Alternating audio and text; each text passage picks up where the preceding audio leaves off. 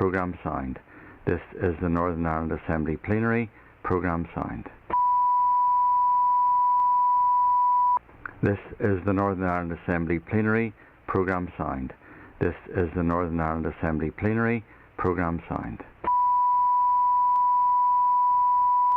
This is the Northern Ireland Assembly Plenary. Programme signed. This is the Northern Ireland Assembly Plenary. Programme signed. This is the Northern Ireland Assembly Plenary. Programme signed. This is the Northern Ireland Assembly Plenary. Programme signed. This is the Northern Ireland Assembly Plenary. Programme signed. This is the Northern Ireland Assembly Plenary. Programme signed. This is the Northern Ireland Assembly Plenary. Programme signed. This is the Northern Ireland Assembly Plenary. Programme signed. This is the Northern Ireland Assembly Plenary. Programme signed. This is the Northern Ireland Assembly Plenary. Programme signed. This is the Northern Ireland Assembly Plenary. Programme signed. This is the Northern Ireland Assembly Plenary. Programme signed. This is the Northern Ireland Assembly Plenary. Programme signed. This is the Northern Ireland Assembly Plenary. Programme signed. This is the Northern Ireland Assembly Plenary. Programme signed. This is the Northern Ireland Assembly Plenary. Programme signed. This is the Northern Ireland Assembly Plenary. Programme signed. This is the Northern Ireland Assembly Plenary. Programme signed. This is the Northern Ireland Assembly Plenary. Programme signed. This is the Northern Ireland Assembly Plenary. Programme signed. This is the Northern Ireland Assembly Plenary. Programme signed. This is the Northern Ireland Assembly Plenary. Programme signed. This is the Northern Ireland Assembly Plenary. Programme signed. This is the Northern Ireland Assembly Plenary. Programme signed. This is the Northern Ireland Assembly Plenary. Programme signed. This is the Northern Ireland Assembly Plenary. Programme signed. This is the Northern Ireland Assembly Plenary. Programme signed. This is the Northern Ireland Assembly Plenary. Programme signed. This is the Northern Ireland Assembly Plenary. Programme signed. This is the Northern Ireland Assembly Plenary. Programme signed. This is the Northern Ireland Assembly Plenary. Programme signed. This is the Northern Ireland Assembly Plenary. Programme signed. This is the Northern Ireland Assembly Plenary. Programme signed. This is the Northern Ireland Assembly Plenary. Programme signed. This is the Northern Ireland Assembly Plenary. Programme signed. This is the Northern Ireland Assembly Plenary. Programme signed. This is the Northern Ireland Assembly Plenary. Programme signed. This is the Northern Ireland Assembly Plenary. Programme signed. This is the Northern Ireland Assembly Plenary. Programme signed. This is the Northern Ireland Assembly Plenary. Programme signed. This is the Northern Ireland Assembly Plenary. Programme signed. This is the Northern Ireland Assembly Plenary. Programme signed. This is the Northern Ireland Assembly Plenary. Programme signed. This is the Northern Ireland Assembly Plenary. Programme signed. This is the Northern Ireland Assembly Plenary. Programme signed. This is the Northern Ireland Assembly Plenary. Programme signed. This is the Northern Ireland Assembly Plenary. Programme signed. This is the Northern Ireland Assembly Plenary. Programme signed. This is the Northern Ireland Assembly Plenary. Programme signed. This is the Northern Ireland Assembly Plenary. Programme signed. This is the Northern Ireland Assembly Plenary Programme Signed. This is the Northern Ireland Assembly Plenary Programme Signed. This is the Northern Ireland Assembly Plenary Programme Signed. This is the Northern Ireland Assembly Plenary Programme Signed. This is the Northern Ireland Assembly Plenary Programme Signed. This is the Northern Ireland Assembly Plenary Programme Signed. This is the Northern Ireland Assembly Plenary Programme Signed. This is the Northern Ireland Assembly Plenary Programme Signed. This is the Northern Ireland Assembly Plenary Programme Signed. This is the Northern Ireland Assembly Plenary Programme Signed. This is the Northern Ireland Assembly Plenary Programme Signed. This is the Northern Ireland Assembly Plenary Programme Signed. This is the Northern Ireland Assembly Plenary Programme Signed.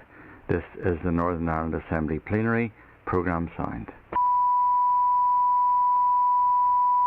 This is the Northern Ireland Assembly Plenary Programme Signed. This is the Northern Ireland Assembly Plenary Programme Signed. This is the Northern Ireland Assembly Plenary Programme Signed. This is the Northern Ireland Assembly Plenary Programme Signed. This is the Northern Ireland Assembly Plenary Programme Signed. This is the Northern Ireland Assembly Plenary Programme Signed. This is the Northern Ireland Assembly Plenary Programme Signed. This is the Northern Ireland Assembly Plenary Programme Signed. This is the Northern Ireland Assembly Plenary Programme Signed. This is the Northern Ireland Assembly Plenary Programme Signed. This is the Northern Ireland Assembly Plenary Programme Signed. This is the Northern Ireland Assembly Plenary Programme Signed. This is the Northern Ireland Assembly Plenary Programme Signed. This is the Northern Ireland Assembly Plenary Programme Signed. This is the Northern Ireland Assembly Plenary Programme Signed. This is the Northern Ireland Assembly Plenary Programme Signed. This is the Northern Ireland Assembly Plenary Programme Signed. This is the Northern Ireland Assembly Plenary Programme Signed. This is the Northern Ireland Assembly Plenary Programme Signed. This is the Northern Ireland Assembly Plenary Programme Signed. This is the Northern Ireland Assembly Plenary Programme Signed. This is the Northern Ireland Assembly Plenary Programme Signed.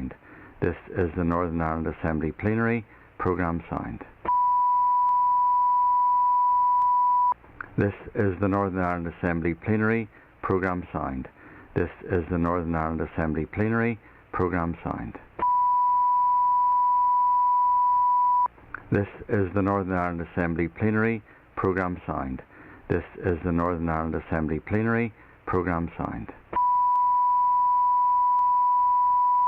This is the Northern Ireland Assembly Plenary Programme Signed. This is the Northern Ireland Assembly Plenary Programme Signed.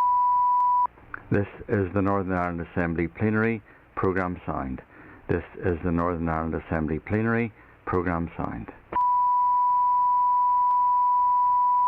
This is the Northern Ireland Assembly Plenary Programme Signed. This is the Northern Ireland Assembly Plenary Programme Signed. This is the Northern Ireland Assembly Plenary Programme Signed. This is the Northern Ireland Assembly Plenary Programme Signed. This is the Northern Ireland Assembly Plenary Programme Signed. This is the Northern Ireland Assembly Plenary Programme Signed. This is the Northern Ireland Assembly Plenary Programme Signed. This is the Northern Ireland Assembly Plenary Programme Signed.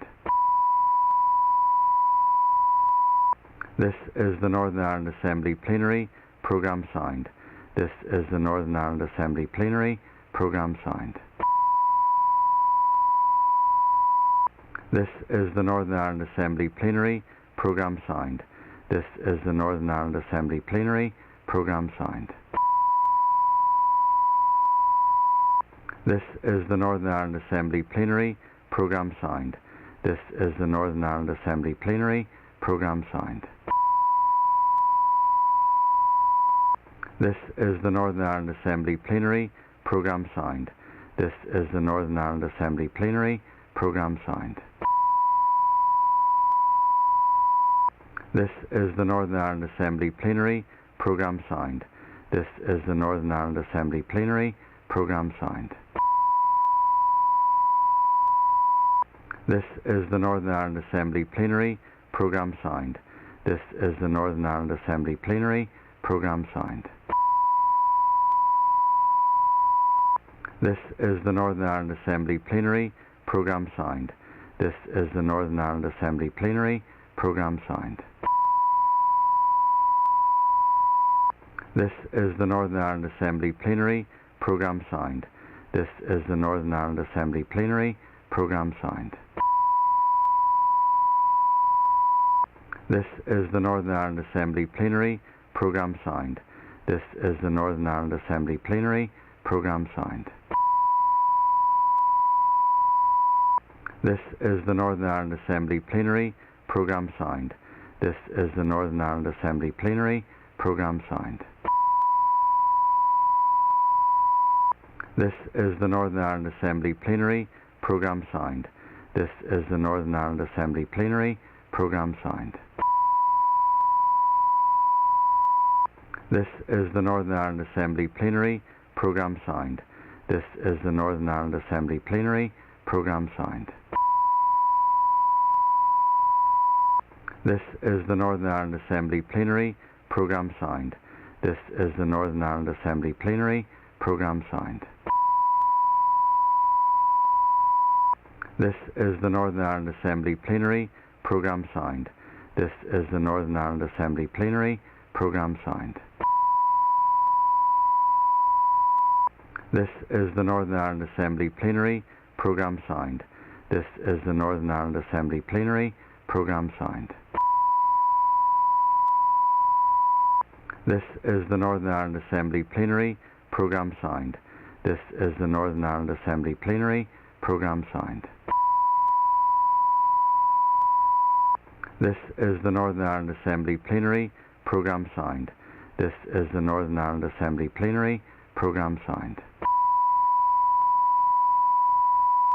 This is the Northern Ireland Assembly Plenary Programme Signed. This is the Northern Ireland Assembly Plenary Programme Signed. This is the Northern Ireland Assembly Plenary Programme Signed. This is the Northern Ireland Assembly Plenary Programme Signed. This is the Northern Ireland Assembly Plenary Programme Signed. This is the Northern Ireland Assembly Plenary Programme Signed. This is the Northern Ireland Assembly Plenary Programme Signed. This is the Northern Ireland Assembly Plenary Programme Signed. This is the Northern Ireland Assembly Plenary Programme Signed. This is the Northern Ireland Assembly Plenary Programme Signed. This is the Northern Ireland Assembly Plenary Programme Signed. This is the Northern Ireland Assembly Plenary Programme Signed.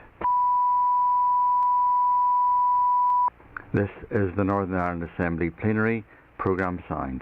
This is the Northern Ireland Assembly Plenary Programme Signed. This is the Northern Ireland Assembly Plenary Programme Signed. This is the Northern Ireland Assembly Plenary Programme Signed. This is the Northern Ireland Assembly Plenary Programme Signed. This is the Northern Ireland Assembly Plenary Programme Signed.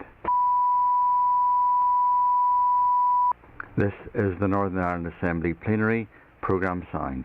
This is the Northern Ireland Assembly Plenary Programme Signed. This is the Northern Ireland Assembly Plenary Programme Signed. This is the Northern Ireland Assembly Plenary Programme Signed. This is the Northern Ireland Assembly Plenary Programme Signed. This is the Northern Ireland Assembly Plenary Programme Signed. This is the Northern Ireland Assembly Plenary Programme Signed. This is the Northern Ireland Assembly Plenary Programme Signed. This is the Northern Ireland Assembly Plenary Programme Signed. This is the Northern Ireland Assembly Plenary Programme Signed.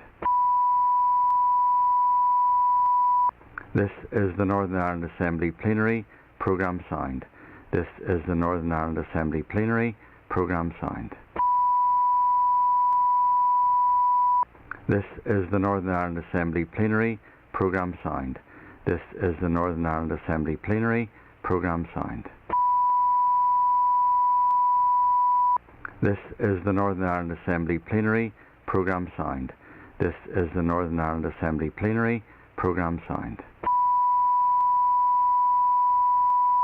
This is the Northern Ireland Assembly Plenary Programme Signed.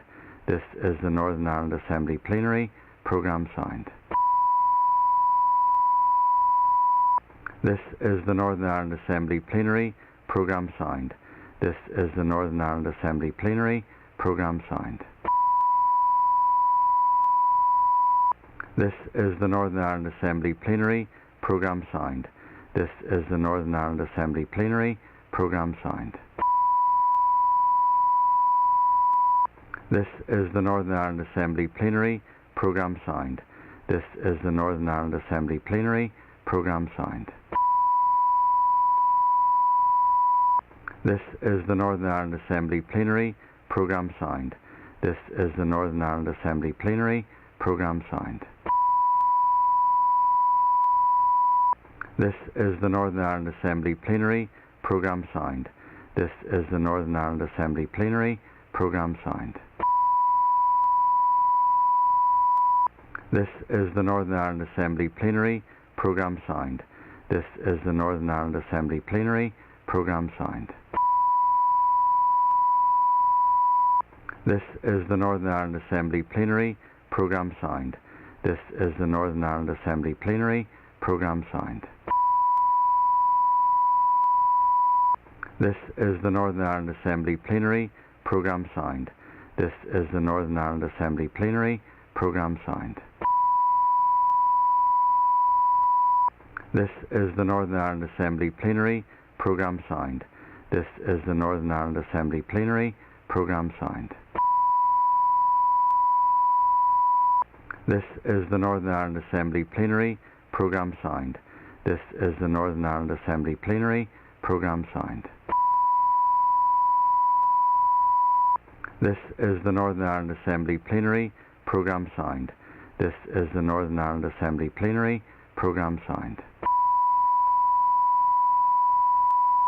This is the Northern Ireland Assembly Plenary Programme Signed. This is the Northern Ireland Assembly Plenary Programme Signed. This is the Northern Ireland Assembly Plenary Programme Signed. This is the Northern Ireland Assembly Plenary Programme Signed. This is the Northern Ireland Assembly Plenary Programme Signed. This is the Northern Ireland Assembly Plenary Programme Signed. This is the Northern Ireland Assembly Plenary Programme Signed. This is the Northern Ireland Assembly Plenary Programme Signed.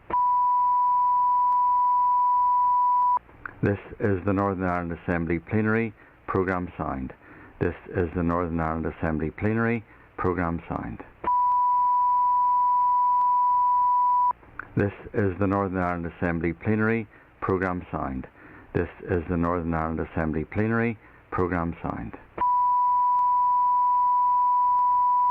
This is the Northern Ireland Assembly Plenary Programme Signed. This is the Northern Ireland Assembly Plenary Programme Signed. This is the Northern Ireland Assembly Plenary Programme Signed. This is the Northern Ireland Assembly Plenary Programme Signed. This is the Northern Ireland Assembly Plenary Programme Signed. This is the Northern Ireland Assembly Plenary Programme Signed. This is the Northern Ireland Assembly Plenary Programme Sound. This is the Northern Ireland Assembly Plenary Programme Sound. This is the Northern Ireland Assembly Plenary Programme Sound. This is the Northern Ireland Assembly Plenary Programme Sound. This is the Northern Ireland Assembly Plenary Programme Sound. This is the Northern Ireland Assembly Plenary Programme Sound. This is the Northern Ireland Assembly Plenary Programme Sound. This is the Northern Ireland Assembly Plenary Programme Sound. This is the Northern Ireland Assembly Plenary Programme Sound. This is the Northern Ireland Assembly Plenary Programme Sound. This is the Northern Ireland Assembly Plenary Programme Sound. This is the Northern Ireland Assembly Plenary Programme Sound. This is the Northern Ireland Assembly Plenary Programme Sound. This is the Northern Ireland Assembly Plenary Programme Sound. This is the Northern Ireland Assembly Plenary Programme Sound. This is the Northern Ireland Assembly Plenary Programme Sound. This is the Northern Ireland Assembly Plenary Programme Sound. This is the Northern Ireland Assembly Plenary Programme Sound. This is the Northern Ireland Assembly Plenary Programme Sound. This is the Northern Ireland Assembly Plenary Programme Sound. This is the Northern Ireland Assembly Plenary Programme Sound. This is the Northern Ireland Assembly Plenary Programme Sound. This is the Northern Ireland Assembly Plenary Programme Sound. This is the Northern Ireland Assembly Plenary Programme Sound. This is the Northern Ireland Assembly Plenary Programme Sound. This is the Northern Ireland Assembly Plenary Programme Sound. This is the Northern Ireland Assembly Plenary Programme Sound. This is the Northern Ireland Assembly Plenary Programme Sound. This is the Northern Ireland Assembly Plenary Programme Sound. This is the Northern Ireland Assembly Plenary Programme Sound. This is the Northern Ireland Assembly Plenary Programme Sound. This is the Northern Ireland Assembly Plenary Programme Sound. This is the Northern Ireland Assembly Plenary Programme Sound. This is the Northern Ireland Assembly Plenary Programme Sound. This is the Northern Ireland Assembly Plenary Programme Sound. This is the Northern Ireland Assembly Plenary Programme Sound. This is the Northern Ireland Assembly Plenary Programme Sound. This is the Northern Ireland Assembly Plenary Programme Sound. This is the Northern Ireland Assembly Plenary Programme Sound. This is the Northern Ireland Assembly Plenary Programme Sound.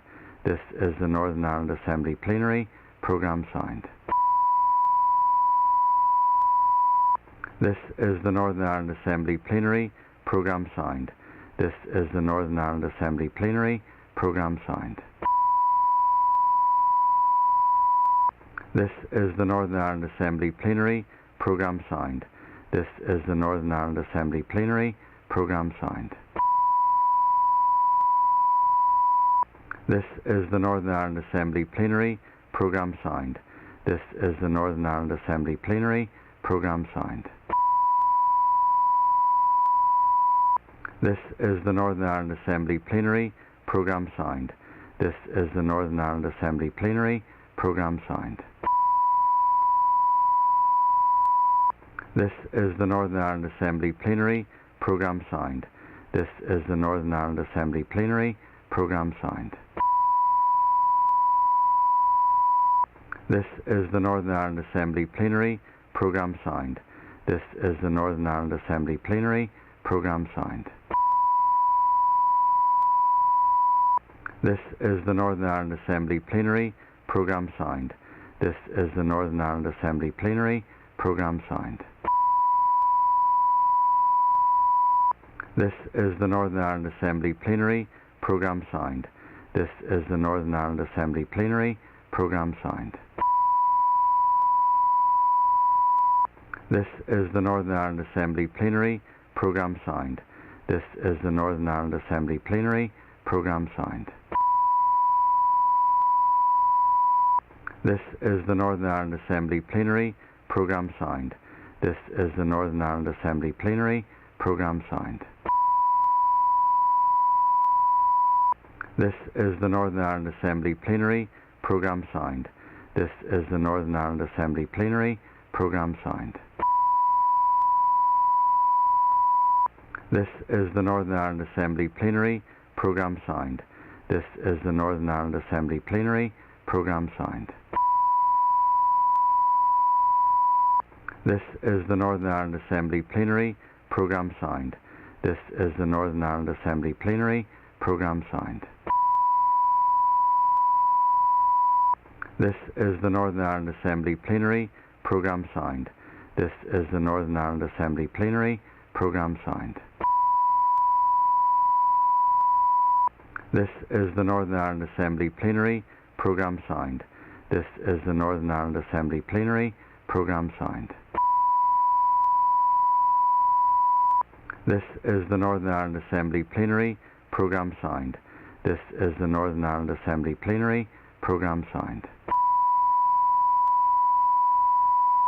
This is the Northern Ireland Assembly Plenary Programme Signed. This is the Northern Ireland Assembly Plenary Programme Signed. This is the Northern Ireland Assembly Plenary Programme Signed. This is the Northern Ireland Assembly Plenary Programme Signed. This is the Northern Ireland Assembly Plenary Programme Signed. This is the Northern Ireland Assembly Plenary Programme Signed. This is the Northern Ireland Assembly Plenary Programme Signed.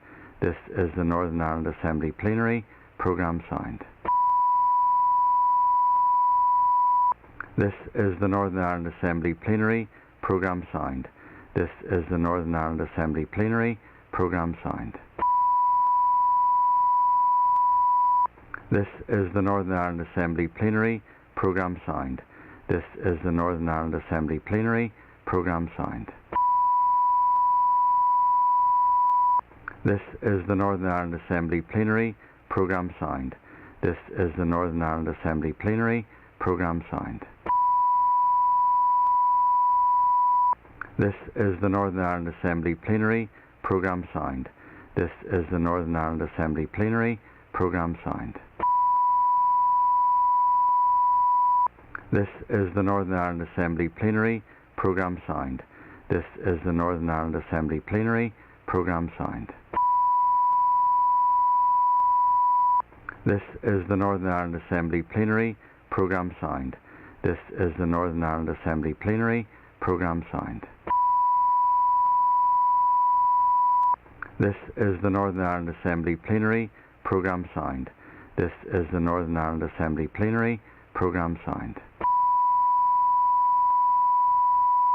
This is the Northern Ireland Assembly Plenary Programme Signed. This is the Northern Ireland Assembly Plenary Programme Signed. This is the Northern Ireland Assembly Plenary Programme Signed. This is the Northern Ireland Assembly Plenary Programme Signed. This is the Northern Ireland Assembly Plenary Programme Signed. This is the Northern Ireland Assembly Plenary Programme Signed. This is the Northern Ireland Assembly Plenary Programme Signed. This is the Northern Ireland Assembly Plenary Programme Signed. This is the Northern Ireland Assembly Plenary Programme Signed. This is the Northern Ireland Assembly Plenary Programme Signed. This is the Northern Ireland Assembly Plenary Programme Signed. This is the Northern Ireland Assembly Plenary Programme Signed. This is the Northern Ireland Assembly Plenary Programme Signed. This is the Northern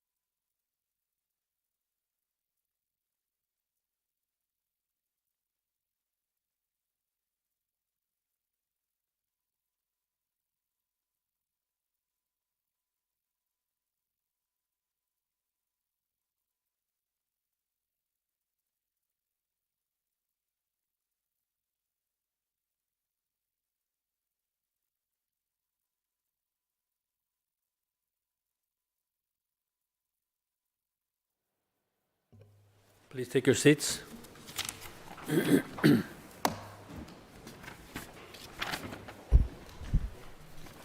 Members, before we move on to the formal agenda this morning, I wish to inform members that the Damages Return on Investment Bill received royal assent on the 2nd of February. It will be known as Damages Return on Investment Act NI 2022 and is Chapter 1. I also inform members that the Horse Racing Amendment Bill received royal assent on February the 2nd. It will be known as the Horse Racing Amendment Act NI 2022 and is Chapter 2. And I finally inform members that the Health and Social Care Bill received royal assent on the 2nd of February. It will be known as the Health and Social Care Act NI 2022 and is Chapter 3. Just to make a number of remarks, members, I have dealt with some of the formalities arising since the former First Minister tendered his resignation. I just want to deal briefly with some of the uncertainty that we have all heard expressed within the community about the impact on legislation going through the Assembly at the moment.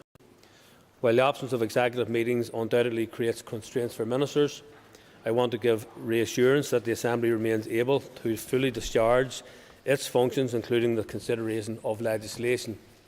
I should point out that even outside of these circumstances, there are decisions to be made towards the end of every mandate as to whether there is sufficient time to take particular bills forward.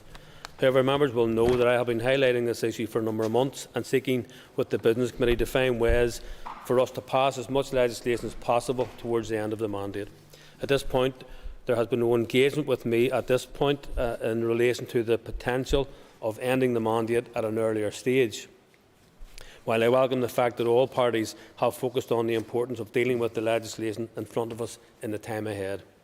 In addition to the discussions we have had on the Business Committee in recent months, I had a constructive discussion this morning with the party whips. Officials and I will be looking further at a number of issues, and discussions with the whips will continue over the next short while. I will update members on any decisions are taken. It should remain the objective of this Assembly to pass robust legislation, and therefore there is a careful balance between making the maximum use of time while also ensuring that legislation is rigorously scrutinised. That might mean that it will be challenging, in particular, to complete the passage of some private members' bills which are still in their early stages. However, it would be my expectation that in the 7 weeks remaining toward the end of this mandate, it should be entirely possible for the Assembly to complete the passage of all of the executive legislation in front of us. I would just end by saying that the process of dealing with legislation will be made all the easier with goodwill from all concerned. And therefore, while there are very clearly political differences which will be aired at appropriate times in this Assembly and elsewhere, we should not let that interfere any further with the business to be done here. In particular, the same standards of courtesy, good temper, moderation and respect will continue to be expected in this chamber from all members. And finally, I can also inform the House that I have written on behalf of the Assembly to express good wishes to Her Majesty Queen Elizabeth on the occasion of her Platinum Jubilee. Ms Michelle O'Neill has been given leave to make a statement on the resignation of the First Minister which fulfils the criteria set out in Standing Order 24. If other members wish to be called, they should do so by rising in their places and continuing to do so. All members called will have up to 3 minutes to speak on the subject. I would remind members that interventions are not permitted, and I will take no points of order on this or any other matter until the item of business is finished. And I call Ms O'Neill. The Executive won't meet as a result of the DUP-FM resigning from office. However, ministers will stay in departments and discharge their duties, and this Assembly, to which ministers are accountable, will function, dealing with the important issues that matter to the public. The DUP's actions in unilaterally resigning from the Executive are reckless, and have caused concern and uncertainty for businesses, for workers, for families and campaigners on a range of many important issues. And in terms of the victims and survivors of historical institutional abuse, it has caused real hurt and real trauma. And while the DUP must bear responsibility for that, I am also very conscious that those of us who are serious about showing responsible leadership and delivering for people can and should seek to salvage what we can from the chaos the DUP have caused. There is a wide range of important legislation currently before this Assembly that we protect and progress to completion. New laws on climate change and organ donation, the Integrated Education Bill, the Autism Bill, abortion services, safe access zones, a ban on fracking, the extension of welfare protections, the Anti-Stalking Bill and Private Tenancies Bill to protect those in rented accommodation, and many, many more. These are all hugely important issues which have real-life impacts and real-life consequences. Sinn Féin wants to work with the other parties to ensure that they are taken forward in the limited time that we have left in this mandate. I stand ready to do this important work, and whilst time is not or is of the essence, progress is still possible across a range of areas. That should be the singular focus of this Assembly in the weeks ahead. Gurmagov. Thank you. And I call Andrew Muir. Thank you very much, Mr. Speaker. So here we are again, Stormont in crisis. The First Minister has resigned. No executive meetings can take place. No budget is in place for the next year. The regional rate has not been struck. No rates bills can be sent out. Sadly, we've all been here before. For 3 years, we had no government. In the dying days of the last mandate, I recall one MLA stating, "As we sit here today, the electorate needs good healthcare, good education and a functioning executive who deliver for them." Unfortunately, some took a decision to walk away. I trust that people will scratch the surface, look beneath the surface and realise those who have walked away are to blame for this mess. Carla Lockhart from the DUP. Collapsing the government, starving public services of funding, including vital health and social care provision, is wrong. Just when we had the prospect of a 3-year budget to give certainty to invest and improve our NHS, it's been dashed right in front of our eyes. On a day when we're hearing that over 250 people died waiting in emergency departments in 2021, the people of Northern Ireland deserve much better. Concerns about the Brexit the DUP birthed ought to be resolved through the negotiations currently underway between the UK Government and the EU, not by collapsing Stormont and subjecting local people to the pain that a lack of government causes. It says a lot of the DUP's respect for the rule of law that the Agriculture Minister announced on Wednesday his desire to breach international law. And by Friday, the party was once again cozying up with paramilitaries, meeting the Loyalist Communities Council, a group including outlawed, prescribed terrorist organisations of the UVF, the UDA and the Red Hand Commando. Whilst the DUP fight internally like cats in a bag, continuing their own stunt politics as a pathetic attempt to claw back votes lost, it is our duty as MLAs to get as much legislation passed as possible. Now is not the time to knock off early. We need to get the job done and work to the end of this mandate. Thank you, Mr. Speaker. Thank you. And I call Jonathan Buckley. Speaker, there has been a lot of posturing and revisionism in the House this morning, some mystified by unionist outrage at the Northern Ireland Protocol. It's important for the record of the House to say the Irish Sea border does not have the support of a single elected representative in this place. There are those in this House who simply expect unionism to stand idly by, whilst they call for the rigorous implementation of an Irish sea border. They would have us do nothing in the face of continuing economic and constitutional carnage the protocol is causing. But what if the shoe was on the other foot? Last Thursday, the Sinn Féin member for Upper Bann told Good Morning Ulster, "We will use whatever powers we have at our disposal to ensure the protocol remains in place." The hypocrisy and double standards are staggering.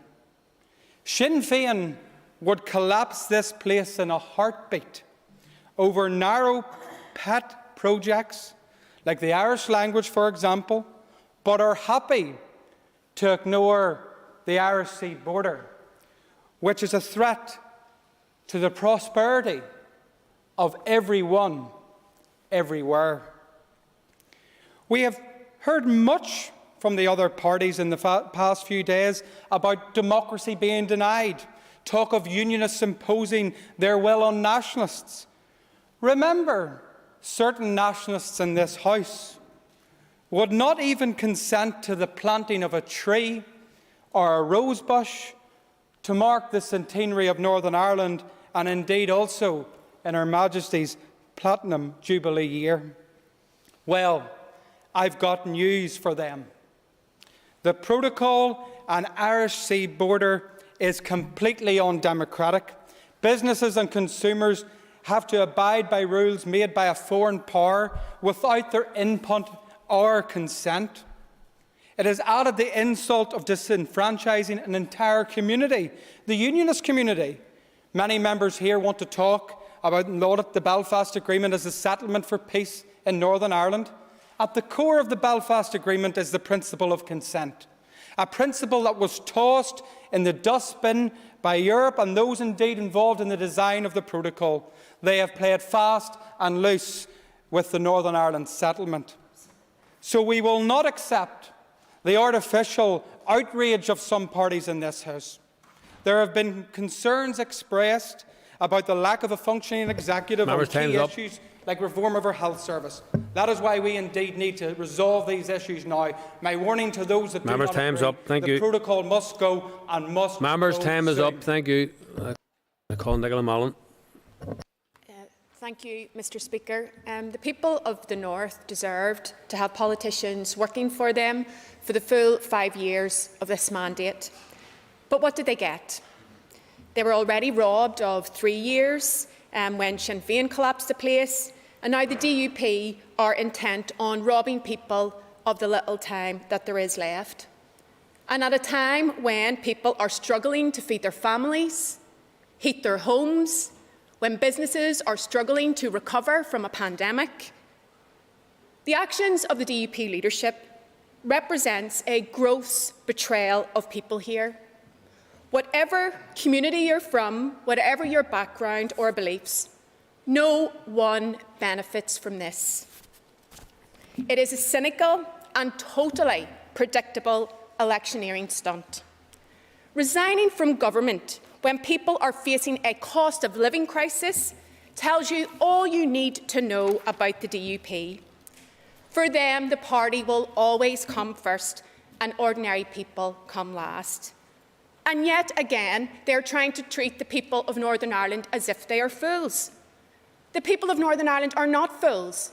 They watched Brexit unfold. They know who helped to deliver a hard Brexit. They know who owns the protocol. And they deserve better than yet another manufactured political crisis. The party political interests of the DUP cannot be allowed to eclipse the interests of people waiting hospital treatment, people in need of welfare mitigations, children needing special educational needs and support, people who expect and should be able to access good public services.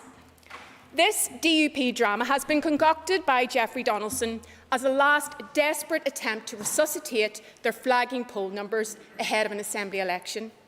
And the SDLP is ready for an election. But we can also see the trap that the DUP has in their desperation set. They want an early election so that they can manipulate and scare people to the polls. And the SDLP would urge other parties not to fall into this trap. Don't give the DUP the toxic backdrop that they so desperately need for this election. Put people first. There are key bills at key stages working their way through this Assembly, and they shouldn't be put at risk for party self-interest. People want us to get on with doing the job we are elected to do with the time we have left. And we should be using every single minute that remains in this mandate to get the remaining legislation through, be it for climate change, organ donation, violence against women, period poverty, and the many others. So rather than playing into this self-serving stunt, we should put our people first, address the cost of living crisis, Members, and time's not up. fall for this shameful stunt. Thank you. And I call Doug Beattie. Thank you, Mr Speaker.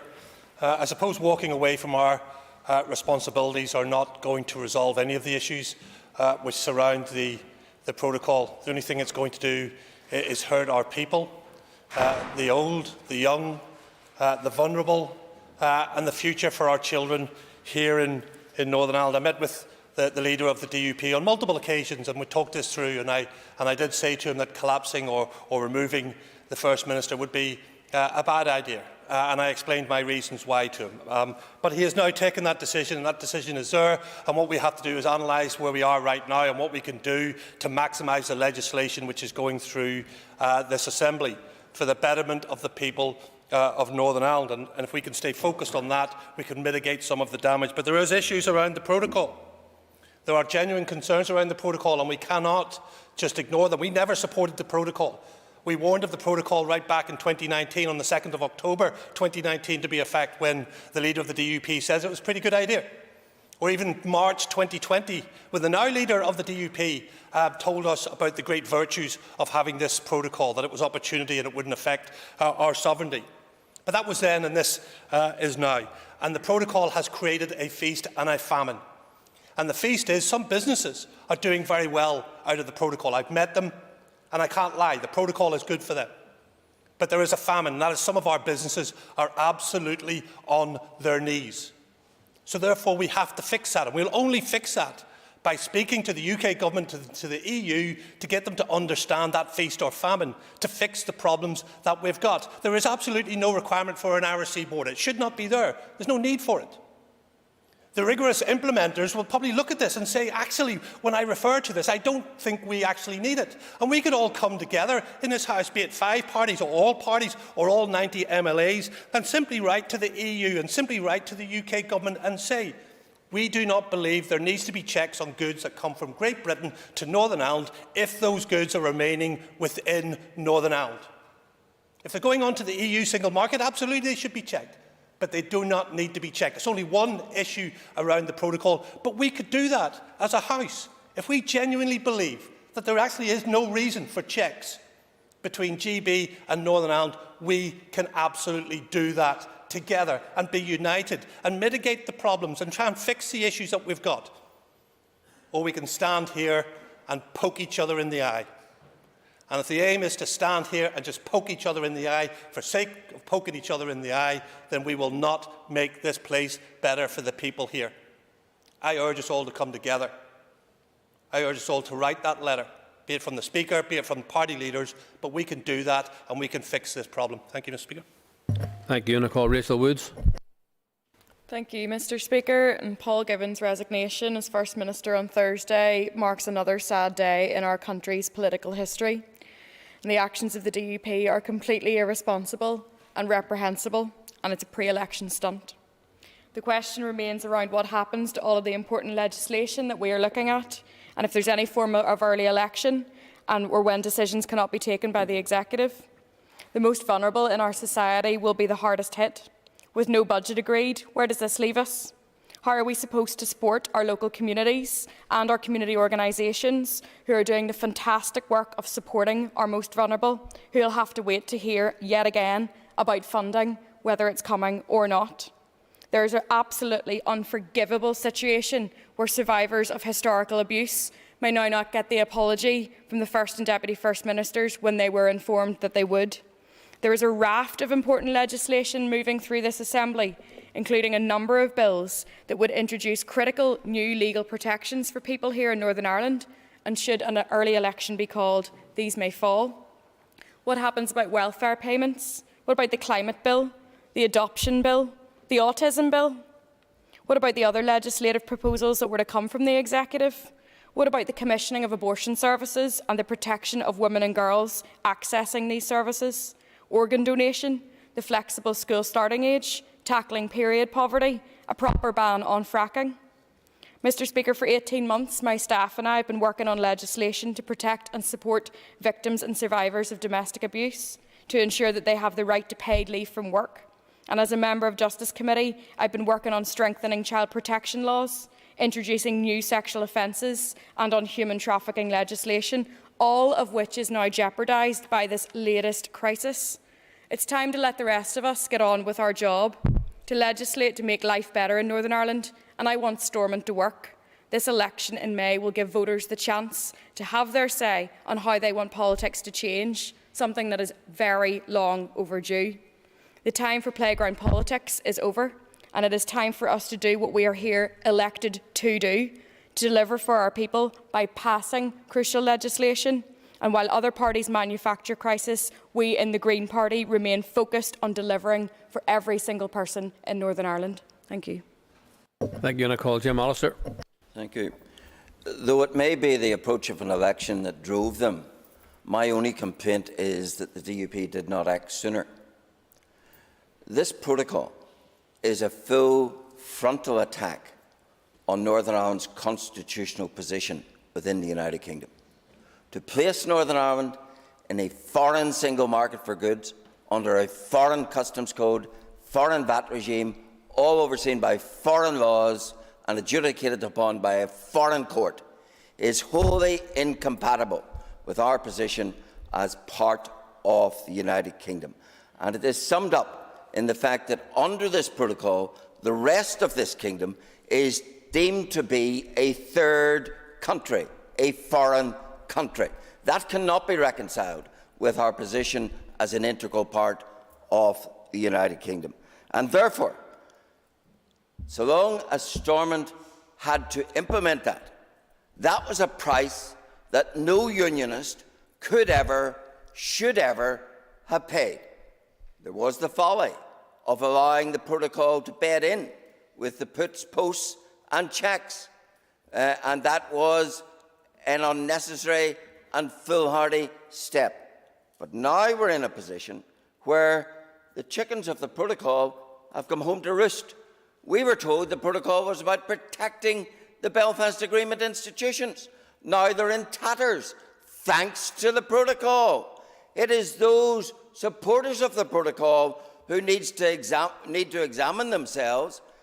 The protocol is the destroyer, not just of the integral part, our position in the United Kingdom, but of these institutions. It is your protocol that has brought us to this point. Your protocol, you own it. I call Gordon Lyons. Thank you very much, Mr. Speaker. I'm a supporter of devolution. I want to see political stability in Northern Ireland, but that has been threatened and put under severe pressure by the protocol. Let me be clear. The protocol doesn't have the support or the consent of unionists. The protocol doesn't protect the Belfast Agreement. It actually requires changes to the 1998 Northern Ireland Act, which removed the cross-community consent mechanism. And the protocol changes the position of Northern Ireland within the United Kingdom without the consent of the people. The protocol is not the basis on which we can build secure and stable government. So that's what the protocol doesn't do. But what does the protocol do? The protocol necessitates border infrastructure. It requires control posts at our ports. It necessitates checks, even checks on personal luggage being brought from Great Britain to Northern Ireland. And it necessitates changes that would require charges being brought in, charges to bring goods from Great Britain to Northern Ireland under the official control regulations. That's what the protocol requires. And Sinn Féin and the SDLP and the Alliance Party and others wanted that rigorously implemented. Rigorously implemented. Now, Mr. Speaker, let me ask a question. If we required checks and charges and control posts on the border between Northern Ireland and the Republic of Ireland, would members on that side of the House demand for it to be rigorously implemented? Would members on that side of the House say that that was a firm basis on which devolution could be built? Of course, that is not the case.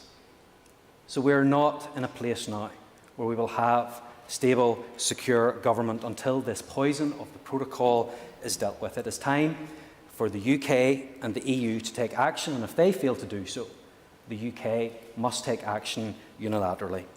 Progress can only be made when the process commands the support of both unionists and nationalists, and the protocol has ensured that such support does not exist today. Thank you. Thank you. And I call Sinead McLaughlin. Thank you, Mr. Speaker. The resignation of the First Minister will have and is having dreadful consequences, but none more so than on the victims and survivors of the historical institutional abuse. It is difficult to think of a worse event in the life of a child than to be abused by those in charge of protecting them and caring for them. For some of those children, it was sexual abuse. For others, it was physical abuse. For many more, it was psychological abuse. And for some of them, it was all those things. Those children are now adults, those who survived, many in declining years, with some having tragically died in the years since. That abuse was made much worse over the years by the knowledge that society looked the other way. Those who should have taken responsibility did not do so. In some instances, these were institutions of the Catholic Church. In others, it was institutions of the Protestant faith, and some were abused and neglected by homes run by charities. In all of these cases, the institutions were operating on behalf of the state, and that is why it is right and proper for an apology to be issued in the name of the state by its most senior representative, the First Minister and the Deputy First Minister. After decades of campaigning, victims believed that progress had been made with the inquiry led by Sir Anthony Hart. The inquiry reported in January 2017, more than 5 years ago. Victims expected the recommendations to be adopted and implemented, redress, a memorial and an apology. 5 years on, some victims have received financial redress, but there has been no memorial and no apology, which many of the victims see as the most important element of this redress. Now those victims are contacting me all weekend to tell me that they feel insulted, they feel hurt, they feel upset, they're re-traumatised, because that apology that they expected 5 years ago and which they still haven't received was promised to be finally delivered on the 11th of March of this year. Yet it will not, it seems, be delivered to them. In fact, how can it be delivered on behalf of the state when the First Minister walked out of his job? I can understand totally why the victims and survivors feel this hurt, this fresh trauma. I share their upset. I have spoken with groups and survivors, and I feel this pain that they have expressed so clearly and so distinctly to me. We all have our political priorities. We all have concerns that drive us as politicians. But quite frankly, how can we do this to these people, to neglect them so badly, to our people who have been hurt so badly and have waited such a long time for an apology? Mr. Speaker, the action of the First Minister was unforgivable. Thank you. And I call Meg Nesbitt. Thank you, Mr. Speaker. As we all know, there are 90 members of this chamber representing different parties and none, different philosophies, different policies and different constitutional preferences. But I would be bold enough to suggest that we all should have one common aim: to make Northern Ireland work, measured by the quality of our public services, measured by the sense of prosperity of our people, by their physical and mental sense of well-being, and measured by the sort of society we bequeath to future generations.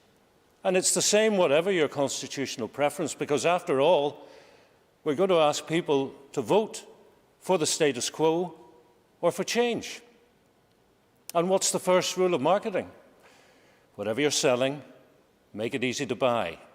And that's why I've never understood why some in this House describe this place as a failed statelet. Who wants to buy that? Making Northern Ireland work should be our common aim. And the Executive Office has a clear leadership role in delivering on making Northern Ireland work. And members will know, I find it a matter of deep regret, that it's now the 15th year in a row that the two parties who occupy Stormont Castle are in that leadership role, but to my mind, and the mind of many others, failing to deliver that leadership. And what we see in the resignation of the First Minister is short-term, self-interested tactics when people want societal strategies, long-term visions for our health service, for our housing, for the education of our children, and for our economy. And yes, The protocol is an issue for many of us on this side of the House, and Mr Beattie has made clear how we might tackle it. But what have we done with the protocol? It's what we often do in this House. We take a challenge and we turn it into a crisis. If we were mature politicians, we would accept it as a challenge, and we would work together, as we are committed to do, consociationally, to achieve a resolution. I'm going to call Chris Little. Thank you, Mr Speaker. The impact of the resignation of the First Minister is potentially far-reaching and already being felt by the most vulnerable in our community, including the victims and survivors of historical institutional abuse, with whom it has been my privilege to work for over 10 years.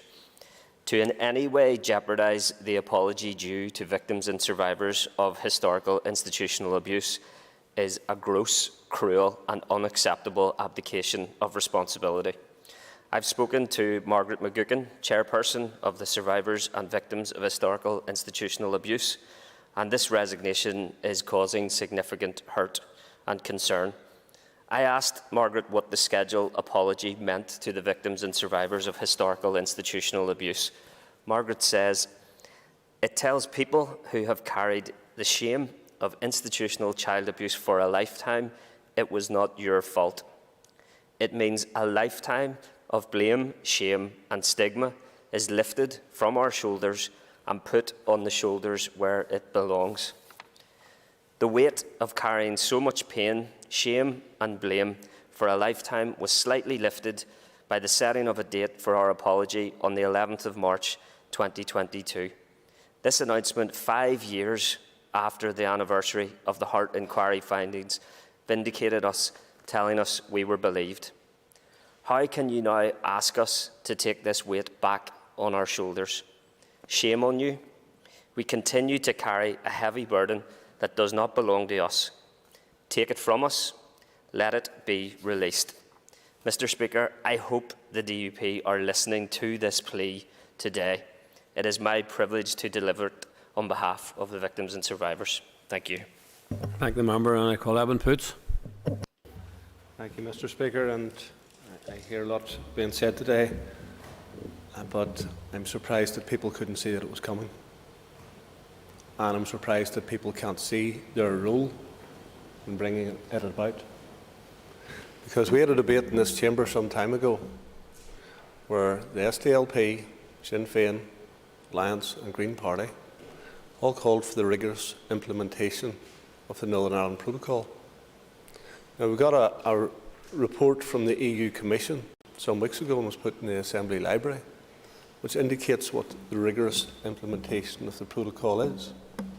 Now, for some years, those people who have been travelling back from various parts of the world through Aldergrove Airport would have seen a notice about bringing food in or anything from third countries, what they're supposed to do. And the EU are expecting us to do that on food coming in from Britain. Now, how many planes, how many trucks, how many cars are coming in from Great Britain to Northern Ireland every day?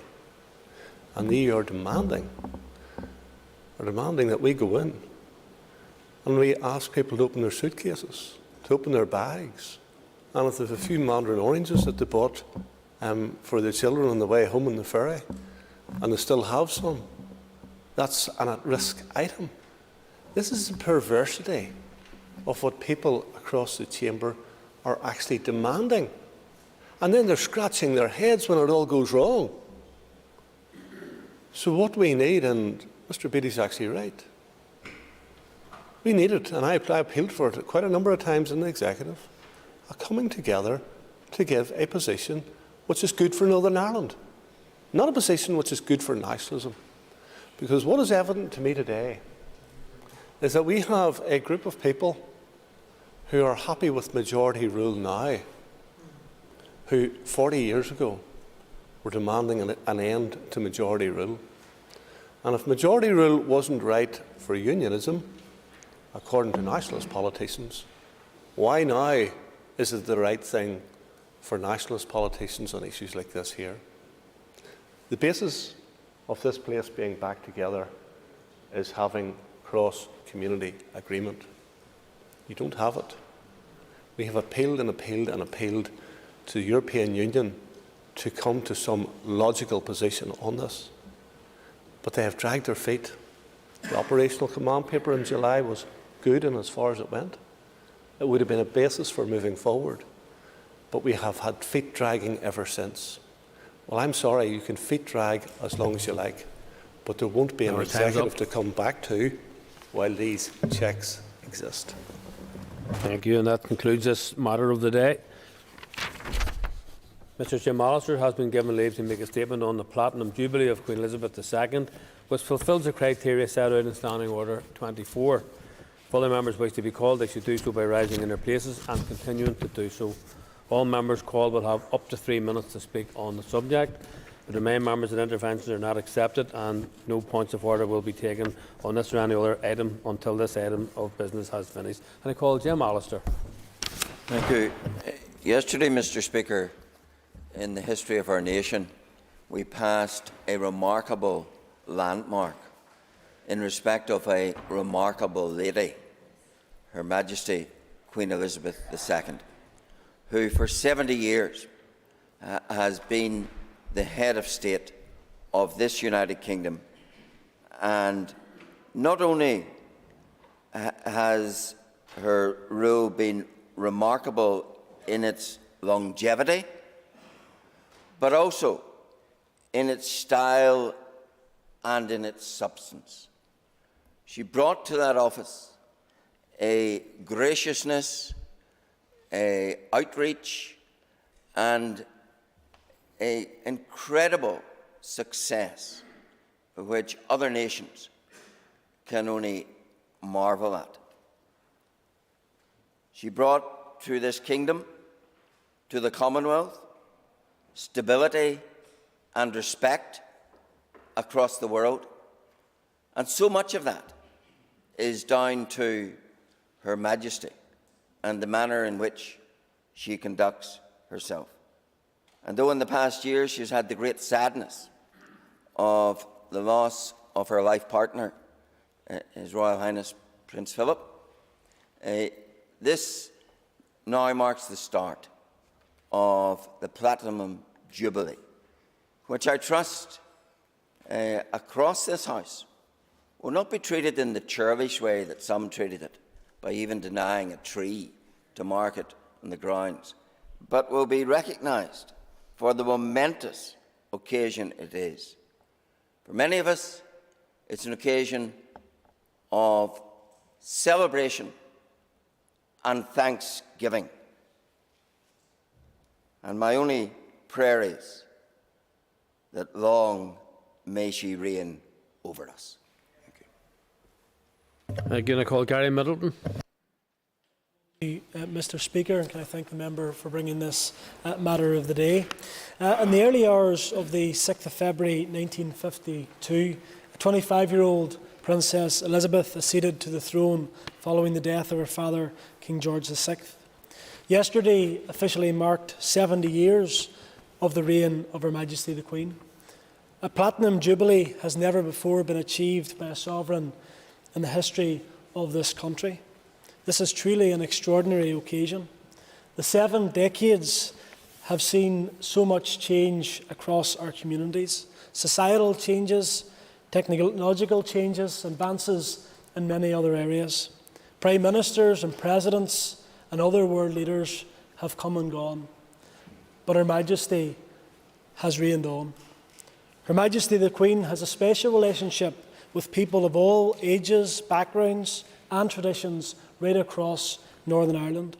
In total, she visited our province in a total of 25 times, her first visit being in the aftermath of World War II as then Princess Elizabeth. Many of my own constituents in Londonderry have fond memories of her first visit to our constituency as Queen in 1953, with many more cherishing her most recent visits. Throughout her unprecedented reign, the Queen has been an exemplary example of dedicated public service, a characteristic even those outside of the British tradition often acknowledge.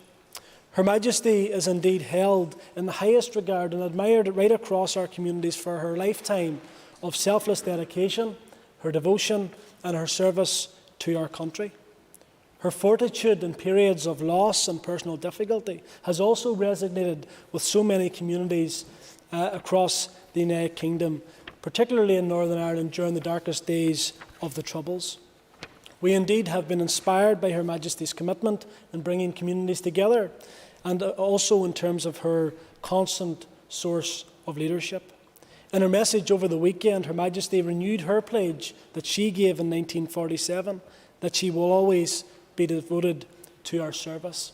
That's just such a remarkable message. So it is appropriate that this Assembly today marks the Accession Day 2022 and pay our tribute to Her Majesty's outstanding contribution to our United Kingdom.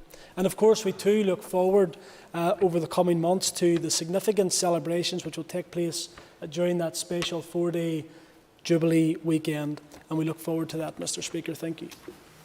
Again, I call John O'Dowd. And I rise to say a few comments in relation to this matter as well. I'm clearly not a royalist. I don't come from a tradition of royalism, and my party are Republican, both in the Irish sense and the international sense of that word. But it's quite clear, and understandably clear, that Queen Elizabeth is a significant figure in the lives of many, many people in our society.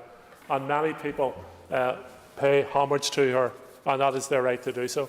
I acknowledge, and I've done so before in this chamber, Queen Elizabeth's role in the Irish peace process and building reconciliation on the island of Ireland.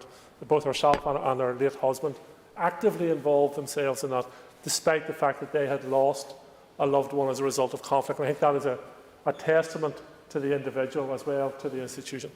So I wish all those who, on behalf of my party, wish all those who wish to celebrate the Platinum Jubilee a successful celebration, a joyous time for them, and no doubt that Queen Elizabeth will continue to play a significant role in the lives of those people who pay homage to her, but also play a significant role, I would hope, in encouraging her government and future governments to play an active and supportive role in the peace process and the reconciliation process moving ahead. Thank you. Thank you, and I call Pat Cadney. Mr. Speaker, I rise today to join in the tribute to the service of the Queen on her Platinum Jubilee. I'm proud to represent a shared community at its best and one united community in Lagan Valley. Though I'm a nationalist and not personally a monarchist, nor is my party, this Jubilee will be significant to many of my constituents and to many of my friends. So I'm happy to join in paying tribute to the Queen for her long service. If this society is to move forward, then it can only be on the basis of mutual respect and the celebration of diversity. That was core to the message of our former party leader, John Hume. I also want to acknowledge the Queen's significant contribution to reconciliation between Britain and Ireland.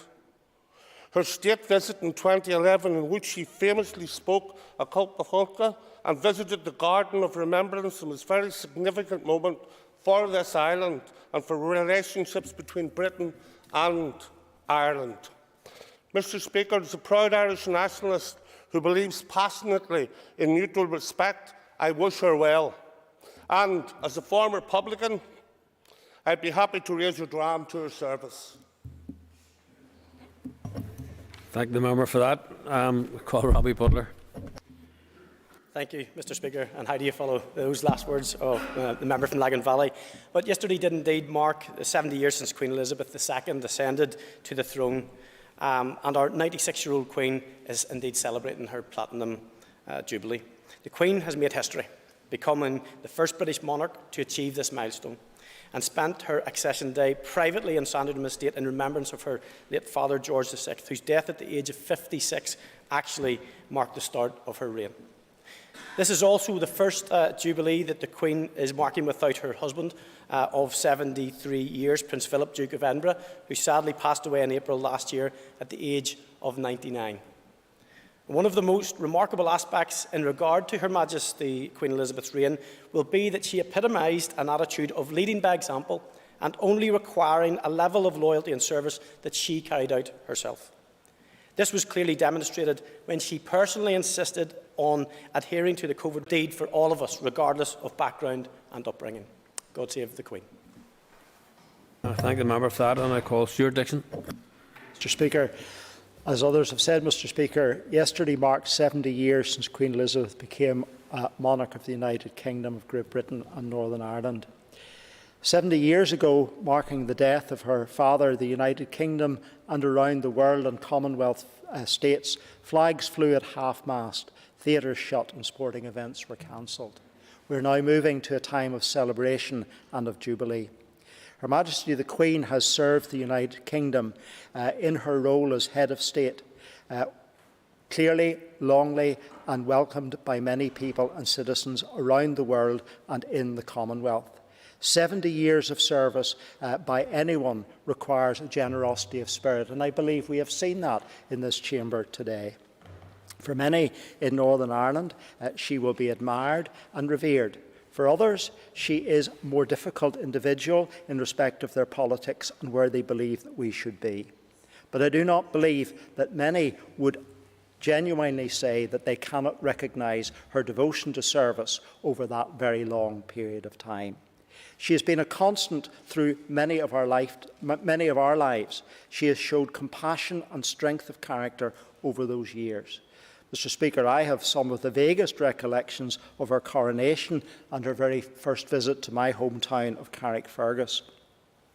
But for me, one of the most memorable times was her visit to Ireland in 2011 and her visit to Northern Ireland in 2012, which was marked by a historic handshake with Martin McGuinness.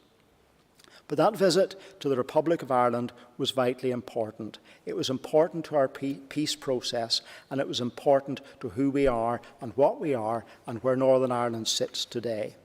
Her words will ring clearly and should ring clearly to all of us. Being able to bow to the past, but not being bound with it, for me, sums up Her Majesty the Queen and her commitment to Ireland, North and South. Thank you very much, Mr. Speaker. Thank the member, and I call Diane Dodds. Thank you, Mr. Speaker. And like others, I join in offering my congratulations to Her Majesty on this very historic occasion. For over 70 years, Her Majesty has been a beacon of hope. For over 70 years, she has been the strength of our nation, and for over 70 years now, our Queen. And on behalf of the people of Upper Band, I offer my heartfelt thanks and unwavering gratitude to Her Majesty on this historic occasion of the Platinum Jubilee. Her dedication to duty, to service, and to the people of the United Kingdom has been steadfast and unyielding. In Northern Ireland, she has been a beacon of reconciliation and has led by example. And as we begin the official celebrations of the Platinum Jubilee, I look forward to the events that will take place, the length and breadth of Upper Ban and indeed throughout Northern Ireland. They will be befitting of this occasion and will offer families and communities the chance to reconnect after very difficult times. Mr. Speaker, I am glad that you have passed on the congratulations and good wishes of this House on this very significant occasion.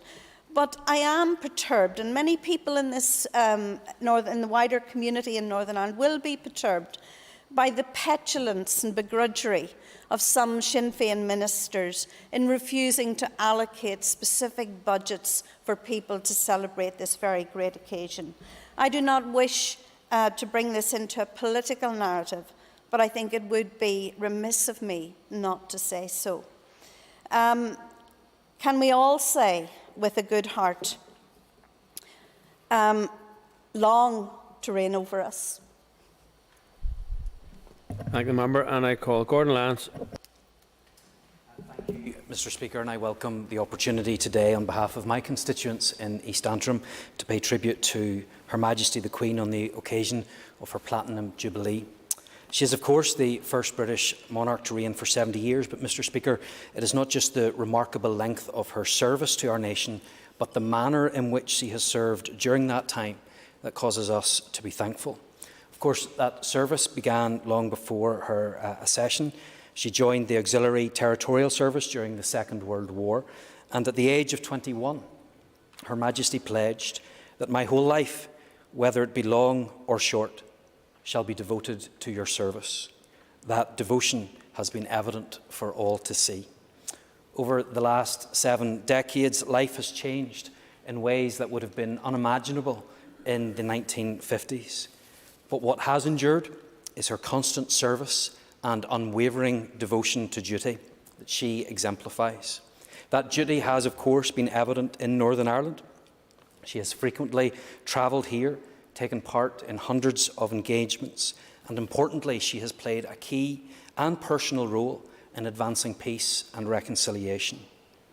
Her incredible service has been possible in no small part due to the unwavering support of her family, in particular the Duke of Edinburgh, and I want to pay tribute to him here again today. And I know that she has been sustained and upheld by her faith in Jesus Christ, which has been so important to her in the good times and through the challenges.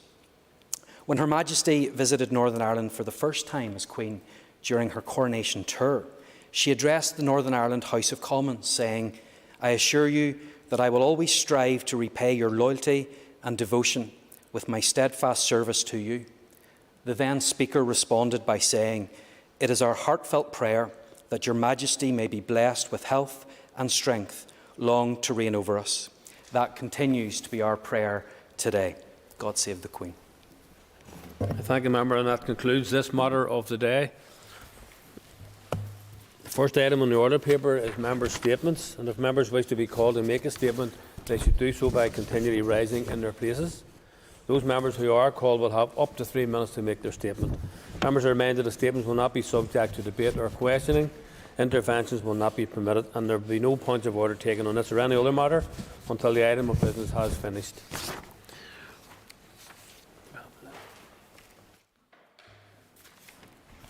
And I call Steve Aiken. Please don't start the clock until I've actually stood up, Mr. Speaker. Thank you very much indeed. Mr. Speaker, I wish to speak on the desecration at Nevin Cemetery.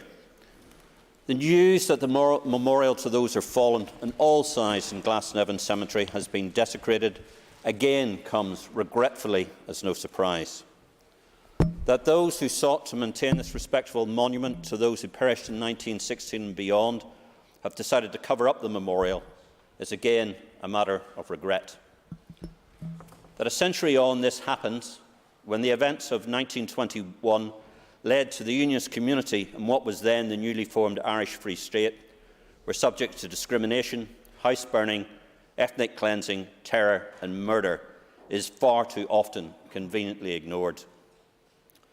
The outrage raised by some when the role of the Royal Irish Constabulary was to be debated, never mind commemorated.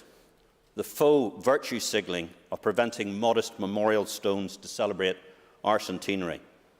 The failure by the Communities Minister to fund community celebrations and events to mark the Platinum Jubilee of Her Majesty.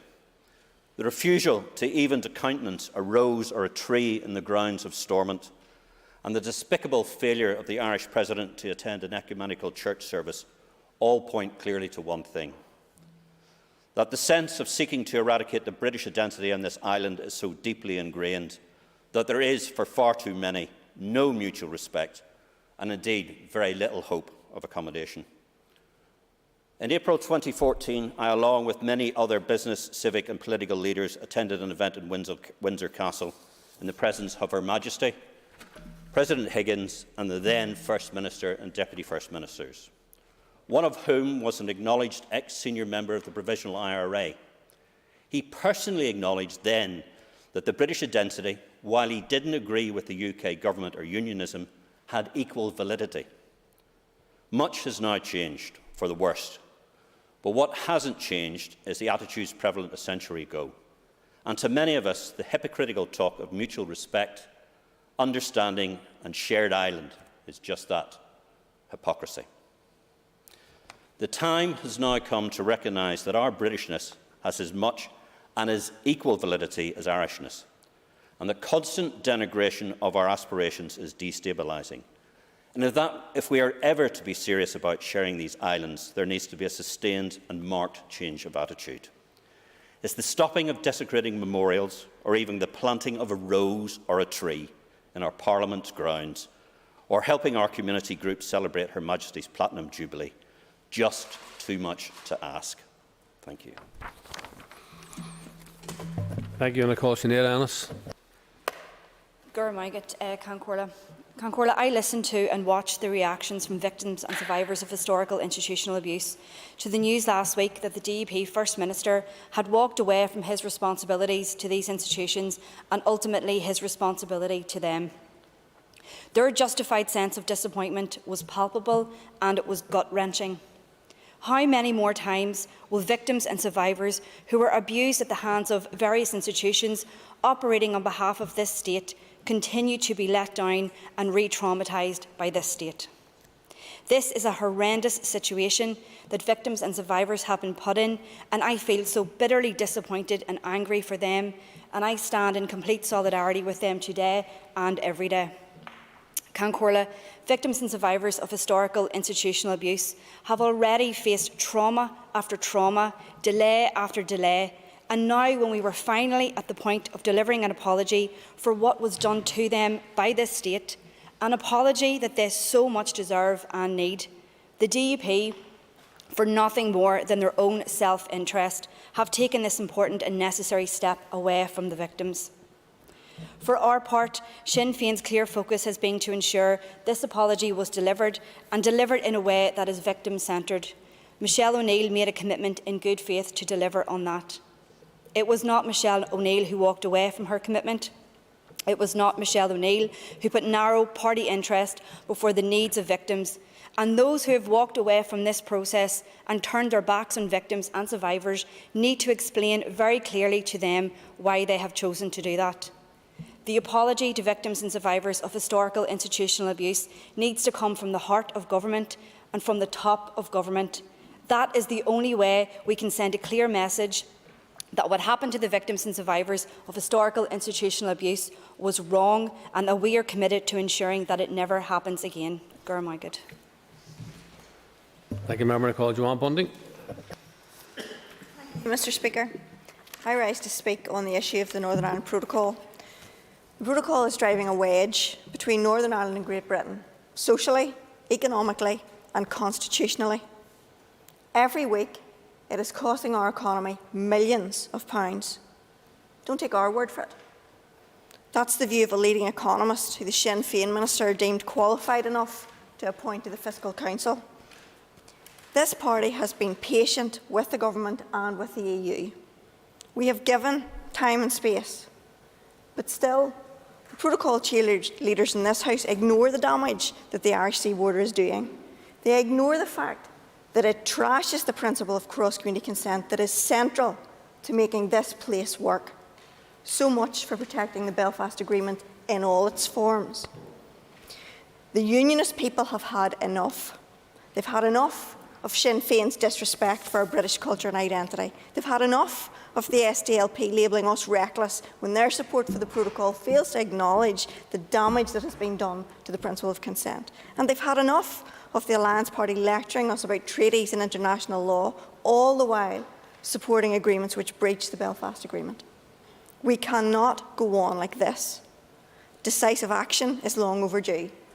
Action to restore Northern Ireland's place as a constituent and integral part of the United Kingdom.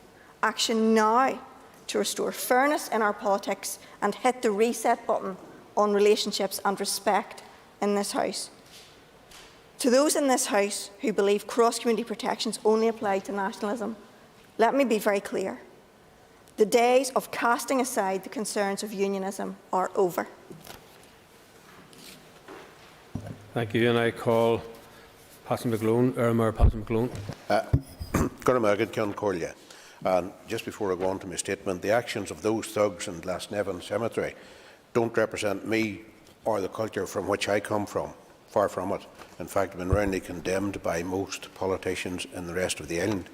In recent weeks, I can call you, more and more constituents have been contacting my office concerned about the growing cost of living crisis. The price of groceries is rising, electricity costs are increasing on a weekly basis, gas and fuel costs are on an unending upward spiral. There are daily calls for executive action on these and other issues. This is the time that the DUP has chosen to undermine the Executive and the Assembly. They read the runes and saw their political demise in May. They have gambled the future of the Assembly on short-term headlines in the hope of bouncing everyone into an early election to save their own skins.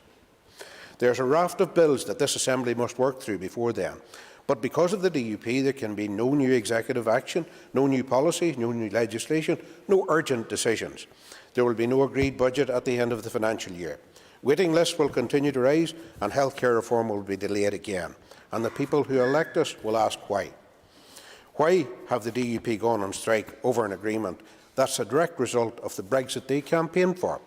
Why did the DUP vote against Theresa May's deal, which would not have required border checks at Northern Irish ports? Why did the DUP play a part in putting into office a Prime Minister who has led what may be one of the most corrupt British governments in living memory?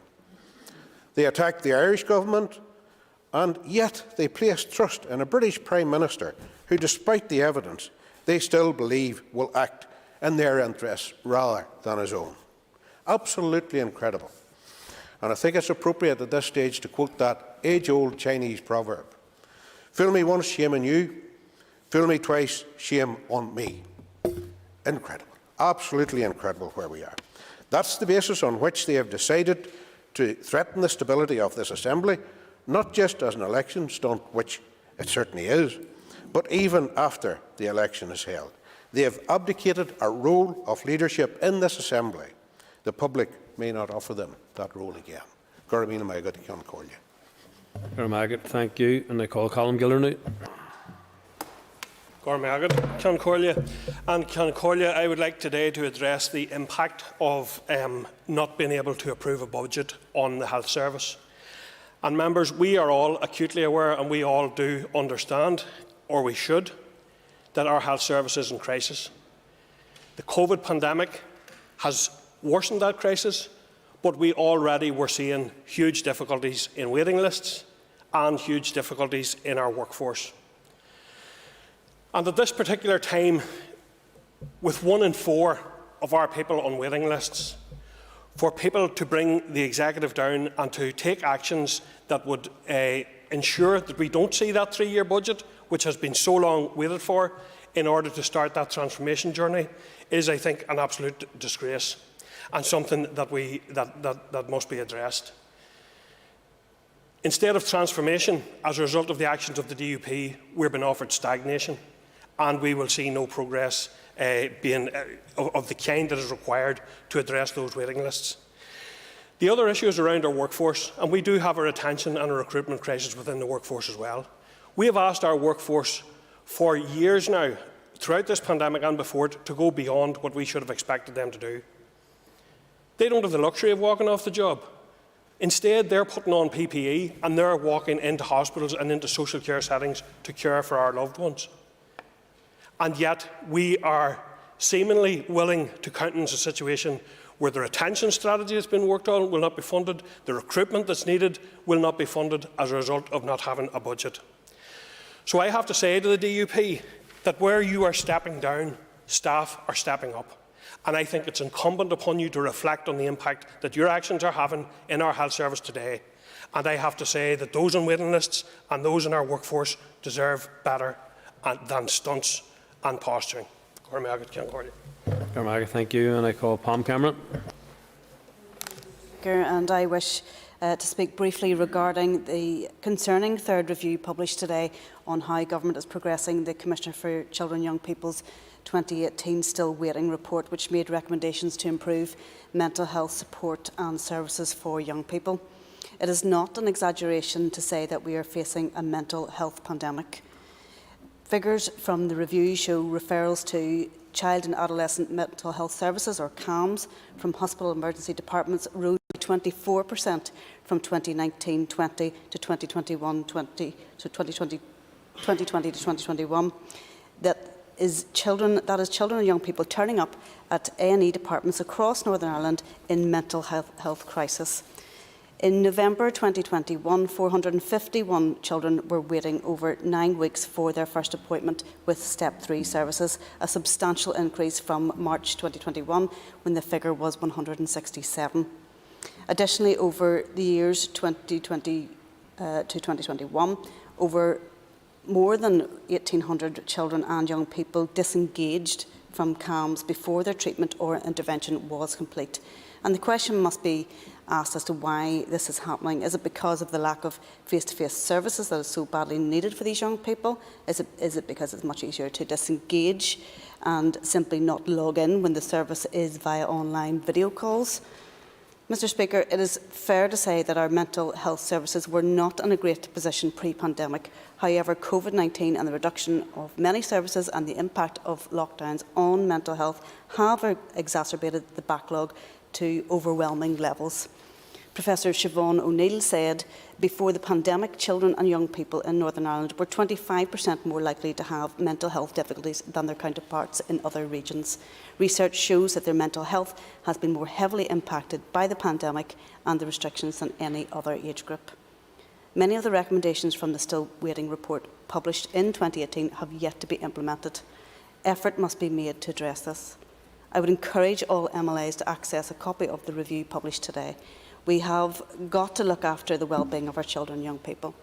We have got to deliver much better services, and we've got to resume and fully reopen the mental health services. Thank you. Thank the member. I call Mark Durgan.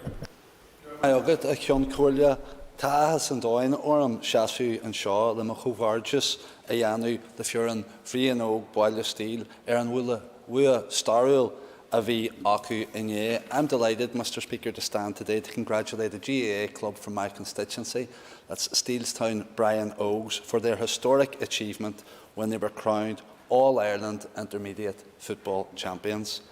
Over many years, I've sat in this chamber and listened, maybe with a wee bit of envy, as colleagues have rightly praised the achievement of clubs from their respective constituencies. The Foyle constituency, Derry City, hasn't been renowned as a hotbed of GAA, despite the heroic efforts of players, coaches and volunteers. Clubs from the city just haven't been able to make the breakthrough at county level. That has now changed utterly. Steelstown Brian Oaks, a club formed only 35 years ago, a club that has encountered no shortage of adversity on and off the pitch, are now champions of Derry, champions of Ulster and champions of Ireland. This can and will inspire more people in Derry to get involved and stay involved in Gaelic games. It was truly uplifting to join not only supporters of Steelstown, but supporters of other clubs and supporters of other sports from across the county and beyond in Croke Park yesterday to see history being made. What made the occasion all the more emotional was when the victorious captain, Neil Forrester, evoked the influence and inspiration of Brian Og McKeever, who tragically passed away over 13 years ago and whom the club is now named after. To see the McKeever family there in the midst of the celebrations was truly humbling. While yesterday's triumph is obviously and of course a testament to the efforts of all involved with Brian Oaks at every level, it's also a testament to the work of all involved with all our clubs across Derry City and beyond. The role that they play in developing our children, not just as players, but as people, cannot be overstated. The analogy of little acorns and great oaks is a well-worn one, but never has it been more appropriate. I'm sure that Steelstown's success will inspire every club from every sporting code. But the real measure of success, Mr. Speaker, in my view, won't be the number of championships and trophies won, but the number of lives improved. And all our sporting organisations and clubs deserve much credit for the huge positive role that they play in our communities and require more support to keep doing so. Thank you. And I call Alan Chambers.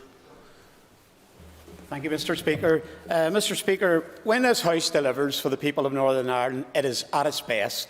However, when we can't agree or compromise on important issues, or ministers choose to delay signing off a decision, we hand ammunition to those who hold the view that nothing positive happens on this hill. In my constituency of North Down, the local council set out on an ambitious project in Bangor nearly 25 years ago to pull together a regeneration site along Queen's Parade, consisting of derelict properties alongside properties that had been denied maintenance for a number of years. Many false dawns arrived and went, and a few years ago the Department of Communities took over the project, adding more properties to the site and enhancing its potential. A private developer signed a development brief with the department and committed to a £50 million mixed-use scheme that would lead to many jobs in the local construction industry and further employment opportunities as the scheme moves forward. The local council's planning department passed the plans as submitted by the developer last January, but then the Rivers Agency, a department of the Ministry of Infrastructure, intervened with concerns around a reservoir called Clandyboy Lake, situated in the Clandyboy estate some miles away. They raised concerns around the potential of flooding emanating from this lake. These concerns were not based on a visual inspection, but rather arose, I understand, from a remote computer modelling exercise. 1 year later, the Communities Ministry, who are the lead department, revealed that in recent weeks a Section 10 reservoir inspection report has been commissioned. Where has this section been since last January? The Minister of Infrastructure has revealed that if a report suggests work needs to be carried out on Clandyboy Lake, she has no powers to force the owner to carry out any work required. The Reservoir Act of 2015 has not been fully implemented and gives the Minister no powers of compulsion. Are we serious about attracting private sector job creation and investment? Why 1 year after planning permission was granted are two departments in this Assembly appearing to sit on their hands? We are at our best when we deliver. The Minister for Infrastructure can sort this out with the stroke of a pen. How much longer are her officials prepared to hold back this project when their paper objection is not even covered by government powers to force the lake owner to carry out any work needed? If public safety is an issue, then tell us and produce the proof. I plead with the Minister on behalf of the citizens of North Down, the business community and every elected representative to sign this off and get the diggers onto this site. Thank you, Mr. Speaker. Again, a call, Chris Little. Thank you, Mr. Speaker. Can I begin by paying my condolences to the family of Eileen Harding, who passed away further to a serious collision in East Belfast. Mr. Speaker, further to the issuing of post-primary transfer test results at the weekend, Angeline King posted on Twitter to ask our executive to explain to her 10-year-old daughter why we have a post-primary transfer process from the past. Angeline's daughter also asked why, as a result of this anachronistic, unnecessary and unfair process, she has no option of accessing an integrated school in her area. Mr. Speaker, I can't explain it. I feel the hurt and I agree with the questions that she's asking. This Assembly voted by majority to end the use of academic criteria for admission to publicly funded post-primary schools in Northern Ireland. Report after report refers to post-primary transfer process in Northern Ireland as a systemic inequality. Mr. Speaker, I would encourage anyone who believes this post-primary transfer process and our education system must be reformed to make their views known to the Independent Review of Education, and anyone who wishes to see this reform implemented to vote for an Education Minister that will deliver it. Thank you. Daniel McCrossan. Thank you, Mr. Speaker. I rise to reflect on the events of recent days and to echo in this House the real frustration that people are feeling. People are fed up. They're sick to the teeth of this place failing them. They're sick of the distraction politics that emanates so strongly from the DUP around this Assembly, and also disgusted, to say the least, that a First Minister would make a call, and a party, being the DUP, would make a call to withdraw from these institutions, to resign from an important post of leadership simply because he was not getting his way. Could you imagine, Mr. Speaker, a situation if the British Prime Minister, the Taoiseach, didn't agree with something simply to say, well, I'm resigning and going home, I'm sitting in. Get on with it yourselves. It's an absolute failure and a huge abdication of that position, that important position of trust. People in this Assembly are elected to deliver. They're elected to lead and to show leadership in times of crisis and difficulty. And that has by far been lacking in this mandate, more than any other mandate, in fact, since these institutions came about post-Good Friday Agreement. We've already had the stop-start to this mandate in 3 years of an absent executive here, where waiting lists went up through the roof, when schools were suffering. Ordinary, hard-working people have paid the price, and now we're sitting on the breadth of an election with this political stunt playing by the DUP. Make no mistake about it, Mr. Speaker, this is about an election. It's not about a protocol. This is about an electoral stunt, and it's quite simply put, Mr. Speaker, that members of the DUP, and certainly the new leader, is concerned more about seats than people. Well, I could tell some members of the DUP after the performances of this week they wouldn't have any difficulty in securing a job because some of them would be very good at a pantomime. But I can say this, Mr. Speaker, no one would be laughing, because whilst they're playing games, the people of this place are suffering incredibly. People on waiting lists are literally dying as we're standing here. That is an unforgivable and an unjustifiable situation. And you know, the DUP profess to speak for unionism. What about the people on waiting lists? What about the people who are worried about their children's education? What about the people that are coming in through my office door from all walks of life telling me that they need strong representation on particular issues that matter to them? Where is the DUP on these issues? The legacy here is 15 years of failure. 15 years of complete and utter failure, and it's totally disgraceful. I think today in particular, Mr. Speaker, on the hard-working healthcare staff, on our teachers and those who stood firm throughout a pandemic and toughed it out, worked hard to save lives, to improve lives and to help our children as well. But when the going gets tough in this place, those in positions of power, privileged positions of power, walk away, sit at home. That has to end.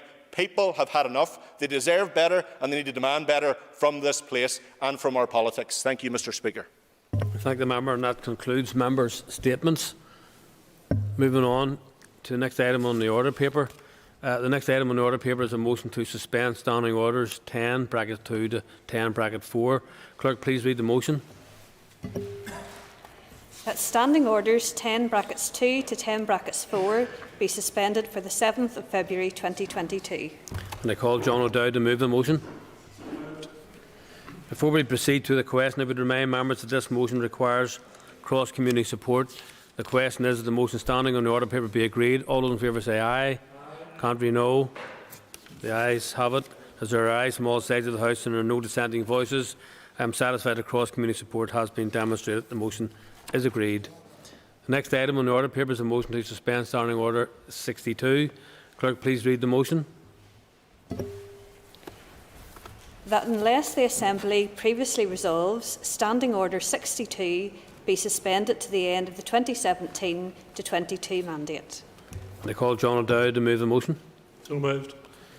Before we proceed to the question, I would remind members that this motion requires cross-community support.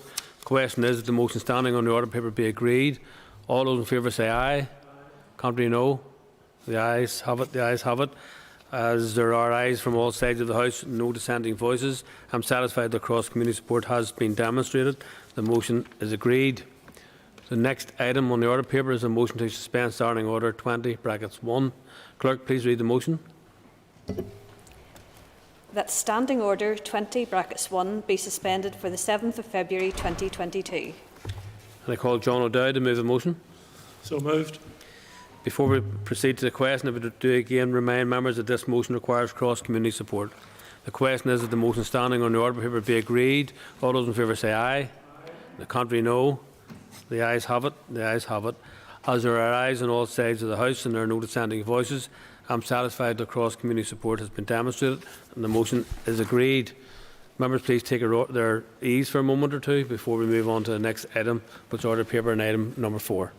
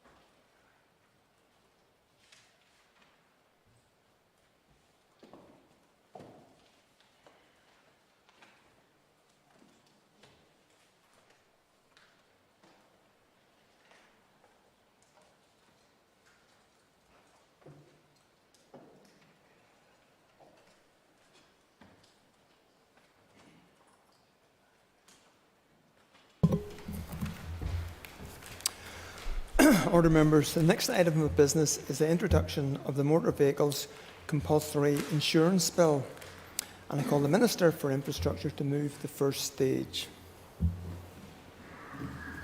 I beg to introduce the Motor Vehicles Compulsory Insurance Bill. Clerk, please read the long title. A bill to amend retained EU law relating to compulsory insurance for the use of motor vehicles and for connected purposes. And that concludes the bill's first stage, and it shall now be printed. Again, I'd ask members to take their ease for just a few moments.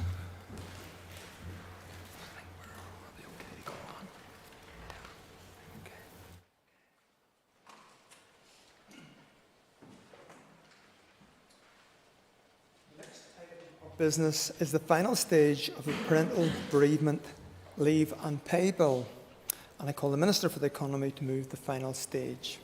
Thank you, Mr. Speaker. I beg to move that the Parental Bereavement Leave and Pay Bill do now pass.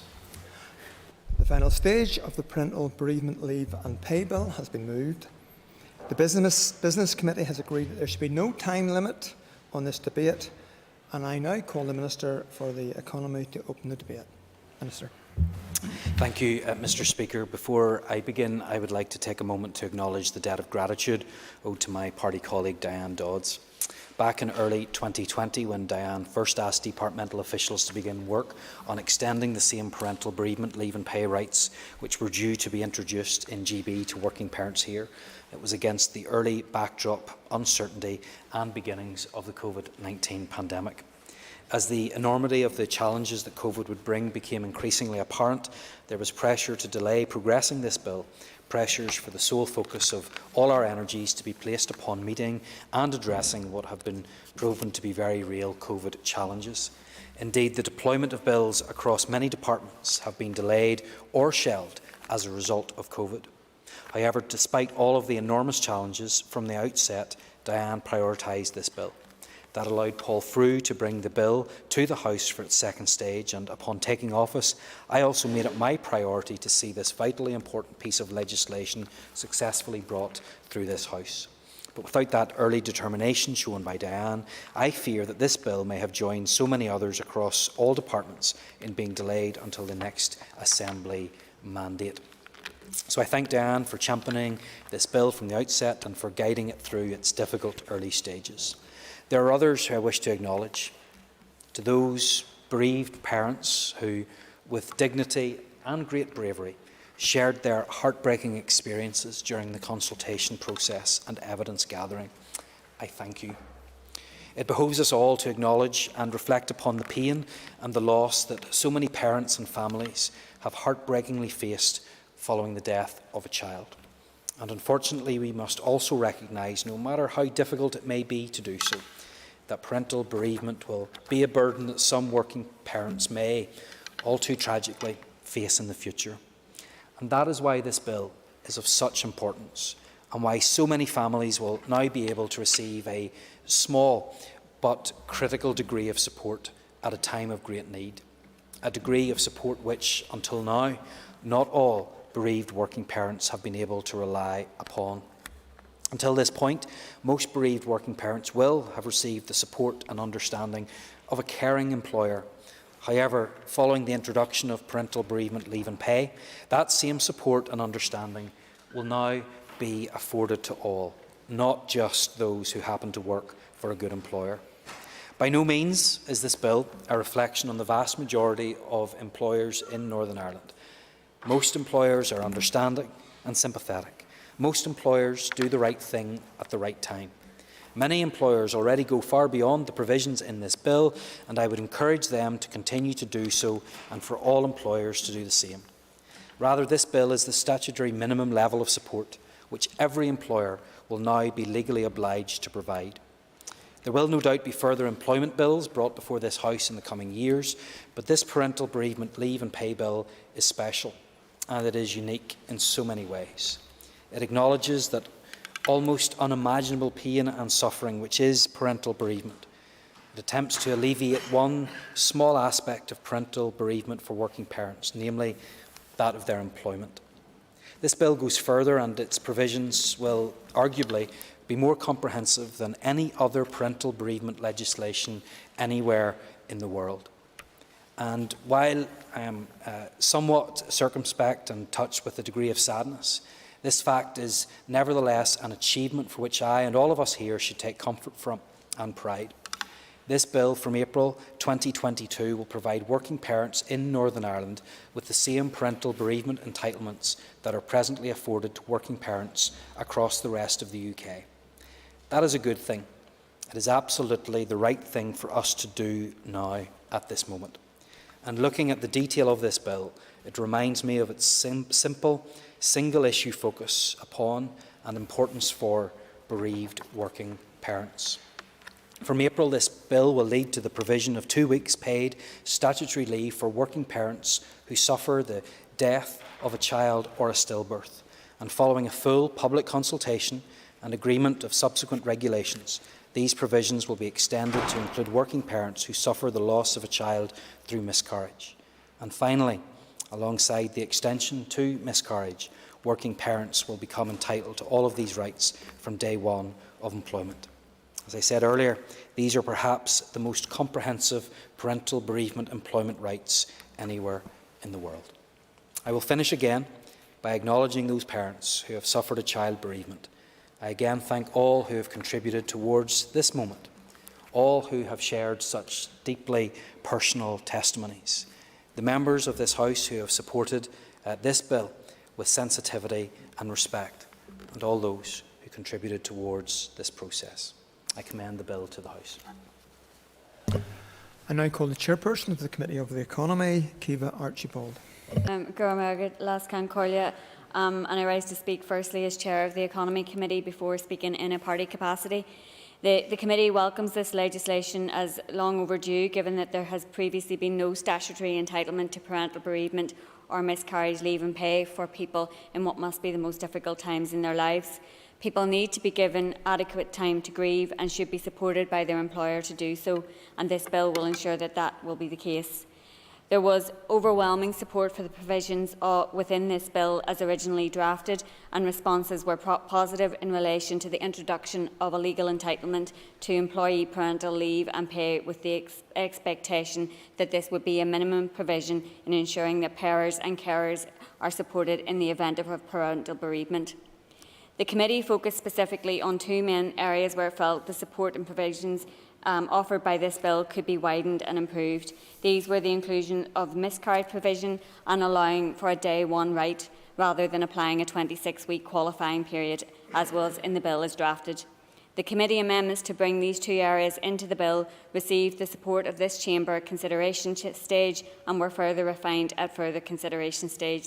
Again, the committee would like to thank and congratulate the Minister and his officials for their work in supporting that happening and for their engagement throughout the process. Of course, the role of the Bill Office clerks was vital to the amendment of the bill as we see it today, and on behalf of the committee, I'd like to put on record our thanks to them. It is important again to indicate at this stage that the committee is very appreciative of the evidence it received from individuals impacted by parental bereavement and miscarriage. Without their evidence in informing the committee, this bill would not be passed as it is today, and like the Minister, I would like to pay tribute to those who contributed. The committee is delighted that the bill is completing its final stage today before dissolution in order that these important entitlements can be put in place as soon as possible. The committee understands that much of the detail will be specified in regulations, and I am sure that the successor Economy Committee will work closely with the Department to bring those forward according to the schedule. The committee is happy to support the bill. Can Corlia now make some brief remarks on behalf of Sinn Féin? Today is a good day for workers as this Assembly passes legislation which ensures the right to paid leave under the terrible circumstances of a death of a child, a stillbirth or miscarriage. These rights will of course become day one rights, and that will ensure this important protection from workers from the first day of their employment. I am delighted that this bill has got to final stage and that we have successfully ensured that, as well as the important provisions of the bill as introduced to support parents whose child dies or who suffer a stillbirth, that the North will now lead the way across these islands and indeed in Europe in having the statutory right to paid leave following a miscarriage. This is something that was raised with Sinn Féin when we engaged with organisations and individuals around the initial consultation on the bill. which we included in our response to the consultation and raised at every stage as the bill progressed, along with other parties and members. I am glad that this Assembly has ensured these provisions would be included in this legislation. Concordia, Sinn Féin is committed to standing up for workers, and this legislation delivers for workers. It ensures compassionate support for workers in the most difficult circumstances. It will make a real difference to people's lives, and I am proud of the role that John O'Dowd and my party have played, along with our fellow committee members and other parties and MLAs, in delivering this important legislation, and I am so pleased that it passes through the Assembly today. Gurmagad. Nicole Peter Weir. Mr Deputy Speaker, I rise to support the bill in its final stage and welcome its passage into law. Somewhat ironically, I think, while this is a very good bill, it is ironically, I'm sure this would be something that all of us would share in this House, a bill that in an ideal world would never have to be used by any parent, because a single death is a tragedy, and unfortunately, as we know, that this will be a bill that will have to be relied upon, sadly, by many families. I join with others in congratulating the ministers and officials in bringing it to this stage, and also pay tribute to his predecessors, Paul Frew, and particularly Diane Dodds, who acted as a flag bearer for this particular piece of legislation. I think it is through their hard work, and indeed the hard work of bereaved parents, that we've come to this stage. I came to the House earlier on today from a funeral where a friend of mine was burying her father. And the bond that is there between a parent and their son and daughter is an extremely strong bond. It is one where, in any circumstance, the tragic loss between parent and child is a terrible thing. But sad while that is, it is magnified much more so where it is the loss of a child to a parent. Because I think for parents, they see that as well as anything else as somehow going against the natural order of things. So it is critical that we give that level of support to parents. And that is why I believe this bill is so important. As the Minister indicated, in many, perhaps even the vast majority of private employers out there, there is an understanding attitude to this. And I think in most cases, there was already something that was good that was there in place. But what this does is it ensures that there is that guarantee for every worker, that they are given that support at this time of great tragedy. It will never make up for the loss of a child, but at least it provides a level of support for them. And I'm also glad that through the work of this House, through the cooperation that was been there by the Minister, by the Department, that we've been able to reach a point where we have a strong set of laws which not only covers the situation of the initial direct bereavement, but that's now been able to be extended to miscarriage and indeed to day one rights as well. I think that's a good example of cooperation within this House to make something that's fit for purpose. And so while it is a bill that I hope in one sense is never used, I acknowledge that sadly it will have to be, and at least it provides that level of support. So I welcome the passage of this bill, and I look forward to ensuring that we see that from April in 2022, parents will be able to benefit from it. I call Matthew O'Toole. Thank you, Mr Deputy Speaker. And like others, I am pleased to be able to speak today at the conclusion, the final stage of the Parental Bereavement Leave and Pay Bill. I speak as the SDLP's economy spokesperson, but also the Deputy Chair of the committee, having joined the committee midway through the committee's the procession of this bill through the committee and then into consideration stage. And I think I could safely say that in my 2 years at the Assembly, the passage of this bill will be one of the most important things that I'm involved in.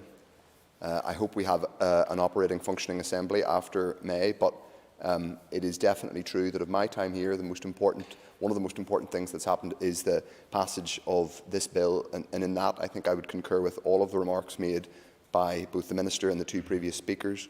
First of all, what does this bill do? Well, the bill, as introduced, as has been said, introduces the first statutory right to paid leave for parents who suffer the profound trauma of the loss of a child. As the Minister said, it provides for at least 2 weeks of paid leave in statute for workers. That's a huge step forward in terms of workers' rights, particularly for people in that unimaginable situation of the loss of a child. As was also said, previously this jurisdiction was an outlier in terms of its provision for parents who had suffered loss of a child. Now, with the passage of this legislation, we are going to be hopefully, and with some of its more ambitious tenets, we're going to be a model for other jurisdictions in terms of what we have done, because in addition to the bill as introduced, as people have talked about, after the committee took evidence, this House passed amendments at consideration stage. Then we had at times quite robust conversations between members of the committee, the Minister and indeed his officials. We got to a place where we now have, in addition to paid leave for the loss of a child, we have both those rights becoming day one, as it were, rights, but also ultimately, not immediately in April 2022, but in the next few years, those rights applying to people who have suffered loss through miscarriage. That involved a lot of work by the Minister's officials, and I would pay tribute to them today, by the committee and my colleagues, and indeed by the Minister. It is, as Peter Weir just said, an example of cooperation, of hard-headed but serious legislation being done by people who want to get the best outcome. And who are the people we want to get an outcome, a positive outcome for? They are people in large part that we will never meet. As has been said previously, indeed I've just said, the loss of a child is an unimaginable trauma. It is one of the worst things that any human being, any parent can ever experience in their lifetimes. We're legislating today for people in a truly appalling situation. We're legislating for people whom we may never meet. We're legislating for people today who may not have, who years hence, long before little do they know at the minute that they will benefit from this legislation and from this law, but they will, not in happy circumstances, but in the most difficult and profound circumstances. But that is, after all, what we are here to do, to legislate for people and to make their lives better and a little easier. So today is an important day. I am proud to have worked on it with colleagues from across the House. I think it's an important example of what can be achieved, and it's a reminder of the importance of having these institutions and the importance of us focusing on our central role, which is making the lives of the people who send us here better. And it's why, frankly, we should be here. So with that, Mr. Deputy Speaker, I'll close and commend the Parental Bereavement Leave and Pay Bill and say that this is a day in which we can illustrate to the people that we serve that we can do what the most important thing that we're sent here to do, which is to make their lives better and to make the lives of people in very difficult situations better. Thank you very much. I call Mike Nesbitt. Deputy Speaker, thank you very much. And it is a pleasure to rise as economy spokesman for the Ulster Unionist Party and to commend and support the passage of this legislation. This is a good news moment for the House, there is no doubt about that, because undoubtedly and sadly there will be occasions when this bill will help people in their worst hour of need and of tragedy. And it is good to close the loophole to say we're not going to leave this to chance. We're not going to leave it to the hope and expectation that in the event of a tragedy that every single employer will always be empathetic, understanding, caring and willing to offer paid time off. We're now putting it into statute. I also want to commend the committee.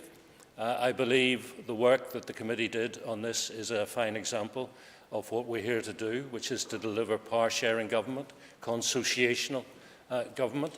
It wasn't always easy, because originally I believe the department was simply seeking to establish parity with the legislation in the rest of the United Kingdom. But the committee took the view that we wanted to go further, and as the Minister said in his opening remarks, we now have what is arguably the best set of protections anywhere on the globe. And as the Chair of the committee said, that applies particularly to introducing week 1 rather than week 26 rights, and also by including miscarriage into the legislation.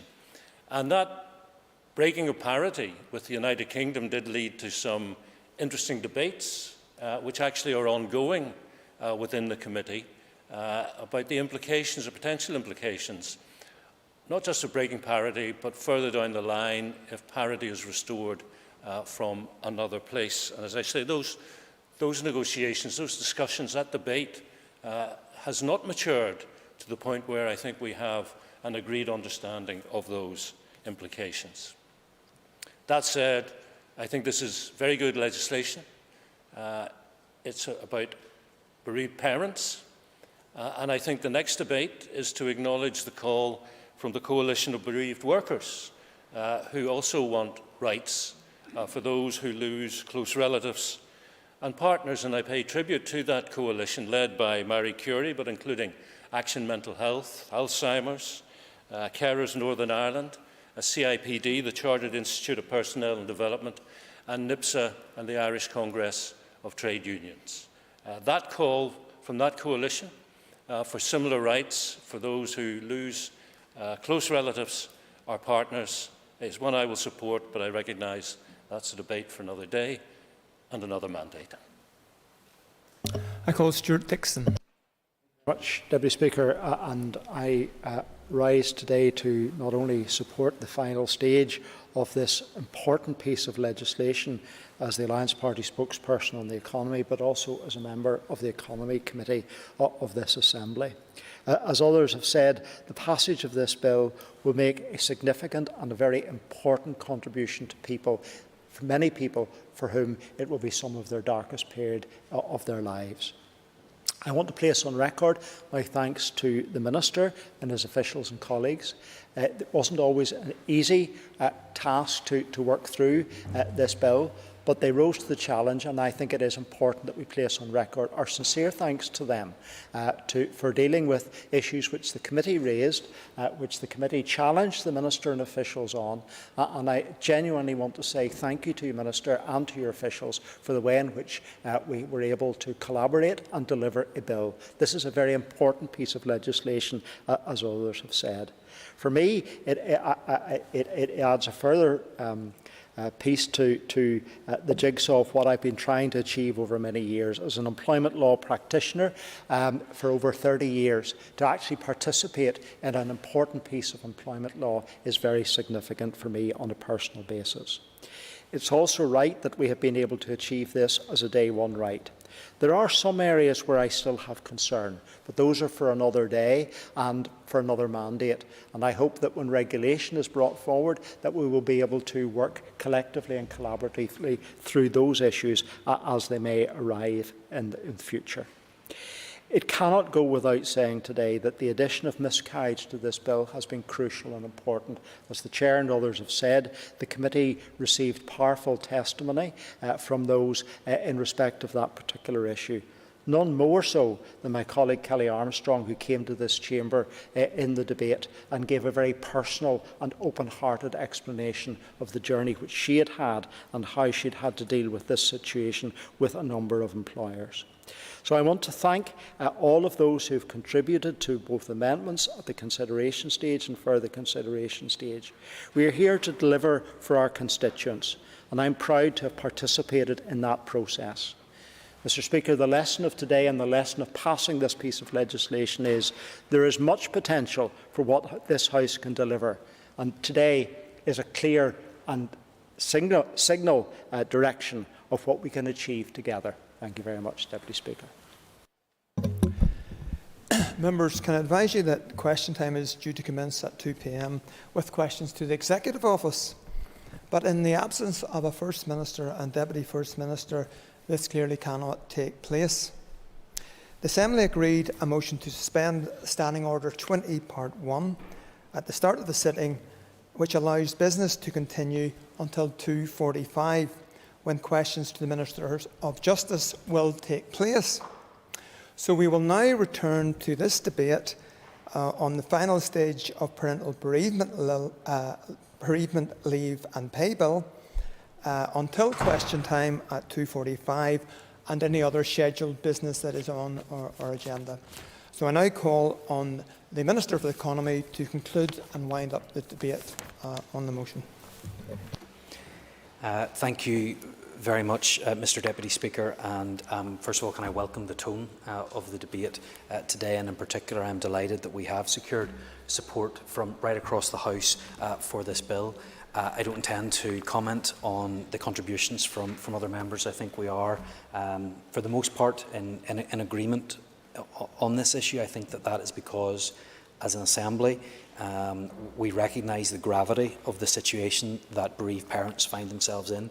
We understand the seriousness of the issues and the problems that we are trying to alleviate, and I am pleased that we have been able to reach this stage of this bill in this House today.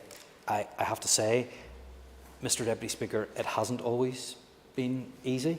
I have to confess that there were times where I thought that this bill wasn't going to be able to proceed. I thought that it potentially was going to be scuppered at one point because of the weight of the amendments and the challenges that they presented. But we were, at further consideration stage, able to deal with those issues. And on that point, I do want to pay tribute to my departmental officials who put in an incredible amount of work in a very short period of time to get us to this stage that we are at today, where we are all in agreement, and that we have provided the protections and have the provisions in the legislation, which mean that from the beginning of April, that support that we had originally set out to provide would be there, and the additional support will be able to be brought in particular for those who have suffered a miscarriage, as soon as is possible. So I am grateful to them for their work, for their dedication, for their long hours, because quite literally this would not have been possible without them. There's very little for us, I think, left to say.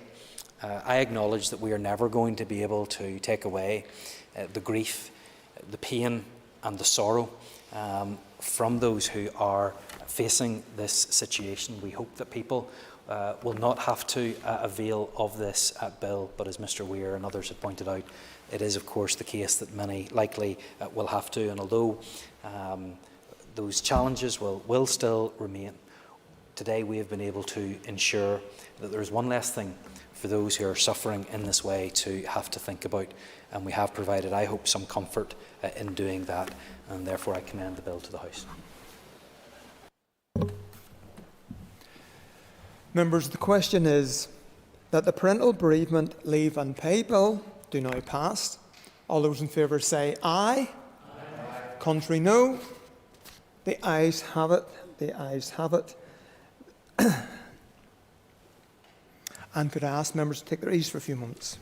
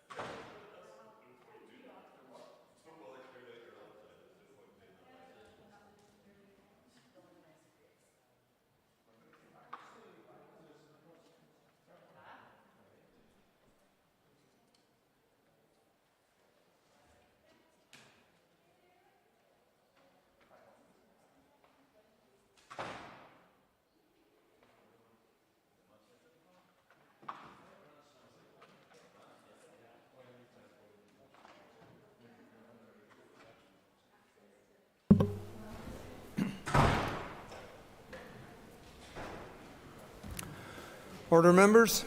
The next item of business is the final stage of the non-domestic rates valuation coronavirus bill, and I call the Minister of Finance to move the final stage. The final stage of the non-domestic rates valuation coronavirus bill has been moved.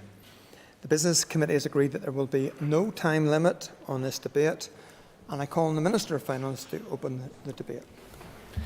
The non-domestic rates valuation coronavirus bill is a short but important bill. Important in securing the finances for local and central government, important in safeguarding the Executive's only devolved tax lever, and important in protecting the source of 75% of the funding stream for local councils. In short, it's important to the public interest in funding a range of public services here. The bill's focus is on correcting an unintended consequence of the public health measures that were introduced in response to the pandemic. It does this by addressing the normal effect of Article 39A of the Rates Order 1977. That provision means that events which affect the physical enjoyment of a property and how it affects its rental value have to be taken into account when assessing the net annual value.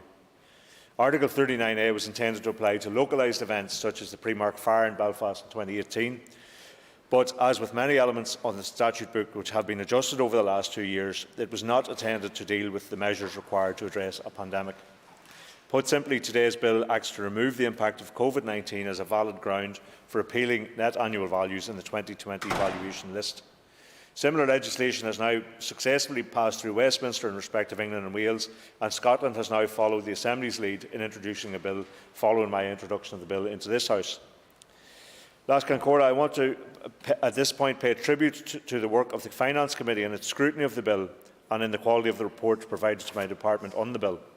The Chair and the Deputy Chair and the committee members and the committee team have all played a pivotal role in ensuring the bill has been subject to scrutiny within the time available to the committee and tabled for today's final stage debate prior to the statutory deadline for Council setting rates on the 15th of February. Last Concordia, I had originally tabled a motion for this bill to proceed on the basis of accelerated passage, and this was due solely to my sincere concerns about the bill not making it to final stage by early February, had the committee stage taken the standard 30 working day period determined by standing orders. The Assembly ultimately decided that accelerated passage was not to be used in the context of this bill, which is its right, and I fully accept that. Nonetheless, I would commend the committee for expediting their work on the committee stage and in their work over the Christmas and New Year period to complete the report ahead of the normal timeframes, so as to facilitate the bill's progression in a timely fashion. The committee chair committed to that during the motion on accelerated passage, and he has been good to his word on that. And as noted in last week's motion on Standing Order 42.1, I appreciate his committee's efforts. I will briefly highlight for members the detail of this short bill before going on to touch some of the key aspects of the discussion as it has passed through the Assembly and Committee. In short, the bill performs one important technical function. It mitigates against the risk of appeal to rateable valuations within the non-domestic valuation list brought on COVID-19 grounds. To complement this, the bill also contains a power to allow the Executive and Assembly to respond to any change in the naming conventions surrounding coronavirus or any new pandemic that may arise in the future. The exercise of that power will be subject to Assembly agreement and is subject to the draft affirmative control mechanism within the Assembly. In layman's terms, the bill primarily serves to mitigate an unintended consequence of the Executive's emergency public health measures that were implemented in March last year. Following Executive agreement, the Health Protection Coronavirus Restrictions Regulations Northern Ireland 2020 came into effect at 11 p.m. on Saturday the 28th of March 2020, specifying businesses here that were either required to close or were restricted in their operation. That once-in-a-generation public health intervention occurred just 3 days ahead of the publication of the new valuation list. If the health regulations had been introduced on the 1st of April or later, today's bill would not have been necessary. Those emergency health steps obviously had to take priority at the time, but members will also appreciate that they were not intended to erode the tax base of a rating system that delivers critical revenue. As noted in the evidence provided during the committee stage, neither the traditional kinds of challenge received by my department nor the ability to appeal valuations is removed by the bill. All the traditional reasons and forms of valuation challenge, such as structural alterations and roadworks, remain unaffected by the bill. The bill is solely concerned with the challenges that could lead to a double benefit from this system. namely a reduction in rates bills due to amendments in net annual values because of pandemic restrictions, on top of rate relief and grants that have been already provided to compensate for those same restrictions. During the course of the bill moving through the Assembly, issues were raised around timing and consultation, issues that were noted in the accelerated passage debate and the committee stage. There was also a discussion around the retrospective nature of the legislation and the issue of how best to compensate businesses affected by the public health measures and the steps taken both within and without the rating system. On timing, this is an extremely complex issue arising at the end of the mandate, and members will note that our bill has to be tailored to our local needs and local rating legislation. Extensive legal advice from experienced counsel underpinned the thinking behind the bill. For the bill to be precise in its effect, that process could not be rushed. Despite that, members will note that the complexity was navigated successfully in a matter of months, bringing the bill forward in a devolved context to allow time for passage before the end of the mandate. Neither my department nor the Executive could plan around the timing of the pandemic or the time required to address the complexities arising from it. The alternative, which would be to have no bill or delayed bill, would only make the issues that face us collectively even more difficult. On consultation, we have not been in a standard policy environment since the start of 2020, and this bill falls firmly within the bracket of an extraordinary measure taken in the public interest during an extraordinary time. It needs to be looked at in that context. Prior to the pandemic, my department had just concluded a comprehensive review of the business rate system, providing some 32 briefings, soliciting 239 written responses, and conducting a series of innovation labs with stakeholders and academics. That was a model process of consultation, which is what LPS does in a standard policy environment. Following executive agreement to this bill, my department undertook subsequent engagement to raise key stakeholders' awareness of the bill and its objectives. Such engagement would, however, have been inappropriate prior to executive agreement, and as I have noted, that executive agreement was in turn sought at the earliest opportunity. The department may have undertaken a wider engagement on the bill had it not been faced with the requirement to pass legislation in advance of the close of the Assembly mandate. Consultation, as opposed to mere engagement, must, however, be meaningful. It has already been recorded that England, Scotland and Wales did not adopt a process of consultation. Their equivalent bills were also undertaken as fiscal tax decisions to preserve revenue streams. It is a fact that no better policy options for dealing with this issue have emerged in any jurisdiction. Nonetheless, I am receptive to points made at paragraph 52 of the committee's report on the more strategic engagement on business rates as we move out of the pandemic that will allow the findings from the 2019 Business Rates Review to be reconfigured for the post-pandemic environment. There are some other issues that were raised during committee. One of these is the retrospective nature of the bill, and as with the interventions taken in England, Scotland and Wales, the bill has effect from the start of the pandemic. It is critical to note that in our case that is not only justified but necessary, because any change to evaluation following appeal is backdated to the 1st of April 2020. For the bill to have the necessary effect of protecting the rates revenues, therefore, it must be retrospective to the same date. In this case, that is the date of impact of the valuation list. To do otherwise, to only look forward, would render the bill ineffective in protecting revenues. In most cases, however, the retrospective effect is only notional. Many businesses have not had rates bills since the start of the pandemic, so no backdated rates bills will arise from this bill. If anything, the bill does the opposite, acting retrospectively to prevent the misguided scenario of a backdated reductions being processed and awarded to ratepayers who, thanks to executive support, have had no rates liability at all for the last few years. I would find that situation inappropriate at a time when public finances are so squeezed and we need funding for services such as health and education, which had been at the front line during the pandemic. And that is why the bill steps in to act in the public's fiscal interest. This accords with the sentiment in the committee's report, where they noted that support of the type provided to date and the £50 million to be made available on the foot of the successful passage of the bill is a much more sensible way to support businesses during the pandemic, rather than a piecemeal unpicking of certain valuations with undetermined consequences for business sectors and the public finances. Last Concord, I can confirm that following the successful passage of this bill, the additional £50 million announced at the time of the budget will be used to provide additional support to ratepayers and further consolidating the tax base for local district councils. The draft budget laid out a £50 million rates support package for businesses in 2022-23. As COVID has impacted on all sectors of the economy, The proposed package provides a one-month rates holiday to all businesses, with the exception of utilities and larger food stores, and a 3-month rates holiday for retail, tourism, hospitality, leisure, childcare and airports, which are the sectors hardest hit by the pandemic. In terms of funding already provided, the Executive already allocated compensatory and mitigating rate relief to the business ratepayers who were affected by the health restrictions through the separate provision of more than £515 million in COVID-related business relief, rate relief for the 2021 and 21-22 rating years. We all wish that the pandemic had not occurred and that the public health measures that were taken by the Executive in March 2020 had not been necessary. That in turn would have rendered today's bill unnecessary. What the Executive did not intend to do with those public health measures was to destabilise our only devolved tax or to create a massive risk to the tax base and local government income. The Executive share my view, as has already been decided in England, Scotland and Wales. The COVID rates holiday and the supplementary rate relief funding that will be provided on the passage of this bill at Westminster, together with the array of business grants, is the correct means of dealing with the effects of the pandemic, damaging wholesale valuation reductions or not. Today's bill secures that objective and preserves the rating system as we know it. I therefore commend the bill to the Assembly. I now call the Chairperson of the Finance Committee, Steve Aiken. Thank you very much indeed, Mr. After you, Mr. Butler. Please. Thank you. Let me know when you're nice and settled there, Mr. Butler. Thank you very much indeed. Mr. Deputy Speaker, I would like to thank the Minister for his opening remarks. My comments are made on behalf of the Committee for Finance. I would like to begin by recording the Committee's thanks for the oral and written briefings provided by the Department and a range of stakeholders in respect of the bill.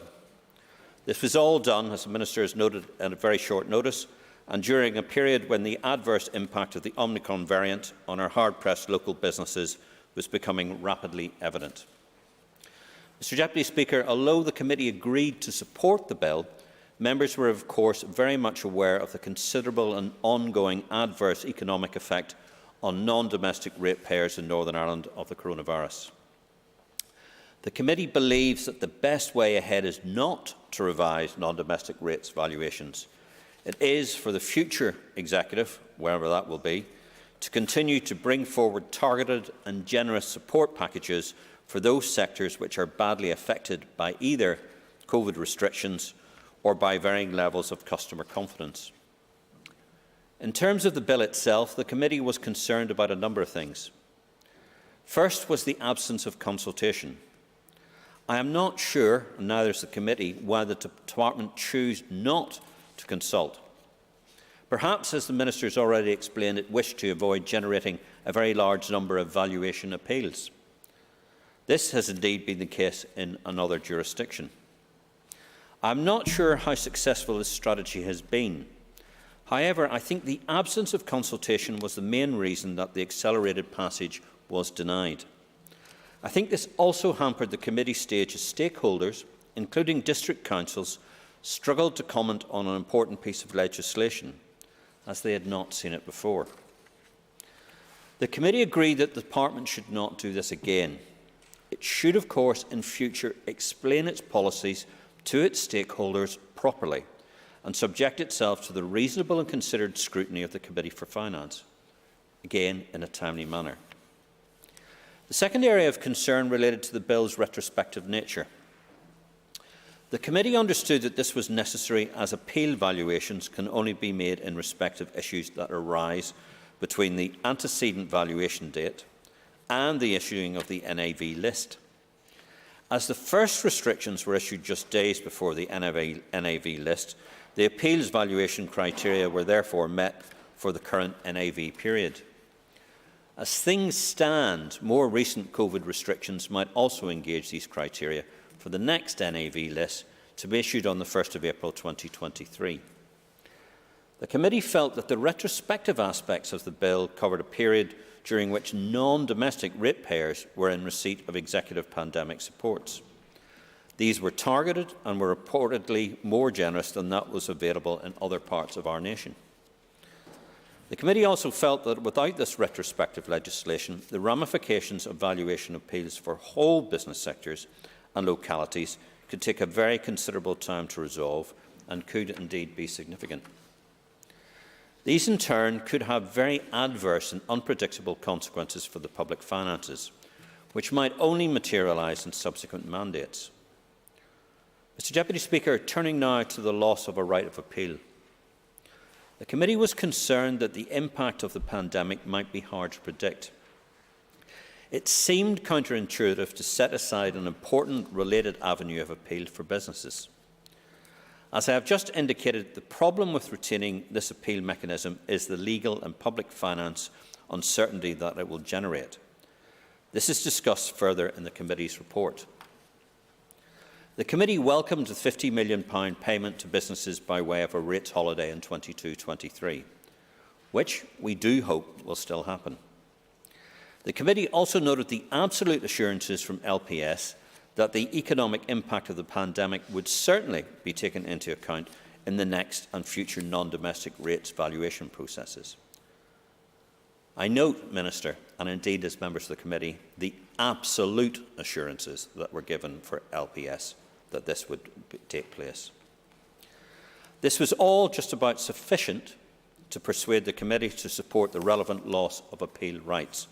But again, I come back to, Minister, the absolute assurances we received from LPS. As indicated before, the committee also accepted this on the expectation that targeted and well-thought-out executive pandemic support measures will continue. Members believe that these are a much better way to support businesses than to constantly and partially revise non-domestic rates valuations. Mr Deputy Speaker, in terms of the delegated powers in the bill, the committee was not at all convinced that these are required. The reasoning appears to be that the COVID pandemic might be renamed, or that there might even be another pandemic when these kind of measures will be needed and quickly. I understand the scientific advice that this may indeed not be our final pandemic. However, whether it is or not, I think that a successor assembly would be minded to pass related emergency legislation promptly, thus obviating the need for the Henry VIII power in this bill. Notwithstanding the above, and the delegated powers within the bill will be subject to appropriate level of assembly controls, the committee agreed to accept this aspect of the bill as introduced. Mr Deputy Speaker, in conclusion, and as a consequence of the above, the committee agreed that it would support the bill, although one member indicated that he may set out a contrary position. Thank you, Mr Deputy Speaker. I call Melissa McHugh. Margaret Glasgow Carla, because just reduced just by lumps of base Yanu election area Foster Fahinia, Cork and Kin and Falshaw. And I'd like to just congratulate the Minister on bringing forward this bill as well. I welcome the opportunity to speak on the final stage of this bill, and I'll keep my remarks brief and short and just touch on a few of the main points.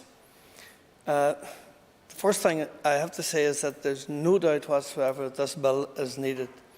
The legal advice is clear that COVID restrictions on businesses curtailed the physical enjoyment of those businesses and under Section 39A of the Rates Order, and that would constitute grounds for an appeal of an NAV. The Rates Order was not designed with COVID pandemic in mind, and I doubt many of us could have foreseen a situation where nearly all businesses were forced to close at the same time as a public health measure.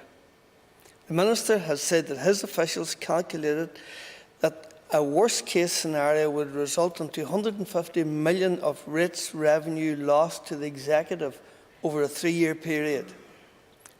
This is a very real threat, and we know that we can't allow that to happen.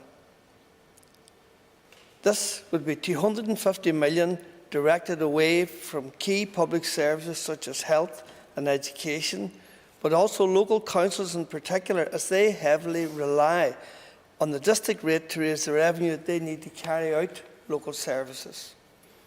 I think it's important to remember that England, Scotland and Wales have almost identical bills dealing with the same issue, so this isn't a problem that's unique to the north of Ireland.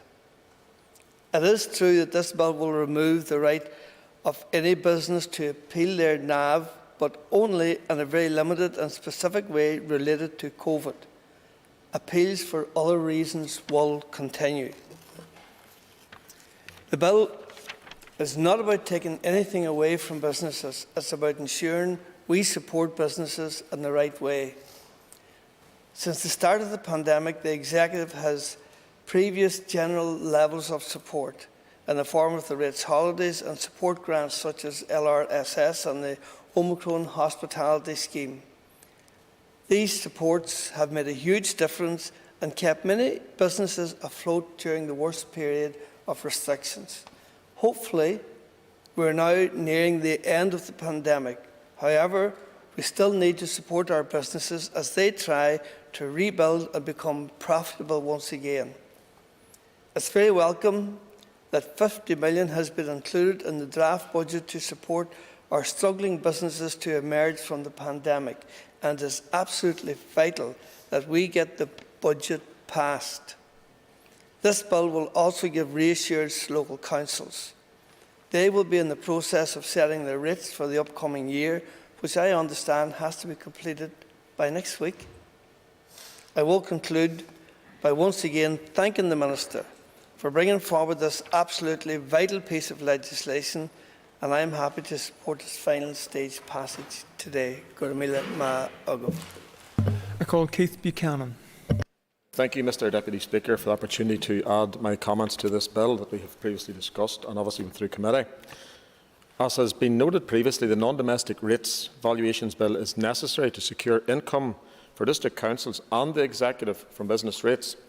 It is not a bill that is popular, especially in our business community. Businesses that have struggled for nearly 2 years now and are still struggling with the impact of the current fuel prices and the continued impact of the Northern Ireland Protocol, some in this House fail to recognise. The support to businesses included 2 years of rate relief. The grant schemes that were made available were essential for many of our businesses and a lifeline, and have enabled these businesses to survive and continue trading. Restrictions have made it difficult for many businesses, especially the hospitality sector, and those businesses who are beside other businesses who have been forced to shut have also suffered. During the pandemic, people tended to shop and do their daily business where all could be bought in the immediate vicinity and not travelling either by restrictions or by one's choice. As the economy reopens, many businesses are now evaluating their market position. Many are still struggling and will continue to struggle, especially as there is no right to appeal their net annual value against coronavirus and the effect of the pandemic. Therefore, their NAV will not change on that basis. So did this business or any business enjoy their physical enjoyment of their property? Under normal process, businesses appeal their net annual value for a range of issues, but with this bill, business will not be able to use coronavirus as a factor in the loss of their business or income. Reval 2023 will have an impact especially on our small business community, and it is important that feedback is considered and businesses provide information to this revaluation. Unfortunately, despite knowing the problems that this could have on our businesses and economic activity since early 2020, the Department did not act on this issue until relatively recently. I appreciate the valuable and vital work Land and Property Services carried out in administrating grants to our business sector, but should the Department not have taken into consideration earlier the impact of the pandemic and loss of income due to restrictions earlier? Should the Department not have consulted earlier with the stakeholders regarding this bill? This bill will undoubtedly have an impact on our businesses, and it was right not to support accelerated passage and have further scrutiny in committee. Thank you, Mr Deputy Speaker.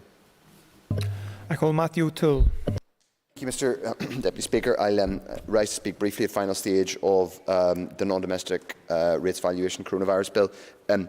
This bill is not ideal. I think it's fair to say. I don't think the manner by which it came to the Assembly or indeed to the committee was acceptable, frankly. It was, as others have said, including the Minister, it is a product of the very unique situation that's been created by the pandemic and the fact that this unique once-in-a-lifetime situation has come to pass, which, yes, will have affected the rateable value of non-domestic properties across Northern Ireland, indeed across the world in relation to property business taxation elsewhere. And what this bill does is, as others have said, seek to remove the coronavirus as a potential reason for appealing your extant or indeed future valuations, which will include the Reval 2023 exercise, which was just mentioned. Just as a little bit of context and background, the UK Government first introduced comparable legislation on this in March of last year, so nearly a year ago. The Scottish Government has brought forward comparable legislation because they face the same challenge, and the Minister referred to that and has referred about it, as in has referred to that in the past. I think it's worth saying, before we come on to the meat of the bill itself, that it is disappointing that it took quite a long time for us in the committee and then in the Assembly more broadly to be told about what the Department's plans were in relation to this legislation. There have been specific bits of correspondence from whistleblowers and from others, and there's been some media reporting about that, around suggestions around the timeline in terms of this legislation and what the Department knew and when, as it were. Some of those allegations or statements we've been able to bottom out in the committee. Others we haven't, but we simply aren't able to get to the bottom of all of that. And in a sense, we won't be able to ahead of voting on this bill. The substance of this bill is that there is a significant fiscal risk, or could be a significant fiscal risk, to the Department if we don't pass this legislation. I think there clearly is some merit to that argument, and that is why other jurisdictions have introduced similar legislation.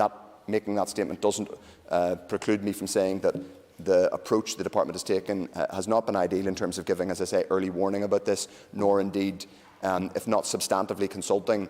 The Minister talked about the definition of consultation, why consultation shouldn't be done if there's no chance that the policy is going to be amended or changed. But if not consultation, then better communication, certainly with affected sectors, would have been far preferable than what happened. And that was a message that we heard from the business sectors that we spoke to, albeit some of those groups acknowledged that this legislation was that they thought there was a degree of inevitability to it, given what had happened elsewhere. So I think it is worth putting on the record again some of those frustrations around the process. I think it is also worth saying that, given where we are in the mandate, given some of the very great risks we'll be talking about today and in the coming days, and have been talking about in terms of political stability here and our ability to get things done, it would be we're in even less of a position to be taking risks around our fiscal position and our revenue position, sadly, because of the political instability that we find ourselves in, or that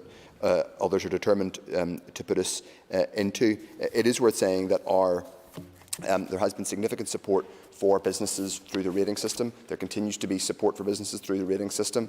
It's been one of the primary areas of support through the coronavirus crisis. That continues. That is welcome. It's also worth, however, saying that we have a long-term challenge in terms of defending what is basically our only revenue stream, which is the rating system. Now, we have both a regional rate and a local rate, and we have domestic and non-domestic rates, but beyond that we really don't have that many other sources of revenue in this place. The Minister appointed a fiscal commission which is reporting on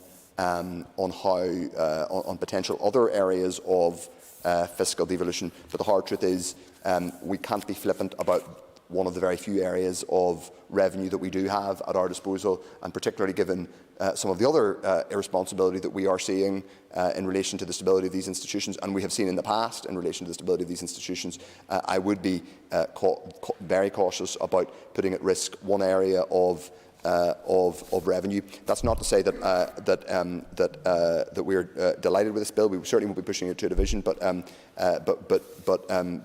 there is a degree of inevitability about it. I think it's also worth putting on the record again that many people within LPS worked very hard to both implement the policy around ratings holidays, but also they were closely involved in some of the work around becoming a grants payment agency over the last 2 years. So I would again put on the record support for what LPS did in that regard, but reiterate that it would have been far preferable if we had had excuse me, earlier sight of the content of this bill, earlier acknowledgement from the Department and LPS that this was going to be necessary, and a clear insight around timelines and what they knew and when, because that would have, if you like, obviated some of the problems that we've seen around this, because this is a very novel piece of legislation. It is sweeping and retrospective, albeit it relates to very particular circumstances. So, you know, in passing this bill today, if that's what happens, we do have to acknowledge that we are doing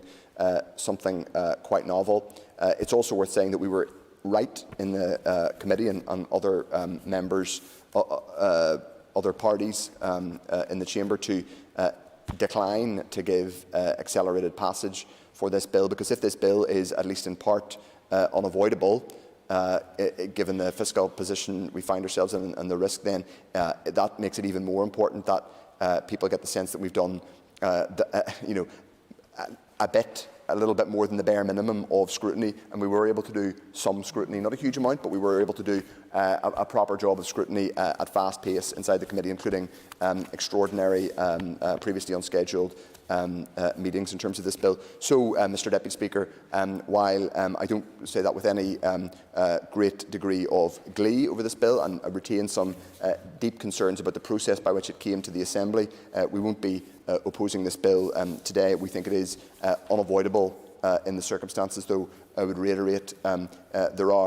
were and remain real concerns within the business community about how it's come to the Assembly, and it's important that we get clarity on policy in relation to Reval 2023 going forward, and I look forward to hearing that from the Minister in his closing remarks. Thank you. I call Andrew Muir. Thank you, Mr Deputy Speaker. I rise today as the Alliance Party's finance spokesperson and would like to begin today by thanking the Finance Committee for their speedy scrutiny of this bill. I know accelerated passage had been considered for this bill. Given the associated time pressures, I'm pleased to see it coming back to final stage before the end of this mandate. The past 2 years have been an incredibly difficult time for our local businesses, with huge uncertainties, financial worries and a range of different restrictions all being faced throughout the pandemic. It is important to acknowledge the hardships that many business owners and staff have faced and the strain it has put on everyone. The current situation we find ourselves in is one that risks putting additional financial pressure both on households and also local businesses. As things stand, without the passage of this bill, there is a real risk that businesses and households will face a significant increase in rates. Local councils, considering their rate-setting process, will be aware of the current risk of a mass payout needed to thousands of non-domestic properties on the basis of appeal due to COVID. With this in mind, they would need to make financial preparations to cover the cost of this increase in rates to ensure that they have enough money to pay out on any successful claims. This would have a detrimental effect on households and families across Northern Ireland, and also local businesses, hitting them hard with higher rates bills. We cannot afford to let this happen. I would, however, like to take this opportunity to welcome the £50 million in rate support package for businesses in the next financial year that has been included in the draft budget. However, the decision by the DUP to walk out and resign the First Minister post does, however, mean applying this is now in serious doubt, as is the ability to actually strike a regional rate, as well as the other serious implications we sadly know that comes about as a result of not having any government. We know that from 2017 to 2020. And I would like the Minister to comment upon this, because whilst we pass this bill today to give assurances in terms of rates revenue, the issue in terms of the ability to send out actual rates bills and be able to strike a rate and also to give that rates relief is in doubt. The Alliance Party will be supporting this bill today in the hope that passage through the Assembly will prevent any further increase in rates for businesses that have been hit hard through the pandemic. This is an example of exceptional legislation that is needed in exceptional times. Similar legislation is also being brought through in Great Britain, and it's important we do the same. Thank you. I now call the Minister of Finance, Conor Murphy, to conclude this debate at the final stage of the bill. And thank the members for their contribution. And once again, I want to thank the committee for its scrutiny of the bill and its expediting that scrutiny. As I'm sure most of the members are aware, in order to expedite the bill myself, I only have one option, and that's to ask for accelerated passage. I can't enforced the committee expedited its work, but it wanted to undertake that, and as I say, that was the Assembly's right, and I commend the committee for the approach it took to that. There was questions, and there were questions at that time and raised in relation to consultation. And of course, as I said, this is a fiscal taxation matter which didn't require consultation, and that was the case followed through in both Scotland, Wales and England. There were, but nonetheless, there were opportunities when the committee did undertake scrutiny to engage with people in that regard. And the question was raised in terms of timing in relation to this, that why it took so long. And we have outlined that, and we have indeed provided timelines to the committee in relation to that. And our own legislation couldn't just automatically follow the English and Welsh model. And Scotland is actually more aligned to that model, which in many ways is simpler for them to align their own bills to that, although they're behind us in their process. Scotland are only at the beginning of their mandate, so they don't have the same time pressure that we had. But there was an extensive legal back and forward in relation to getting this right, as it is a complex area over the summer period. And the earliest that the drafted legislation could be brought to the Executive for approval was in October, and that's what we did at that time. So it's just to ensure there was no unnecessary delay, there was no attempt to run the clock down and then try and bounce this through the Assembly. This was been done to get a handle on a changing and complex legal position, and to make sure that the legislation that we brought forward correctly identified the problems that needed to be resolved and did so in a manner which was effective, and that's what we have brought forward. Mr Moore asked a question about the £50 million in the budget. The Executive, when the draft budget was released, noted a number of issues in relation, but it approved a range of issues as well. And one of those approved was the commitment to provide rate relief in the next financial year using that £50 million. So that is secured by way of agreement Executive. Unfortunately, from my perspective, and I'm sure from many people in the Chamber's perspective, it didn't agree or approve the central focus of the budget, which was to give an uplift in terms of spending on health and to prioritise health in the time ahead. And that's a matter of deep regret, because that's something now we cannot do in the absence of an Executive. But there were a number of factors in that paper that were agreed, and this was one of them. So we will be able to conclude with that and offer that rates relief in the early part of the next financial year. So, last Concord, I just want to thank members for this. I know it's not the way we wanted on things. This is a response to an extraordinary emergency situation. It's a response which needs to fix something very quickly and make sure that it doesn't damage the public finances and the very scarce resources that we have to try and allocate to things like health and education and other very demanding and worthy public services.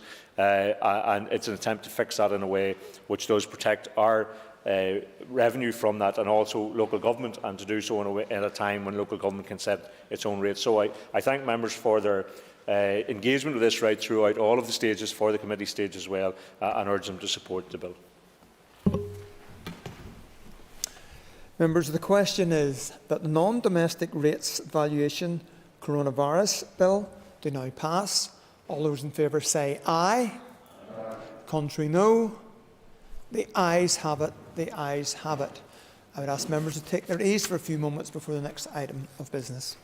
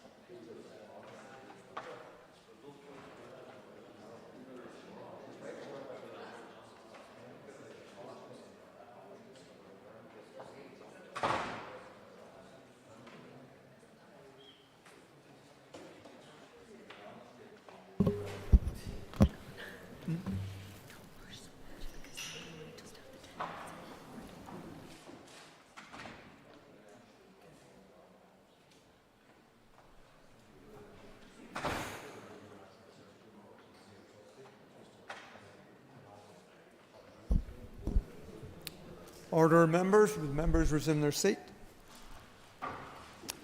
The next item of business is the further consideration stage of the Protection from Stalking Bill, and I call the Minister of Justice, Ms Naomi Long, to move the bill.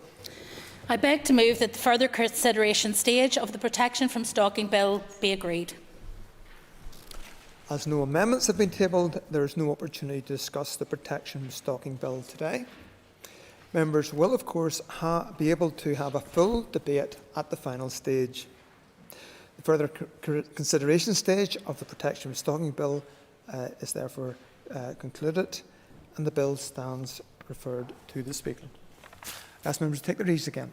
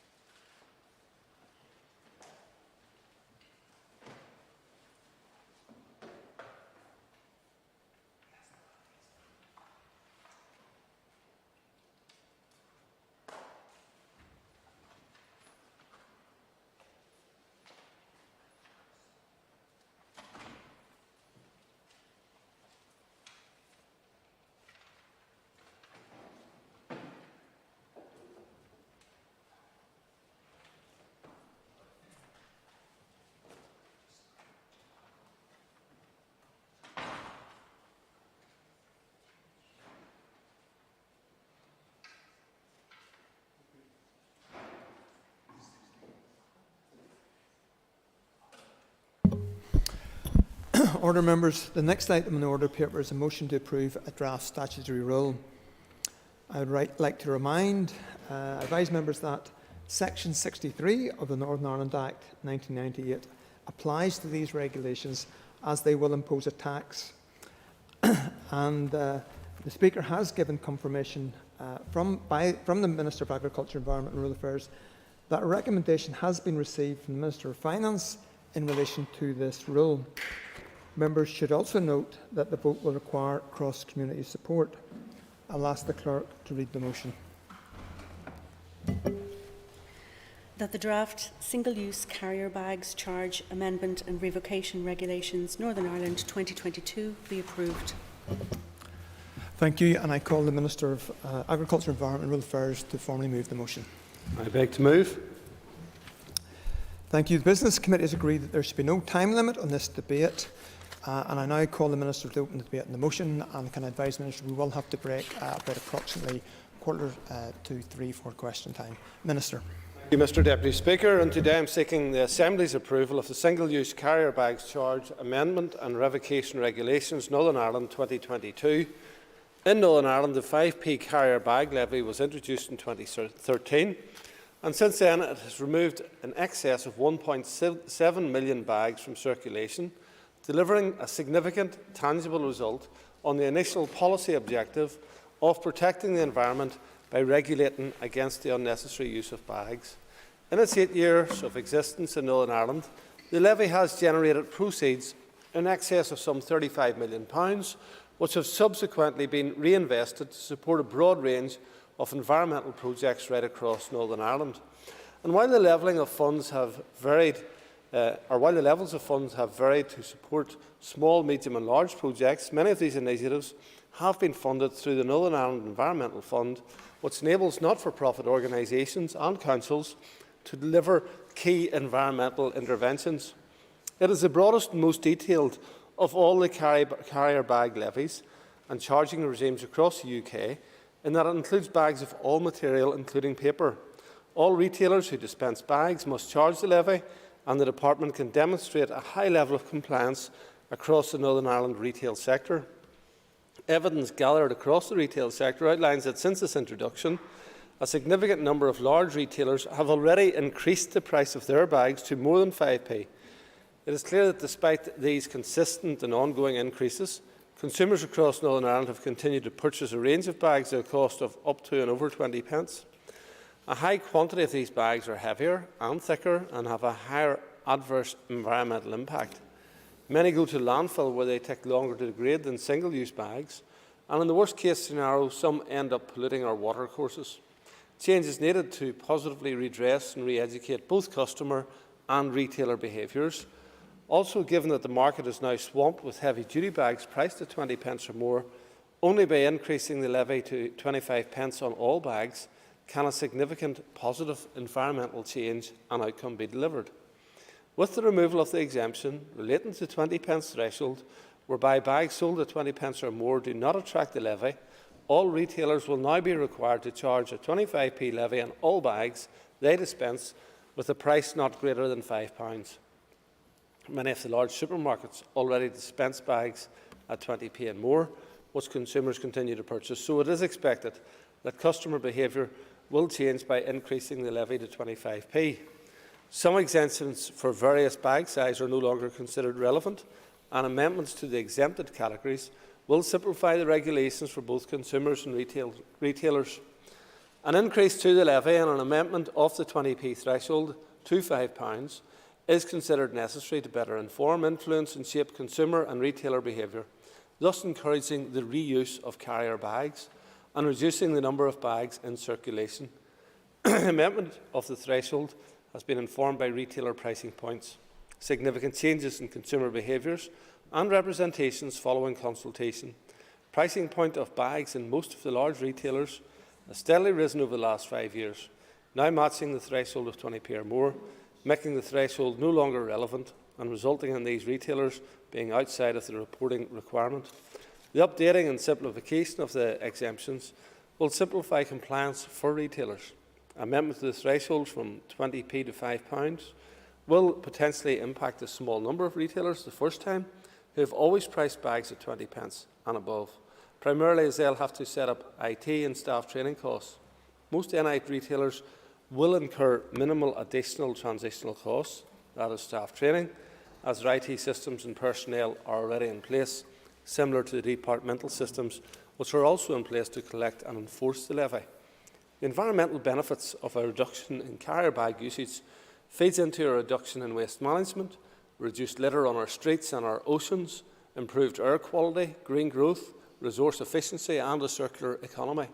The carrier bag levy in Northern Ireland leads the way within the UK, and any legislative change must deliver continued improvement, customer awareness and positive behavioural change. The existing carrier bag legislation in Northern Ireland is very clear, in that it has been agreed and ratified by Her Majesty's Treasury that all proceeds and revenue from the levy must be used to fund environmental projects across Northern Ireland. Indeed, we are the only UK jurisdiction with these arrangements in place. The reinvestment of levy proceeds to environmental projects across NI is benefiting everyone, particularly as what is good for the environment is good for the economy in the long term. Finally, I would point out the key messages. Don't pay to throw away. Bring your own bag. Reuse your bag. only purchase a bag when really necessary. I would like to thank the Agriculture, Environment and Rural Affairs Committee for its prompt scrutiny of the SL1 for the statutory rule, and for the Business Committee for scheduling this motion in what I appreciate is a busy time in the run-up to the end of the current mandate. Thank you, Mr Deputy Speaker. And thank you, Minister. As question time begins at 2:45, I suggest the House take its ease for a few moments until then. After the urgent oral questions, business will continue on this item of business. When the next speaker scheduled to speak will be Philip McGuigan. Ask members to take their ease for a few moments.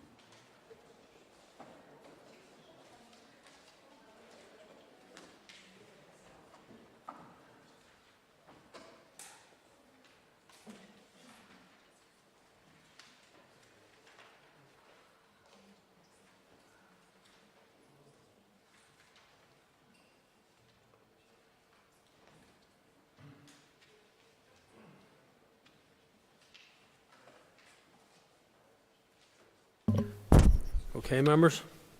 We now move on to questions to the Minister of Justice. Questions 2 and 7 have been withdrawn, and I call Joanne Bunting. Thanks, Mr Speaker. Question 1, please. I call the Minister of Justice. Mr Speaker, with your permission, I will answer questions 1 and 10 together. At the outset, I wish to explain that the recruitment of police officers is an operational matter for the Chief Constable. He is accountable to the Northern Ireland Policing Board, and I am committed to respecting his operational independence and the role of the board. In my recent letter to executive colleagues, I had advised that the Chief Constable has decided on a precautionary basis to defer the March 2022 recruitment intake. This decision is based on the assessment made of the impact of the draft budget for PSNI. This is one of many steps which will need to be taken to live within the draft Department of Justice budget settlement, of which the PSNI is the largest part. PSNI has indicated that in order to proceed with the March intake, it would incur between 4 and 5 million of fixed costs for 2022-23 and beyond. In the context of a draft budget which requires major reductions in spending, the PSNI has concluded it would be best to defer this intake and review the situation once the final budget is set.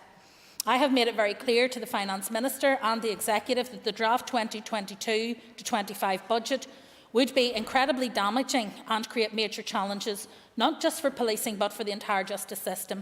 However, I would still strongly encourage anyone with concerns on the impact of the draft budget on policing to have their say before the consultation period closes on the 7th of March.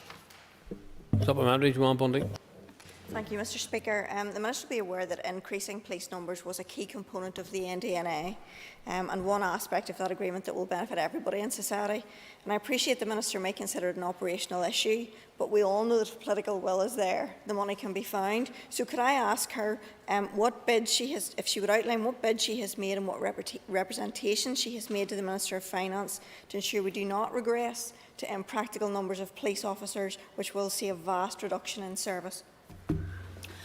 Well, first of all, Mr Speaker, it should be recognised that we lobbied hard last year to ensure that the additional funding for an additional 100 officers to meet the NDNA requirement would be made available. However, as I've explained, the Chief Constable is now not going to recruit the additional 85 of that cohort for the reasons I've already set out. I have raised my concerns consistently with the Minister of Finance from the first iteration of this draft budget until quite recently. He is well aware of my views. I have made them known at Executive and I have made them known in writing to the Department of Finance. My officials continue to engage with the Department of Finance. The Minister for Finance has indicated that he is continuing to engage with Treasury to see whether or not additional flexibilities for the police will be found. That does not resolve the fundamental problem, which is that the Department of Justice faces an unprecedented challenge in terms of its budget, having essentially absorbed 9% cuts since devolution, now to be faced with another 2% cut, and in practice the worst budget settlement of any of the 9 departments, as indicated by the Independent Fiscal Council. Call Ciara Ferguson. Sorry, I call Alex Eason. Thank you, Mr Speaker, and thank the Minister for her answer so far. Minister, at a time where the police are undermanned, under-resourced and morale at an all-time low, is it not up to you to find the money to find police recruitment so that we can tackle law and order issues across Northern Ireland? Well, I'm not sure exactly where the member thinks that I will find the money. It's not as though we keep the budget down the back of my sofa in the department. Ultimately, for me to be able to find the money requires the Executive to decide to prioritise these issues in the budget for the next 3 years. So there is an onus on me to make my views clear and to make the case strongly. I have done that. I have done it with the Policing Board and I have made clear to them my concerns. I have made clear to other parts of the justice system. But I cannot magic up the money. If the Executive does not prioritise justice, then we will have to live within our budget, as will every other department when that is set. So whilst there is an onus on me to make the case, I'm afraid there is no way that I, as an individual minister, can make money available that hasn't been allocated by the Department of Finance. I call Ciara Ferguson. Thank you, Mr Speaker, and thank you, Minister, thus far for your update. Obviously, you mentioned the operational independence, but can you confirm to us today if you have received a business case from the PSNI setting out how they aim to meet their shortfall over the next few years? Well, we are continuing to work with all of our colleagues. At the moment, their priority has been to look, first of all, to their own budgets. Their operational business cases would first go through the Policing Board as opposed to coming directly to our department. It is only where they're seeking additional funding for particular measures that it would come to our department and to the Department of Finance for approval. That is not the case. This is a matter of them managing within the resource that's allocated by the Department of Finance. They are, of course, keeping us abreast of some of the challenges that will face them, and I think that this is indicative of one of the particular challenges that they will have, because whilst money has been set aside to deal with the extra 100 officers, so the money that the Department of Finance allocated for an additional 100 officers is still available. The underlying budget, so the baseline budget for the PSNI, will reduce, with the result that we may have an additional new 100 officers, but the existing complement will drop. And it's not just by the 85 that has been indicated. The PSNI have indicated that there could be a significant reduction in the numbers of officers. It needs to be recognised that much of what happens in justice is very heavily dependent on personnel. And therefore, when you have 68% of your budget to the PSNI and the lion's share of that budget going on salaries, when you take 2% out of that budget, there is no alternative but to look at where numbers can be reduced. I call Rose Kelly. Speaker, Minister, can you give us an update on the pay award claim from PSNI officers? All of the matters that have been brought to me in terms of being cleared for pay award have been cleared. We're still, I think, waiting for receipt of some of the papers from the PSNI themselves, but I can update the member in writing just to give her the most up-to-date view as of today. Paul McNesbitt. Thank you, Mr. Speaker. I declare an interest as a member of the Policing Board. The draft budget does not just impact on headcount. Grateful if the Minister could update the House on discussions between her department and the PSNI with regard to what they're calling their campus, which would embrace the new policing college, new headquarters, crime and logistics branches. Well, we continue to engage with PSNI. Their plans for a campus is still at a relatively early stage, and the member will be aware from his engagement with the Policing Board that that is the case. The first stage will be for them to get the support of the Policing Board for those plans, and then to come back to seek capital investment. The difficulty, of course, and the member will recognise this, is that it isn't just about the resource budget, which is by far the biggest challenge that we face, in that the capital budget is slightly more generous. The real challenge is that in order to deliver on the capital budget, you need human resources to do that. And so unless you actually have the resource funding to be able to make those changes, capital expenditure can also be constrained. And so we will be working very carefully with the PSNI in order to realise their vision of a more modern and appropriate form of campus for the future. But it will, of course, be constrained by budgetary pressures. We will make the case as strongly as we can, as I am sure the Policing Board will assist us in doing, and indeed the Chief Constable himself. John Blair. Mr. Speaker, and I should say also as a member of the Policing Board, Mr. Speaker, that those of us who serve on that Policing Board have had a fairly stark picture painted to us reflecting this issue and the problems around it. And the Minister herself has previously mentioned consequences from the proposed budget settlement for the entire justice system, including that goes beyond policing. Could she outline her main concerns on this issue? Well, my concerns, Mr. Speaker, I think are well rehearsed. At the moment, we would see a fall of 2% in the department's budget. Unlike other departments, there is not significant add-in from other government sources, with the result that we actually do face a significant challenge going forward. That will make it very difficult for us to be able to manage court recovery in the context of COVID. It will also, I think, make it incredibly difficult for prison service in terms of the resources available to them to do their job. We have a number of statutory functions that are not easily avoided, and therefore there are inescapable pressures before we even look to do, I suppose, the positive things that we wish to do as a department. Those statutory functions need to be met, and there is a question mark as to whether or not we will have a sufficient resource to fully meet all of our statutory duties under the current budget settlement. So to say that it is a serious issue, I think, is not to exaggerate the challenge. Mr. Speaker, also to put on record that I do this as Justice Minister now, but it will be potentially a new Justice Minister who will have to face into this. So this is not about a minister trying to protect their own silo. I am concerned about the impact that this will have on the justice system and whomever might end up standing at this dispatch box in years to come. I hope that they will have the opportunity to be able to make progress in justice rather than simply stand here to announce a series of cuts and reversals in good progress that has been made to date. I call Philip McGuigan. Case number 3, question 3. As I said to the member in my answer to him on the 20th of January, I found the findings within the report extremely distressing. I would also like to acknowledge the pain felt by bereaved families and injured victims. For me, the report again highlights the need for implementation of a comprehensive approach to dealing with the legacy of the past, and I believe the Stormont House Agreement, while not perfect, remains the best model for doing so at present. Parties have rightly expressed their opposition to the UK Government's proposals with regard to legacy, and I would urge everyone to continue to challenge those proposals and to help ensure that victims and their families have access to justice.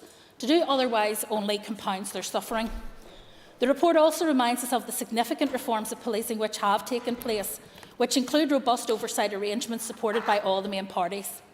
I note at the time the report was released the comments of the Deputy Chief Constable, who acknowledged the hurt and anger that will be felt by families, and I welcomed his apology to them for the findings of the report.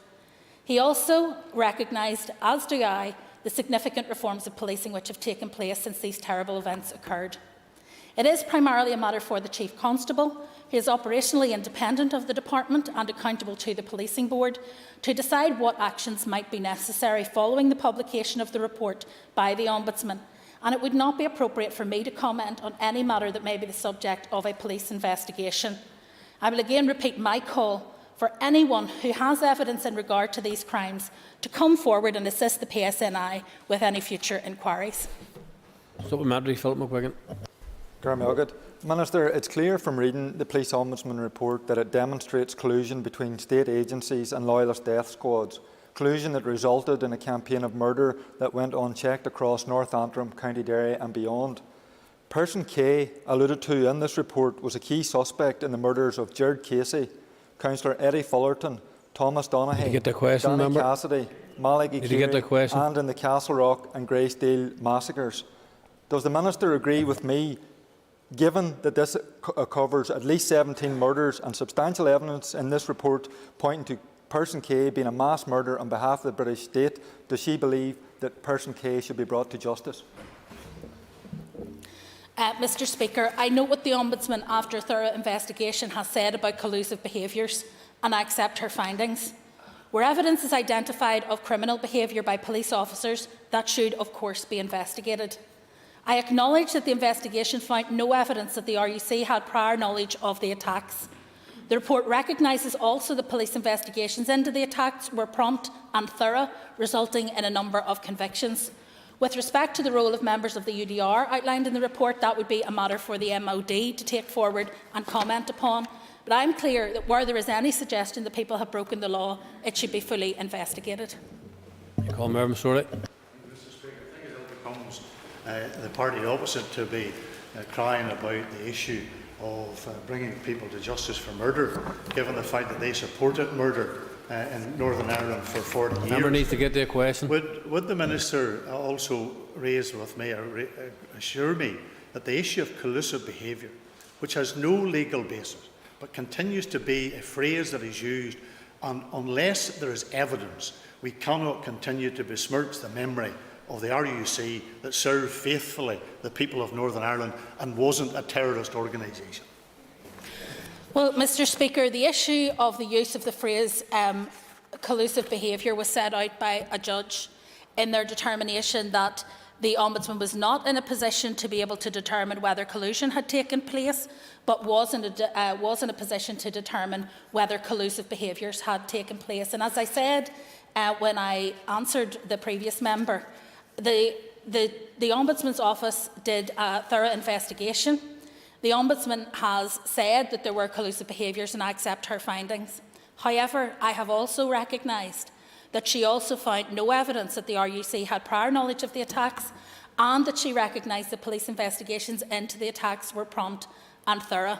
There are a number of findings in this report that are very shocking and concerning, but it is important to recognise that at the same time as those collusive behaviours were substantiated by the Ombudsman's office, there were those who were working hard in order to try to protect the community against all paramilitary activity.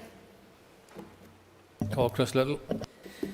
Thank you, Mr Speaker. Does the Minister for Justice agree that the UK Government's legacy proposals represent a retrograde step on Stormont House, and that a comprehensive mechanism is going to be necessary for justice, information recovery and reconciliation to be delivered for all in Northern Ireland? I absolutely agree with the member for East Belfast. I think it is hugely important that there is a proper investigation in order to ensure that families can have confidence in the current justice system, because what the government proposes is denying people justice. All of us know that with the passage of time, the degradation of memory, and all of the other challenges that families have faced over many years, being able to successfully pursue a case in court to prosecution would be incredibly difficult in many, if not all, of these cases. However, that is a different assessment from one that says you may not pursue a case where the evidence is available for you to do so. I believe that intervention is a damaging one in terms of justice and in terms of people's confidence in the current justice system. I have been clear with the Secretary of State and with the Government that I believe it would be wrong to do so. I think we have to accept due process. And yes, it can be long and frustrating, but at least it gives families the reassurance that their concerns are taken seriously, and it gives the rest of us in society who are not directly victims of these cases the confidence to know that if something equally as awful were to happen to us, there would be due process in our cases too. The Ombudsman's Office and many of the parts of the justice system that are currently dealing with legacy issues were never designed for that purpose, nor in the next budget settlement is there the kind of resource that would be required for them to continue to shoulder this burden.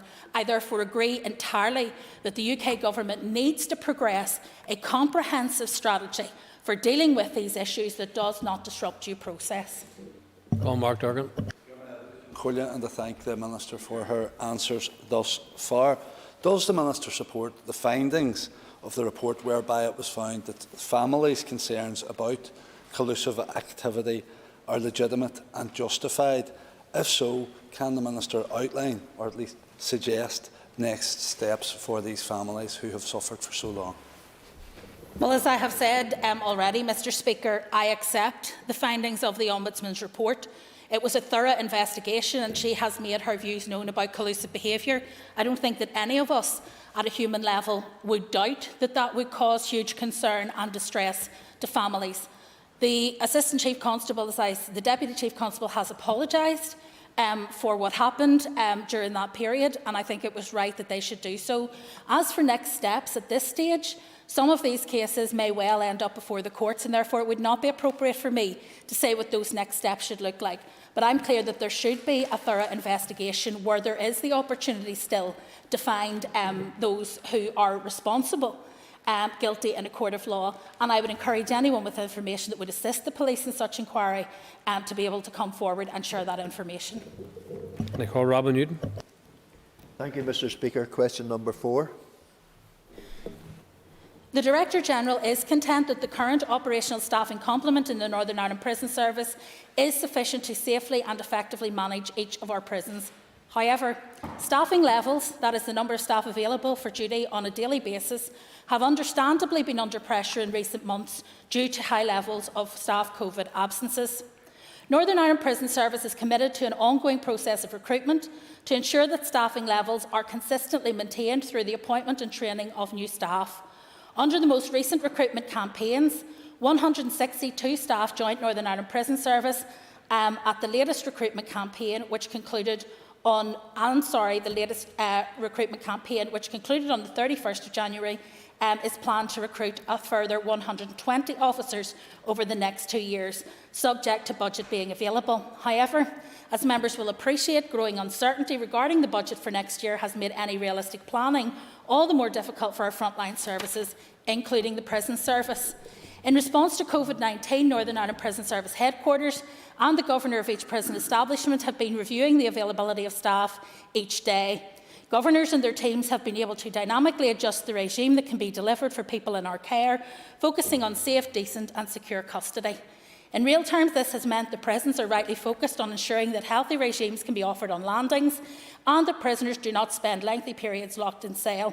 This means refocusing some staff from peripheral to core functions in the short term. I think it is to the credit of Northern Ireland Prison Service governors and staff that despite the impact on staffing availability in all sectors as a result of COVID-19, Northern Ireland Prison Service has continued to deliver safe and predictable regimes to people in our care. Supplementary, Robin Newton. Mr Speaker, and I thank the Minister for her answers so far. Minister, 2 weeks ago the Youth Justice Agency came before the Justice Committee to give oral evidence, and last week the Probation Board came before the Justice Committee to give oral evidence. Both organisations expressed concerns around the draft budget, indicating in fact that that may indeed mean staff reductions in both cases. Can I ask the Minister, what will be the implications for the prison service if the Finance Minister were to, and if I use this topical phrase, rigorously implement his draft budget? Well, Mr Speaker, I think I have been clear that all parts of the justice system will come under considerable pressure, and none more so than those which are incredibly reliant on the availability of suitably skilled and trained personnel, and that applies clearly to prison service. The issue is about how we ensure that we can maintain our safe custody, but also that we can hold people in what is a dignified manner and allowing them the opportunities for rehabilitation. My primary concern with prisons is less around the safety of the institutions and more around the ability of us to be able to facilitate, for example, free association out of cell, meaningful purpose and work and activity, and also the opportunities that prison officers offer on a daily basis to support people with their particular needs and also challenge for rehabilitation. I think all of those could be impacted by a significant reduction in the budget. Members will also be aware that we have plans for significant capital investment in prisons, and that, of course, too requires resource in order to be able to do it. To put it in context, Mr. Speaker, at the moment we have people still in isolation when they're committed to our prisons. We have been able to, by and large, maintain most people not having to double up in their cells, though we have had to have some doubling up because of rising numbers. We have been able to ensure that there is free association each day for prisoners on their landing, and that we have been able to reintroduce, for example, the normal education with our outside providers during this period of COVID. That has been incredibly resource intensive, and no one should underestimate the cost of that in terms of being able to maintain it going forward. I don't want to see anything that is going to limit that flexibility that we have within the prisons or the quality of the provision that we make for those who are held in our care. But again, we will have to live within whatever resources are allocated by the Northern Ireland Executive.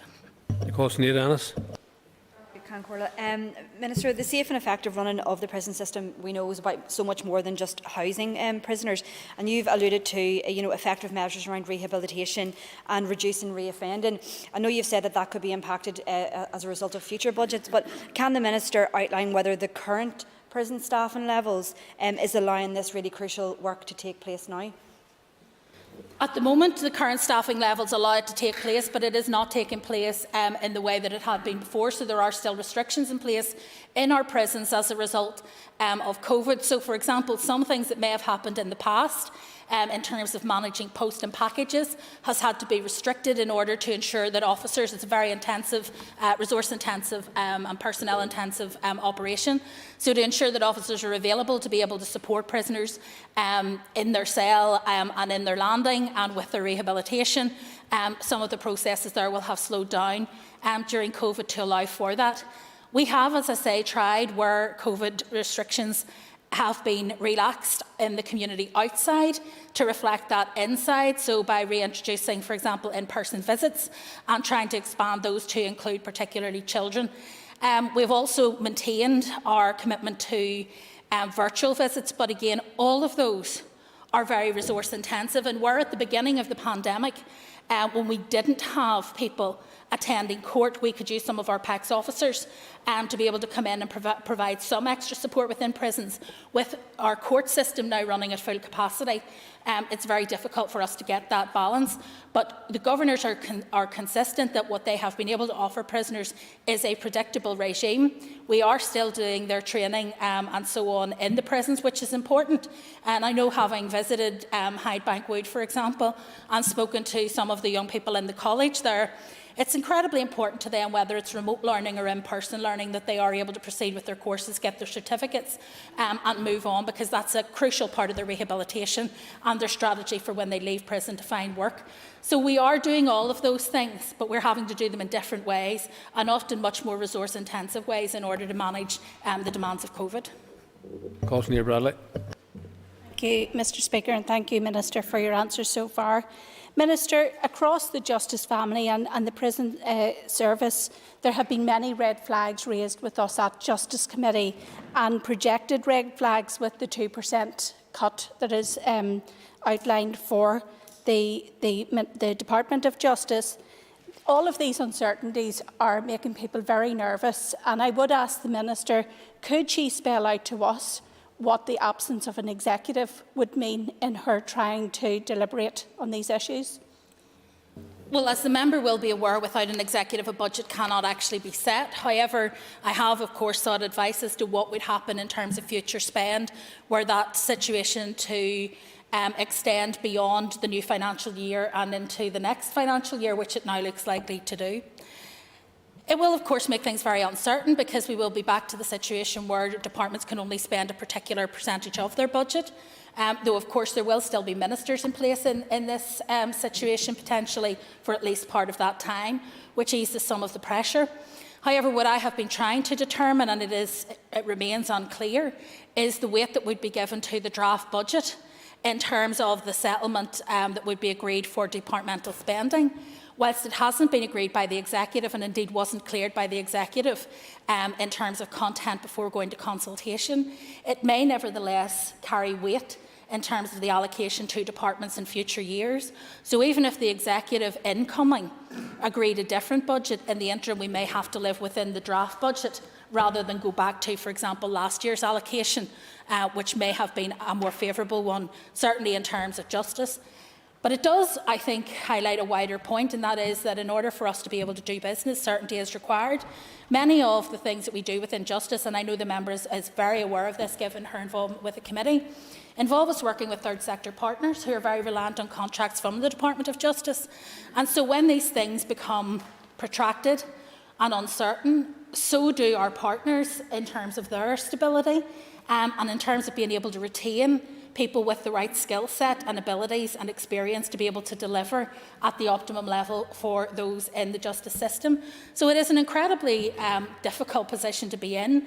It is never a good thing not to have an executive, and it is a very uncertain time when we have no budget to not have one in place to make those decisions. Colin Gildernew. John Corley, Ceist Everacug, Minister. Question number 5. Thank you. In my statement to the House last week, I explained the challenges faced by the Northern Ireland Prison Service and its staff as they seek to manage and rehabilitate people who have very complex and difficult behaviours and needs. At that time, I also expressed my determination, shared by the Prison Service, to apply the learning and address the recommendations from the recently published review of care and supervision units.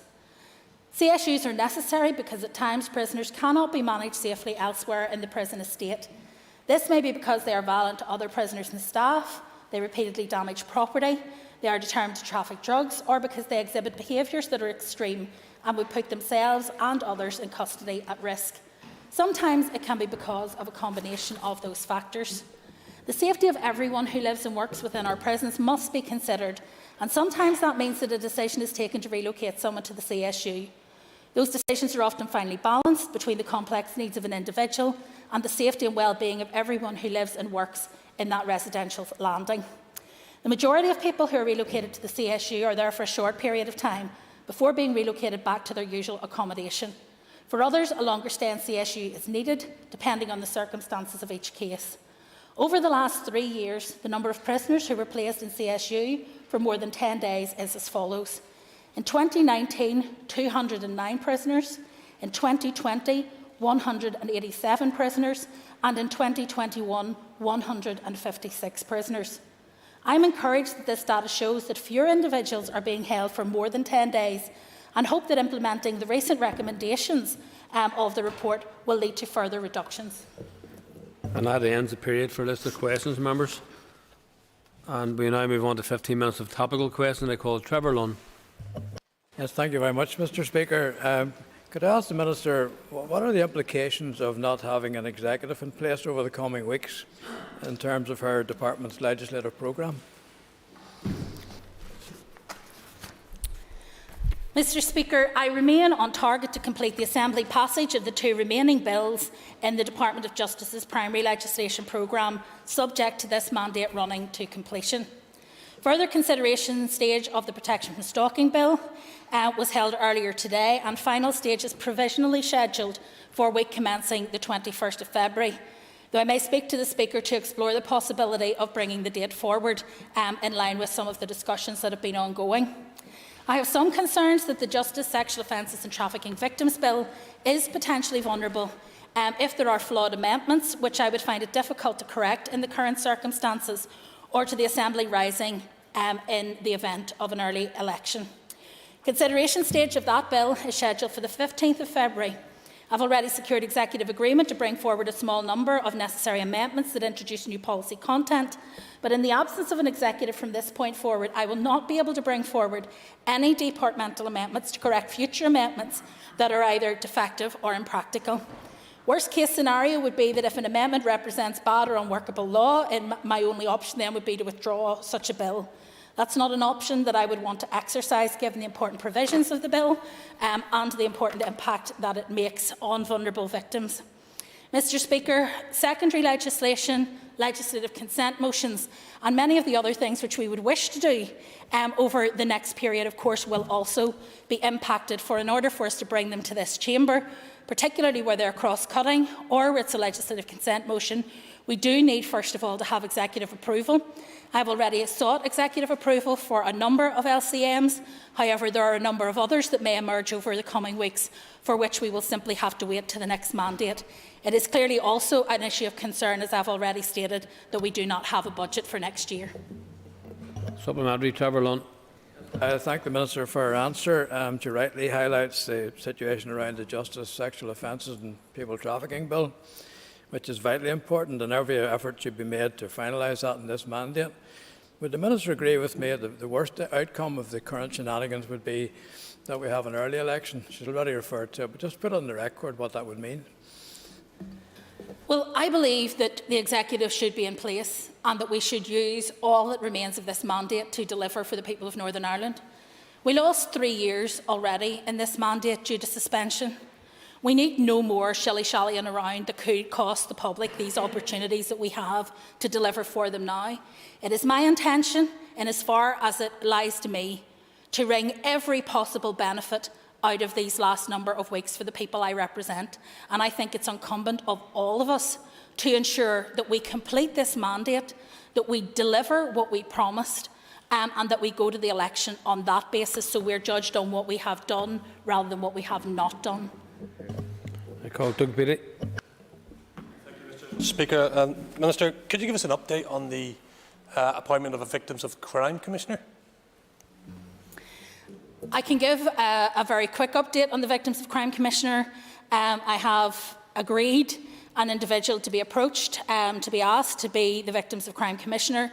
We now await their response, and I will update the House and the committee further once this is settled. Supplementary, Doug Beattie. Thank the Minister, and fair enough. Can I just confirm with you, because there's an awful lot of time and effort been expended in regards to this particular issue, that it will not be derailed by the fact that we do not have an executive Deputy First Minister? Will not be derailed by that, Mr. Speaker. In all likelihood, having indicated my preferred candidate from the rigorous interview process that took place, and having taken that forward with executive approval, that should be able to continue on. The biggest challenge, in fact, for the Victims of Crime Commissioner, again, touches on budget, because there are additional costs. At one stage, people wanted both a domestic abuse commissioner and a hate crime commissioner. And when I said that we couldn't afford to do that, people rolled their eyes and thought that I was being dramatic. However, I have to say that it has been somewhat of a challenge to continue with this particular issue in the light of the budget settlement that we have ahead. However, I've made a commitment that this is something that I believe is important and vital, in fact, to victims, and I think we need to prioritise it as a department, irrespective of the budget settlement. You call Aisling Riley. Minister, the recent CGI report exposed serious failings regarding the operation of care and supervision units and the treatment of prisoners with severe mental disorders and complex needs. In light of this, will the Minister provide an update on mental health court? Well, I have, as you're aware, written to the Minister of Health, seeking an urgent meeting with him to discuss how we deal with those who have mental health issues. As I said at the time, there is currently no one in our CSUs awaiting a transfer direction order. The difficulty, of course, is that many people who have significant mental health issues do not meet the very high threshold that requires them to be transferred to a mental health facility. The vast majority of people, Mr. Speaker, and I think it's important that we put this on record, the vast majority of people who have mild, moderate or even serious mental health issues within our prison are managed effectively in the main prison population. CSUs are not routinely used to hold those with mild, moderate or even severe mental health issues. It is only used when those particular prisoners are not able to be managed on an exceptional basis for whatever reason within the main population. But it isn't a routine of the Department and of Prison Service to place people who have mental health issues in CSU. To put in context, only around 1% or less of the prison population are in the CSU, when we know that well over 35% of those in prisons have serious mental health issues. Supplementary, Aisling Riley. Minister, the idea of a mental health court was first recommended over a decade ago, so we need to see a wee bit of progress around that. And can you indicate if you have committed any resources in terms of staff and funding to carry out a scope and review? They've already had a recommendation, but it's very clear that in a population the size of Northern Ireland, as I set out quite clearly last week, there is absolutely no scope for a mental health prison. That just will not work. I mean, at the moment, for example, we only have one person held in CSU who is there because of behavioural issues, and that individual, the rest are there because they have committed offences, whether that's violent offences or drug smuggling, suspect of drug smuggling, not because of their mental health. There's only one person who is there because of their behavioural issues, and those behavioural issues, that person has already been assessed, and their behavioural issues are not sufficient to require them to be transferred to a secure mental health facility. I think that the solution, the landing zone for this, is to ensure that people within the prison system receive the same access to mental health care as anyone outside the prison system. So perhaps it is possible, working with the Department of Health, to provide some access to beds within a secure mental health facility. But it will never be a mental health prison of the kind, for example, of Broadmoor, because 9 times out of 10 that facility would need to be serviced, would need to be resourced, but would stand empty. Call down Dodds. Thank you, Mr. Speaker, and thank you, Minister. Could the Minister indicate to the House what percentage of prisoners are currently, of the prison population, are currently on remand? Yes, I can, and I think I could summarise it by saying too many for our liking. But if the member will bear with me a second, I actually have some figures that I can hopefully share with her. There is an issue in terms of remand and the numbers that we have. I think around 35% of our prisoners are currently on remand. But if the member will bear with me, I actually have some figures which I would like to present because I think they're important.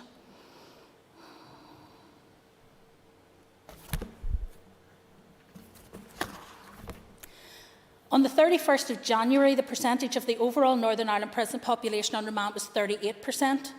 So that is 608 of the 1,600 individuals currently in our care. Looking specifically at the female population, 58.3% of the 72 women in our care were on remand on that date.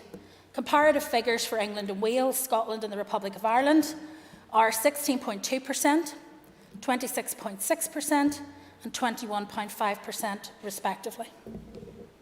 Supplementary, Down Dodds. I think the House will be extremely interested in those figures and will register shock that 38% of the prison population that is on remand, of the prison population are prisoners currently on remand, and 58% of women who are in prison are currently on remand. Surely that is an unacceptable figure, and would the Minister indicate what she is doing to actually remedy this? And in doing so, and having expressed her concerns on numerous times in this House today, indicate why she did not just vote against the Sinn Féin budget as proposed? Well, the member is aware that discussing votes in executive is not really appropriate, and she will have known that from her time as a minister. But there was no motion put to the executive to vote against I made it very clear, and it is minuted in the executive minutes, that I did not support the budget, but there was no motion brought to executive that would have permitted the vote. I have to say, Mr Speaker, that my focus was on ensuring that the public had their say, because I think it's important that all of those who will be affected by the budget are able to feed into it. And so rather than hold the budget up with another squabble in executive, I think we all agreed, including her own colleagues, that whilst we didn't agree the content of the budget, we were happy that the budget would be put out for consultation. In terms of what we're saying with remand, which was the main part of the question, there has been a continual rise in the remand population over the last 4 years. So it's risen from about 25% in 17-18 to what we have at the moment, which is significantly higher, and as she rightly says, in my view, unacceptable. It is a complex issue, however. We do not make the decision whether or not someone will be remanded in custody. That is a matter for the presiding judge. So we can't control the number of people in remand. We can, of course, do work to try to speed up justice, and we've been investing very heavily in speeding up justice at the Criminal Justice Board, and also in terms of the Committal Reform Bill, which very helpfully the committee were able to ensure made it through its passage in this mandate, all of which will help to speed things up. The Department undertook a review of the remand population in 2019. There were no clear underlying factors which explain the increase, but it is an accumulation, we suspect, of minor challenges. First of all, there are issues with the prison service and so on. So we have a working group now with the Director General of Prison Service to consider the options available. We are also looking particularly, and indeed I have asked for a meeting with Minister Hargey around housing, because one of the reasons why people are often... 2 minutes is up. I realise, Mr Speaker, it was a compound question, but this is, if you would bear with me for 2 seconds. We are also looking at the opportunity for extending GPS monitoring beyond simply present and not present at home, to actually monitor where people are, because that may provide more security in terms of judges being willing to release people on bail as opposed to remand. But it isn't always, as I say, in our gift, but having suitable accommodation is a key factor. Call Keith Buchanan. Speaker, Minister, this part of the United Kingdom watched with interest and still do reference the ongoings in Number 10 regarding parties, etc., where a few dozen dressed up in fancy attire, which you were very vocal on. With regards to another party, namely Sinn Féin, as Justice Minister, whom the man and woman on the street expect you to be, was justice carried out with respect to the Bobby Story funeral, where thousands dressed up in fancy attire were used vocal? Mr Speaker, I think anybody who was in this chamber who was genuinely interested in that issue will recall that I was particularly vocal on the issue. I believe that those of us who set the rules must keep the rules. I think that applies whether it's in this chamber, whether it's rules set by, for example, the national government when they do their negotiations with international bodies and set rules, that we abide by those laws too. And I think it also applies to COVID regulations when it comes to this House.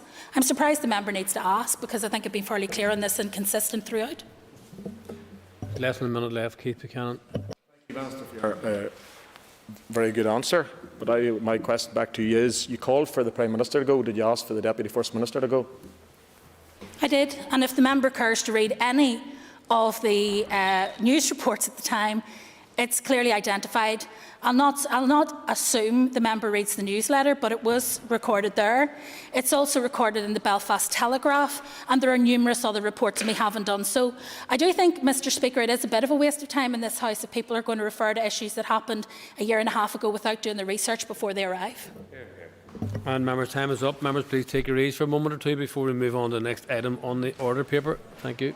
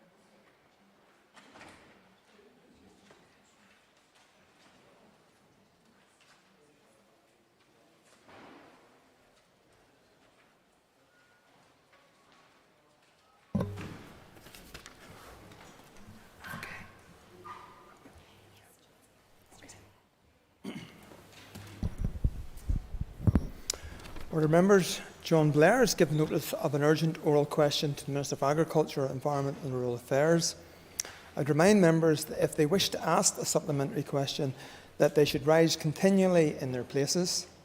The member who tabled the question will be called automatically to ask a supplementary question. Clerk, please read the question. To ask the Minister of Agriculture, Environment and Rural Affairs to outline whether he will reverse his decision to cease SPS checks at ports.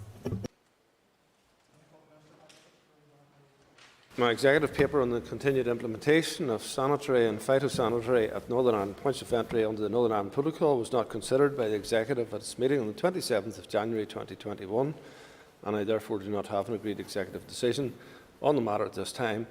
As you are aware, on Friday the 4th of February, the High Court suspended the implementation of my decision until further order from the Court or until the conclusion of the judicial review proceedings. I will await a response from the Court. And I call John Blair for supplementary. Deputy Speaker, thank you, and I thank the Minister for that answer. The Minister, Deputy Speaker, has repeated on numerous occasions his opposition to the detail and outworkings of the hard Brexit that he campaigned for. Can I ask, in addition to the question tabled initially, and in relation to that, this matter, given the legal obligation on the UK Government to implement these checks, given the ongoing negotiations between the UK Government and the EU, and given the role of the Joint Committee compared to the minimal role of DAERA in all of this, is it not the case that the Minister, Deputy Speaker, is now pursuing a strategy of protest rather than process, and will bring undue pressure and added difficulty upon civil service and businesses alike? Well, the member didn't seem to mind bringing added burdens to business and to the public whenever he, along with other members, voted for the rigorous implementation of the protocol. As a consequence of that, we now have proposals from the European Union for a massive number of checks. Massive number of checks. People have not seen the implications of the Northern Ireland Protocol yet, because there is actually so little of it being implemented at this stage. And were it not for grace periods and other reasons, we would be in a circumstance where business would be crippled as a consequence of the checks. Over 50% of our trade is with Great Britain, both on import and export.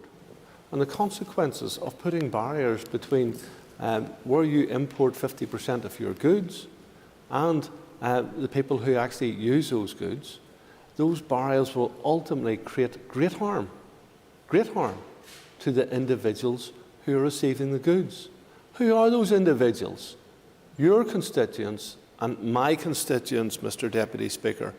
And those constituents have been complaining, whether it's about the Amazon deliveries that aren't coming, hundreds of UK or Great Britain companies who now say we won't supply Northern Ireland, whether it be supermarkets with lorries turned away with hundreds of thousands of pounds worth of goods perished as a consequence of it.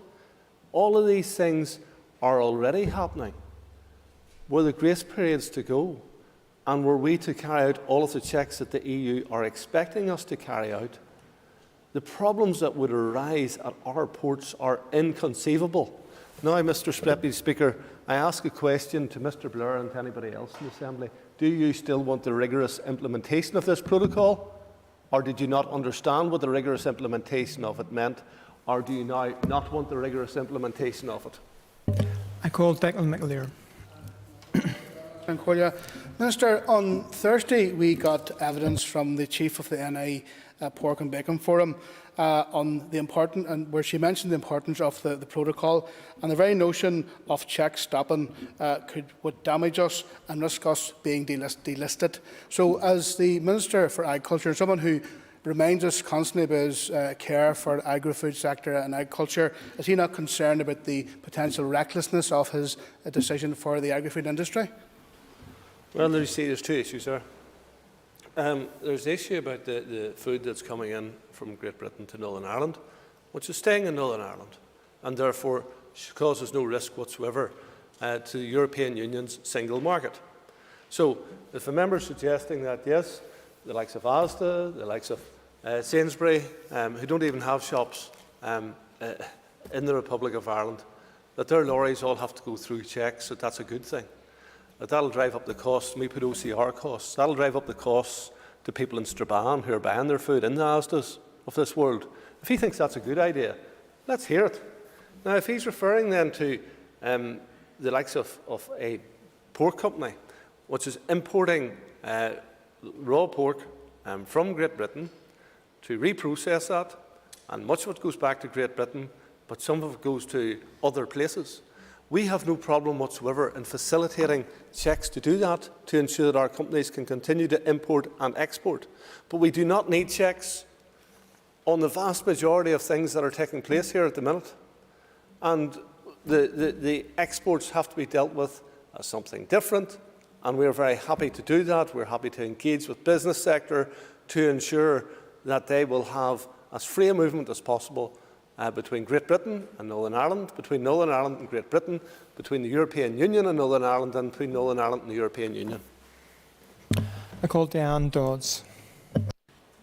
Thank you, Minister, and thank you for explaining to the rigorous implementers on the other side of the House just exactly what the cost would be to our constituents, both in the price of goods and the lack of choice. And I see some of them smiling. Perhaps they won't be smiling when their constituents outline this to them as well. But would the Minister agree with me that the checks are merely a symptom of the problem, and that the real cause of the problem is the fact that Northern Ireland remains under EU law? If one looks at it, one of the reasons I voted for Brexit, because I wanted to have accountability in decision-making. So irrespective of everything else, I wanted to have people making laws for me who I could influence. And I think that's what a right of every citizen. And the place where you will have most influence is at local government. So your councillors will be the people who are most available to the public. That is followed by the people in this House, in this Assembly. That is followed by MPs. And the member was in the European Parliament, and she knows what influence 3 members in the European Parliament had amongst the many hundreds that exist in that body, and how deals were done and stitched up beforehand and all of that.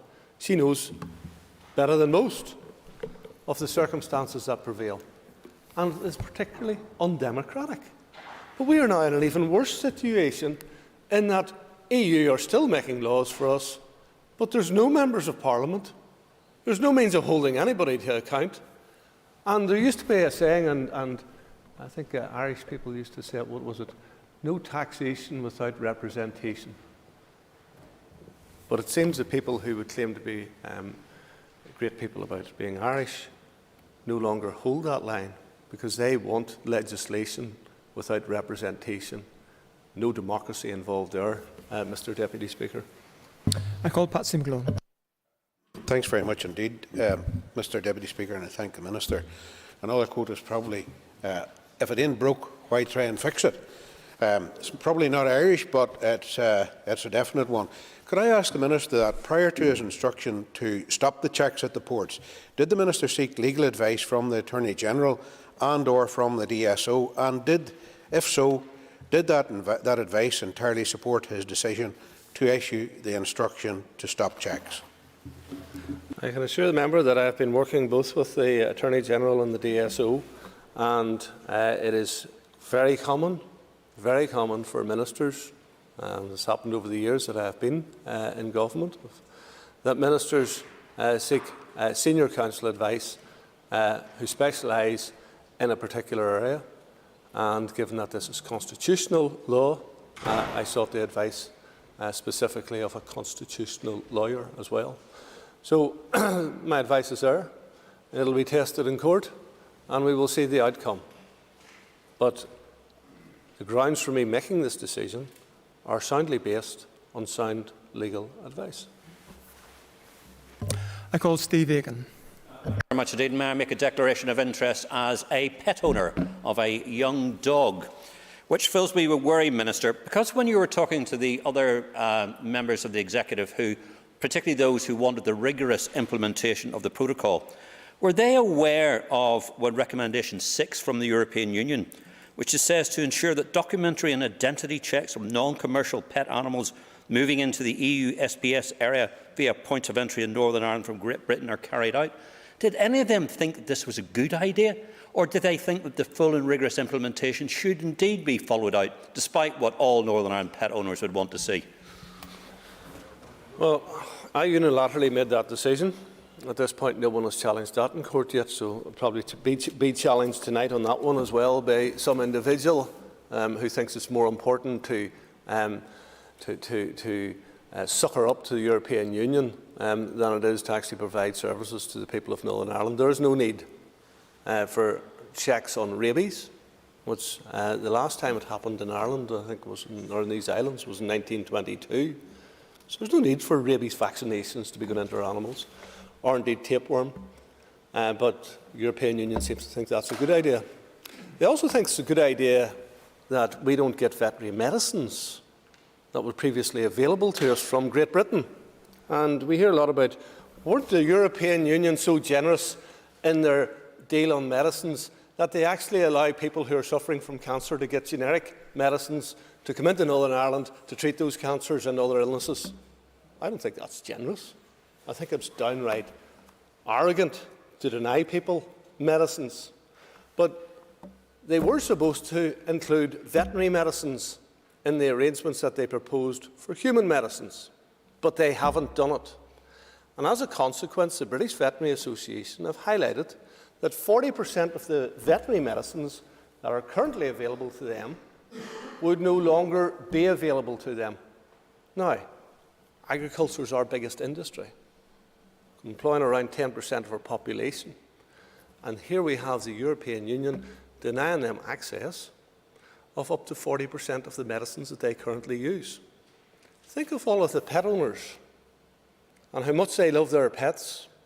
And whenever they go into their vets and the vet says, we can't get you that item anymore because the European don't allow it to come in here. We can't get you that item anymore, therefore we can't treat your pet. Or we'll have to treat it with a more expensive product which comes to the European Union. So I would really love the people who are calling and bawling for the rigorous implementation of the protocol to actually represent their constituents' needs as opposed to their political ideologies. Can I encourage answers to be succinct within the 2-minute guidance? I call Claire Bailey.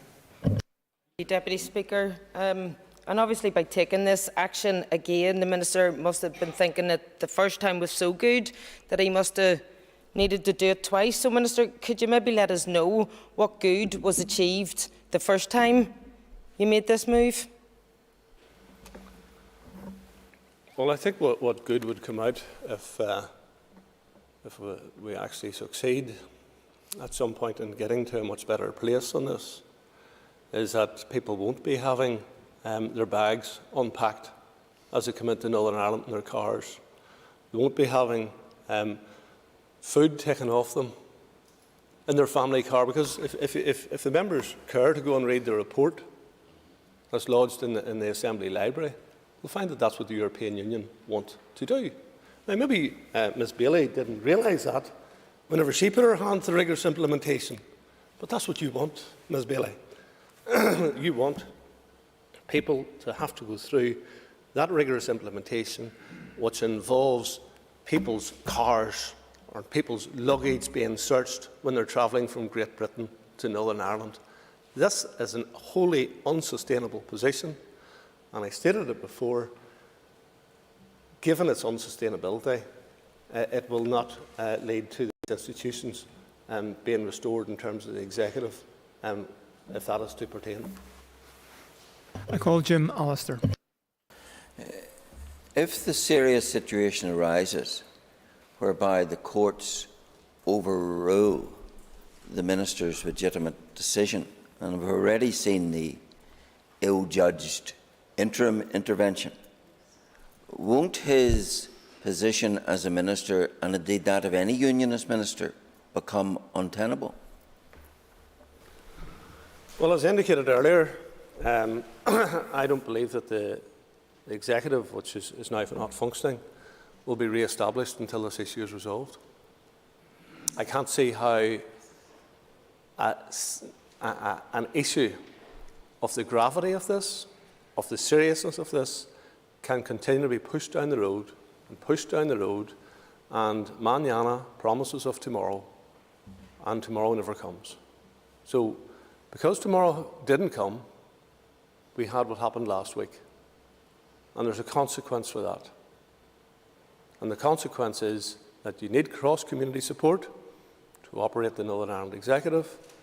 You are not going to achieve cross-community support while the European Union continue to impose burdens on the people of Northern Ireland which do not have that cross-community support. So someone in Europe needs to waken up to the reality that they are not doing this to assist the peace process, because the political element of the peace process has had a bomb put in it, and it hasn't been by terrorists. It has been by the European Union, who is insisting on destroying the political processes here by their actions, and it's unacceptable. Can I also encourage members to be succinct with their question? There's considerable numbers still to ask the question, and I call Philip McGuigan. Last Collier. Minister, just following on from a couple of the previous questions in regard to the legal advice on the SPS checks at the ports, can you confirm for me if the legal advice was commissioned by your department or by you as an individual, and further to that, who met the costs? The legal advice was commissioned by the Departmental Solicitor's Office, as is normal practice, and I don't know what the costs are because I haven't got a bill. I call Harry Harvey. Deputy Speaker. Minister, do you believe that the rigorous implementation of the protocol, like many have called for in this House, is not in the best interests of all citizens of Northern Ireland? Thank you. It can't be. It can't be. Because we had the issues of human medicines. We have now the issue of veterinary medicines. We have the issues of ordinary basic food items coming into the supermarkets that are having problems. I'm aware of one company who lost just short of $500,000 in the week before Christmas because of goods that weren't accepted into Northern Ireland as a result of the protocol. Now, it'll get to the point where these companies turn around and say, much and all as we really want to continue to service Northern Ireland, it's not worth the hassle. So if you want to drive out choice, you want to drive out companies that have been serving here for many, many years, just keep going the way that it's going. People need to be alert to the fact that this protocol is hugely damaging, and we have only seen the edges of it yet. The full and rigorous implementation of the protocol would be devastating to the Northern Ireland economy. It would be devastating to Northern Ireland consumers, and it's devastating to the political process here in Northern Ireland, to the point where we now don't have a First Minister. I call Matthew O'Toole. Minister, as you well know, it's the rigorous implementation of hard Brexit championed by you and your party without the consent of the people of Northern Ireland that has brought us to where we are now. But Minister, can I ask you a question about process? You acknowledge that a decision needs to be taken by, you said your view, why you brought the legal advice in the first place was because you wanted a decision by the Executive on the continuation of checks. But have you had that conversation with your party leader and the First Minister, the former First Minister, Minister Poots? Because is it not the case that given that the DUP have now collapsed the Executive's ability to meet and the First Minister has resigned, that there can be no decision? I think the member has asked the question. Minister. I thank the member for the question, and yes, I did bring it before the Executive, and that was blocked from coming onto the Executive table. So it is for those who blocked it coming onto the table, and I don't think that they intended to change their mind. So I could have all the conversations that I wish to have with either Sir Geoffrey Donaldson or Paul Givan. But if Sinn Féin were determined to block it coming onto the agenda, then it wasn't coming onto the Executive table, and therefore the Executive had never given authority for these checks in the first place. I call Rosemary Barton. By the increased costs in administration and of delays and the increased costs in transportation as a result of these checks? Well, the cost And I don't want to preempt Mr. Allister's question, which I'll be dealing with in oral questions, but it runs into millions. And that is without recruiting anywhere near the staff that we're supposed to have recruited at this stage. I have to say this as well. The more staff that we recruit to carry out needless checks, then the more staff that we're taking away from other tasks. So veterinarians are in short supply in Northern Ireland. We need our veterinarians to be working in our meat plants to give assurances to the public of the quality of the meat that they're getting. We need our veterinarians to be dealing with avian influenza. And the farming public and the public in general need veterinarians to carry out care for their animals and ensure there's good animal welfare throughout Northern Ireland. So, opening containers of lorries and checking, if Sainsbury's, Asda's, Tesco's, Henderson's, whoever it happens to be, have all of the items in to the precise order that is down on the paper, in my opinion, is a complete and utter waste of time and money, and a waste of a veterinarian's time whenever they should be getting on with the jobs of providing care for animals and assurance to the public of the quality of food that they're getting. I call Stuart Dixon. Deputy Speaker, Minister, what positive contribution have you made to resolve the issues? Because at the end of the day, what it needs to be done is to resolve the issues around sanitary and phytosanitary issues that have been raised as a result of the failure of Brexit, not only in the United Kingdom, but particularly in this part of the United Kingdom. What I want to hear from you today is not what you're opposed to, but what you're doing positively to actually negotiate the changes that are required to improve the protocol that you so vehemently oppose. Well, I'll point out to the member that I'm not part of the negotiations. I wish I was, actually, but I'm not. That's the negotiations takes place between the United Kingdom government and the European Union. And the negotiations are not about Brexit. The negotiations are about the protocol. And I have engaged consistently, particularly with Her Majesty's government, to the point where we got the operational command paper, which was a significant step forward. And then we got the negotiations reopened with the European Union, and I have engaged with Maros Šefčovič as well. So what we need to be very clear about is that these negotiations have been running on for many months now. We need to actually get down to the detail and get these negotiations concluded, because what we have currently is unacceptable. And if the European Union doesn't care about the peace process in Northern Ireland, then they'll continue to dig their heels in, they'll continue to drag their feet, and they'll continue to oppose change. And if people are foolish enough here to encourage them to do that, then the consequences of it is massive damage done to this political process.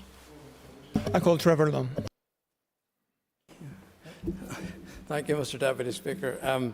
Just to go back to Mr McGuigan's question about the legal advice, Minister, is it not unprecedented that the Departmental Solicitor's Office should go to a previous Attorney General for advice? And is it not the case, or most likely, that they were actually directed to do so by yourself? Well, I think whenever someone steps out of one position, doesn't preclude them from ever providing advice in the future. Is the member suggesting that some form of discrimination should exist, and we have one particular person who we're not allowed to take advice from? I think the individual who gave advice is an experienced constitutional lawyer and has significant standing as a constitutional lawyer, and that is people of his standing are not that common in Northern Ireland, and therefore using someone of that standing, I think, gives me a sound basis for making the decision that I made. Members, I again encourage you to be succinct in your question. There's 5 more members remaining. I call William Irwin. Speaker, will the Minister outline the process he used in coming to issuing the instruction last Wednesday to officials to stop the checks at the port? Yes, the process was a fairly simple one. I went to the Executive in the first instance, or the First and Deputy First Ministers, to request permission to go to the Executive with a paper which would seek permission to continue the checks. Sinn Féin denied that the opportunity to get onto the paper through the Deputy First Minister, and consequently we were left in a circumstance where the Executive had not ruled on this, And given the court hearings that have taken place over the autumn months and the pre-action protocol letter that had come in, I required legal advice. I received legal advice, and the legal advice that I received took me to the position that we needed to stop the checks until the executive had given that clearance to those checks to carry out. I call Mike Nesbitt. Thank you, Deputy Speaker. The Minister's made reference to the EU recommendation that people moving here from Great Britain should have their cars and their personal luggage searched. Does he agree that the logical end point of that policy is strip searching?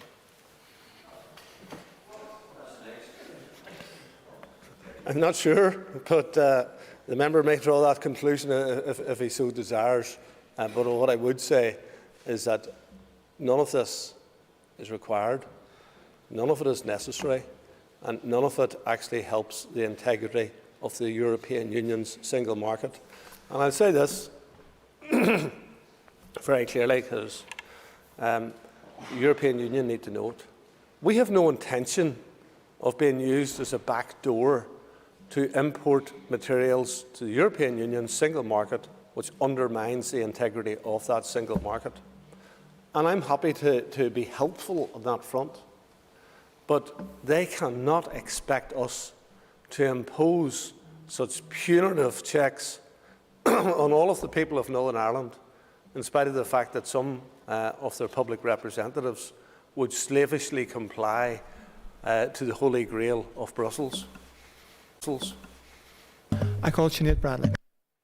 Mr. Speaker, and I appreciate I may be one of the final questions here today, but not even at the bottom of my barrel did I find the previous question asked of the Minister. Minister, you have put on record a very deep-rooted grievance you clearly have with the UK Government, who negotiated the Brexit protocol.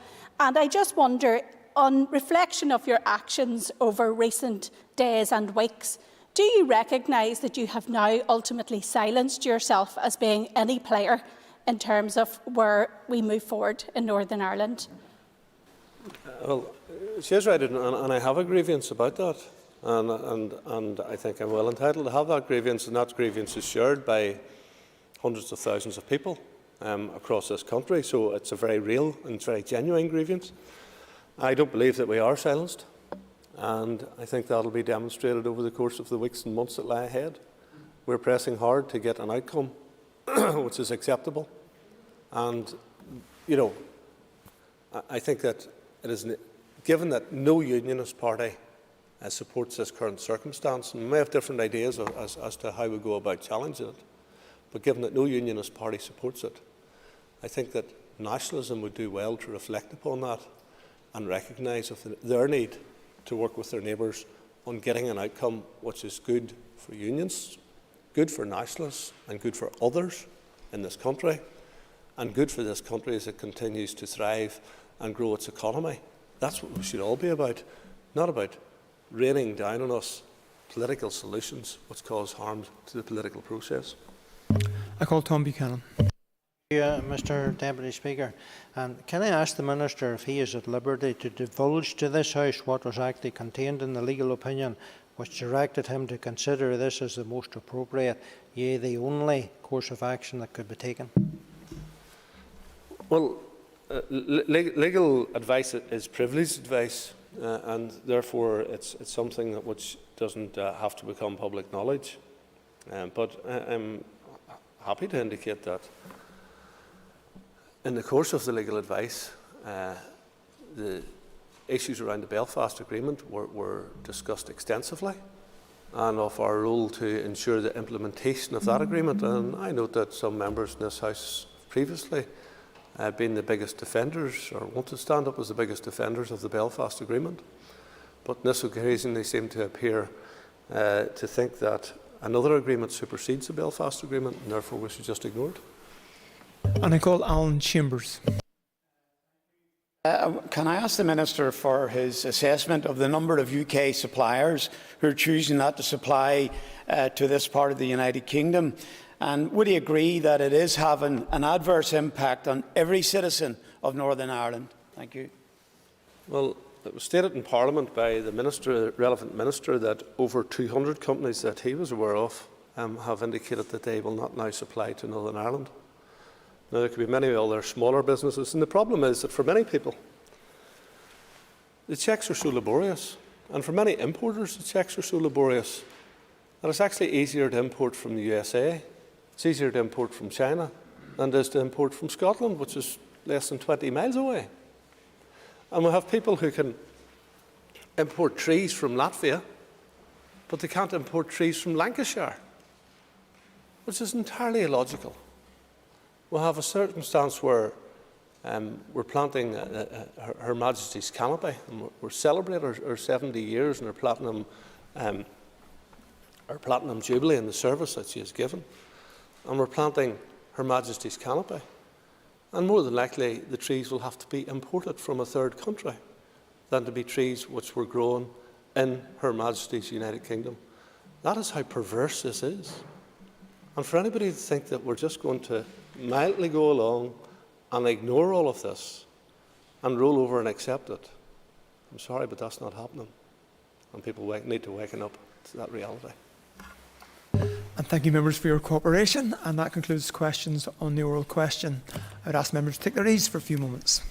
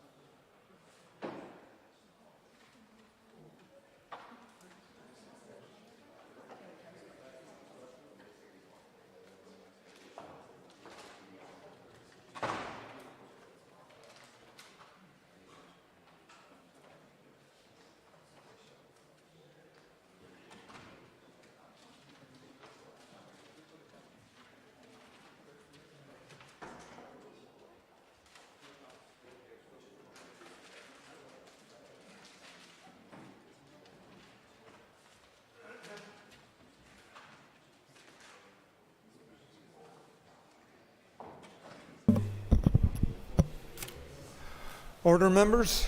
We now return to the debate on the single-use carrier bags charge amendment and revocation regulations Northern Ireland 2022. And I call the Deputy Chair of the Agriculture, Environment and Rural Affairs Committee, Philip McGuigan. I welcome the opportunity to speak today as Vice Chair of the Committee for Agriculture, Environment and Rural Affairs and to outline the views of the Committee on the regulations being proposed. The Committee is acutely aware of the importance of protecting our local environment by ensuring that all steps are taken by government and the public to reduce littering and unnecessary waste. The sight of discarded plastic bags in hedgerows, at the sides of paths and on the roadside, I am sure all members will agree, is an eyesore which not only detracts from the beauty of our natural landscape but can be a threat to local wildlife. The 5p charge on carrier bags introduced here in 2013 was a very extensive and detailed levy, and it has been very successful in discouraging members of the public from unnecessarily purchasing bags, reducing plastic consumption and helping to protect the local environment. The revenue generated from this levy has also provided valuable resource through investment and support to environmental projects.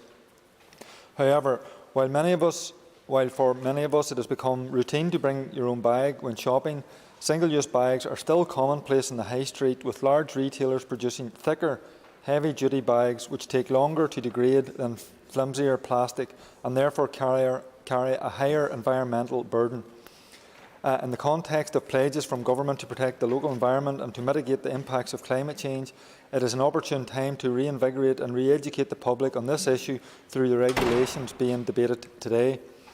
The regulations will require retailers to increase the charge for a carrier bag from 5p to 25p and will amend exemptions to make this chargeable on all bags up to £5. They will also extend the charge to purchases made on certain forms of travel and simplify processes for retailers and customers in terms of applying the charge on bags of one overall size. The Department notified the Committee of its intention to consult on this matter in May 2021 and provided a written briefing on the results, which the Committee considered at its meeting on the 7th of October 2021. The Committee noted that the vast majority of respondents were supportive of an increase in the charge and that a price of 25p would discourage people from buying a single-use bag. The Committee sought assurance and clarity in writing from the Department regarding the rationale for the proposed 25p price point and if other potential charges had been considered. The Department informed the Committee that it had looked at the potential effect of 10p and 20p charges, and based on the information available, it was evident that many consumers purchasing single bags are already paying this amount for them. Therefore, the higher charge of 25p was preferred to positively impact consumer behaviour. The Committee was content with this rationale and advised the Department to bring forward the regulations, which were referred to the Examiner of Statutory Rules, who identified that the rule was laid under the incorrect procedure. The regulations were subsequently relayed with the Business Office under the correct procedure, and the ERA Committee recommended that the Assembly affirm the regulations at its meeting on the 27th of January 2022. In summary, Lascan Collier, the Committee is very supportive of the regulations and considers that the increase in charges for single-use bags and extension of the levy will discourage the unnecessary purchasing of bags, reduce the amount of plastic used in society and go some way to protecting our local health. And I call William Irwin. Thank you, Mr Deputy Speaker, and I welcome this motion from my colleague Edwin Poots. And in an era where our environment is and its protection has never been more to the fore, this is a timely piece of legislation which, in my view, further reduces the use of plastic bags generally across the province. The history around the issue is important, as back in 2013, when the levy on carrier bags was brought in, there were approximately 300 million single-use plastic bags being distributed per year, and certainly this is a shocking statistic. To back up the necessity of this scheme, from its inception, the impact of the levy has been significant, and the levy meaning a reduction of some 80% over this period, and I understood, in contrast, 56 million bags have been issued in this past year. That is a sizable and welcome reduction, and does of course show that the legislation has made an important impact. However, there is still some significant way to go. An increase in charge from 5p to 25p will, I believe, have a further impact in driving down the use of plastic bags and help again to reshape the habits of consumers away from the single-use bag towards more sustainable solutions, such as use more or much less impact in the environment. The Minister has taken decisive action on this issue, proposing the price increase from 5p to 25p, and this will be the highest levy within the UK. However, as I have said, this is necessary, as I do believe, as with the original levy, it will change consumer habits. The issue of plastic ending up in landfill is a huge and mounting problem, and one which must be tackled robustly. And this, in my view, is the type of bold step that must be taken to encourage consumers to consider the impact of shopping habits and adjust these towards more sustainable methods. The fact that larger volumes of the reusable bags are now being sold by retailers in greater numbers is a further call to action, and given the fact that these bags are made of heavier duty plastic, means they are an even greater impact on the environment, ending up in the landfill and blowing around the hedgerows. As they are by design made to last longer, then this problem is intensified. In the era of renewed focus and determination around our environmental issues and how we use and reuse a wide variety of resources, This is a clear path for improvement, and I welcome this further legislative drive. With Northern Ireland set to have a higher levy than the rest of the UK, I feel this positively signals our intent here in Northern Ireland to lead by example and deliver meaningful and lasting environmental change in a matter that each and every one of us can play a real part. Throwaway culture must end. Indeed, when we look across the countryside, littering generally is a significant concern. And I know locally in my own constituency, ABC Council spends a considerable sum on cleaning the borough. And much of this work is a result of people discarding rubbish, which includes carrier bags. I support the motion as a signal of continued intent to address environmental concerns across the province. Thank you. And I call Mark Durgan. Thank you, Mr Deputy Speaker. The SDLP supports the approval of the draft single-use carrier bags charge regulations. The single-use carrier bag levy has been hugely successful since its introduction. Sadly, here we don't have too many pieces of legislation that have been anywhere near as successful. It has raised the awareness of the environmental damage caused by these items and encouraged the reuse of carrier bags instead of repeatedly buying new ones. It has dramatically reduced the number of bags in circulation, the amount of waste from them that has gone to landfill, and the amount of them that we see floating around our streets or tangled in our hedgerows, which isn't just an eyesore but actually poses a danger to our wildlife. At the same time, the charge has helped to fund local projects that help enhance and improve the environment. And I recall during my time as DOE Minister, I had the pleasure of visiting many communities and schools who had used very little funding to have a very big impact in terms of promoting and protecting their environment locally. I just wonder, while this has our unreserved support, what consideration the Minister and the Department have given to the removal of this funding stream to groups doing very important work. And I hope to hear that consideration has been given to it and that money will be ring-fenced within the departmental budget to allow such good work to continue. The changes proposed will raise the levy per bag from 5p to 25p. And just a note of caution for the Minister, I think we have to be careful sort of how we pitch that in the current cost of living crisis. Obviously, if you buy one, that should do you. However, sadly, that's not the way things work in the real world, and we need to be careful how this is conveyed, or in some instances and in some sections of the media, possibly misconstrued as an attempt by Stormont to screw people over.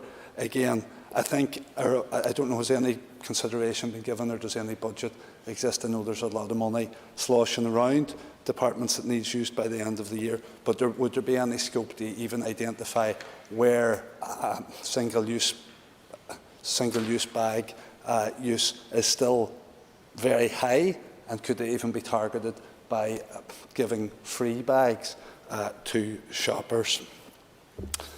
Most of the existing exemptions to the levy will be removed and remaining exemptions simplified for the benefit of both customers and retailers. The changes will address the trend towards, as other members have said, the purchase of heavy-duty bags that were previously exempt but that do have a greater or worse environmental impact. It's appropriate that we take these steps in response to changes in customer behaviour to keep the momentum going towards a more environmentally responsible society. Small changes in our individual behaviour can combine to have a great impact. The amendments to the single-use carrier bag charge regulations will encourage changes that have a positive impact on our environment. The rise in online purchases highlights an area where more action is and will be required.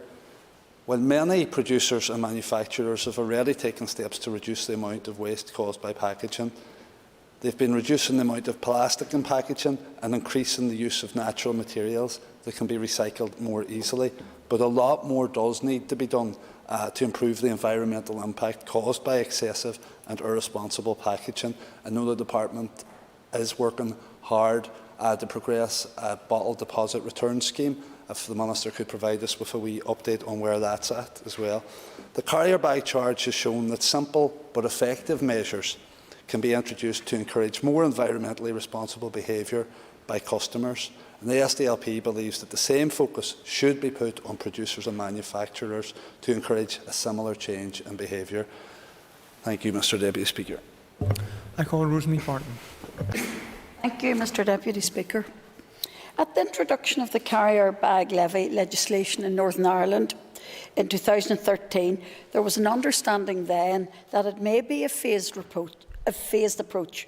While at that time the levy was set at 5p, however, even then there were some suggestions that a much higher levy would be much more appropriate. To a significant degree, the 5p levy appears to have been very successful, in that it is estimated to have removed in excess of 1.7 billion bags from circulation, delivering significant results on the initial policy objective of protecting the environment by regulating against the unnecessary use of bags.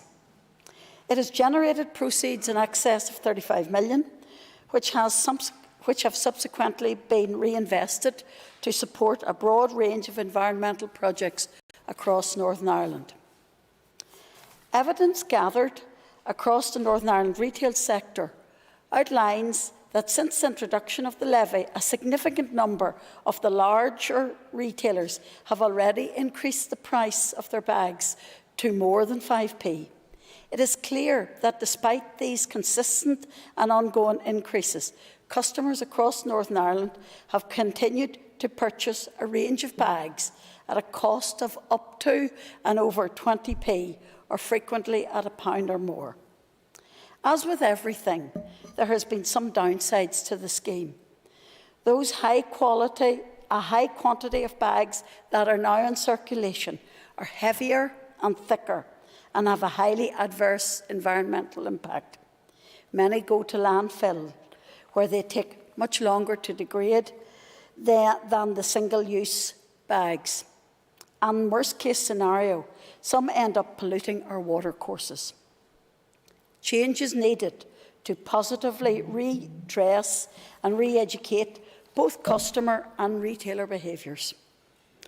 Also, given that the market is now swamped with heavy-duty bags priced at 20p or more, only by increasing the levy to 25 on all bags can a significant positive environmental change and outcome be delivered.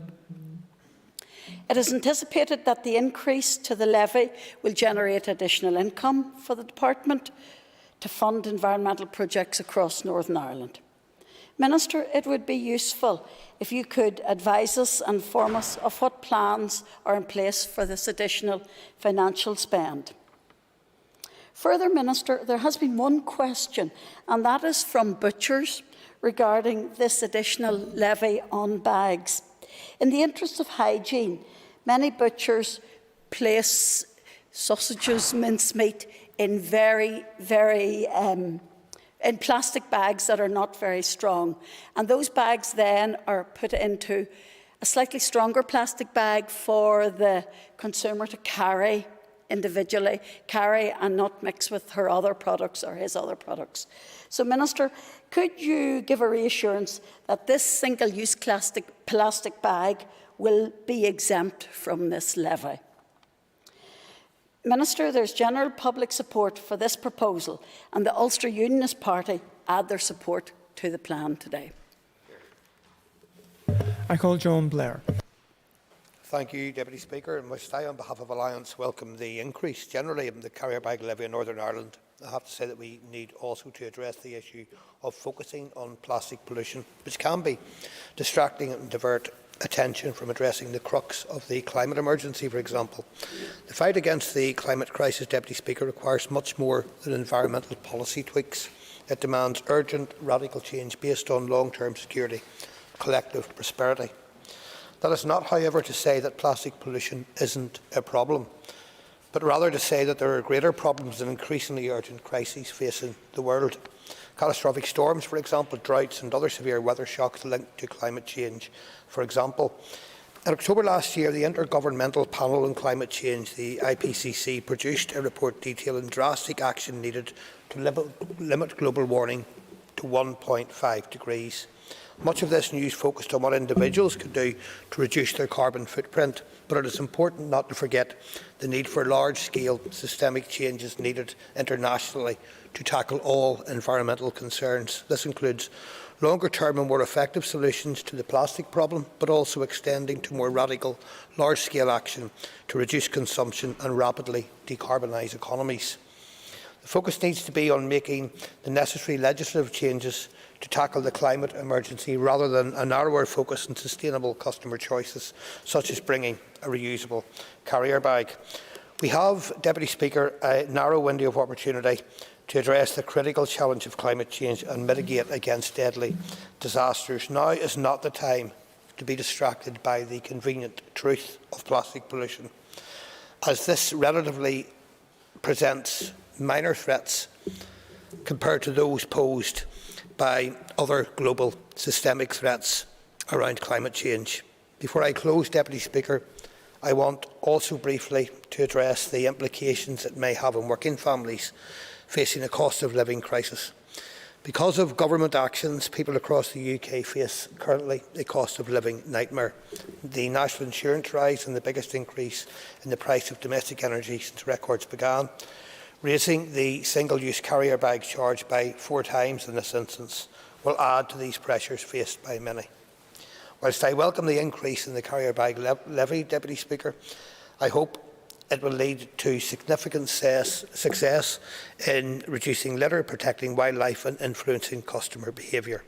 It is also important, however, that steps are introduced to support those under mounting pressure as the cost of living increases. That said, Deputy Speaker, I do support the amendments and proposals. Thank you. And I call Stuart Dixon. Thank you very much, Deputy Speaker. Deputy Speaker, this is a very important issue and one which I'm delighted to be able to support.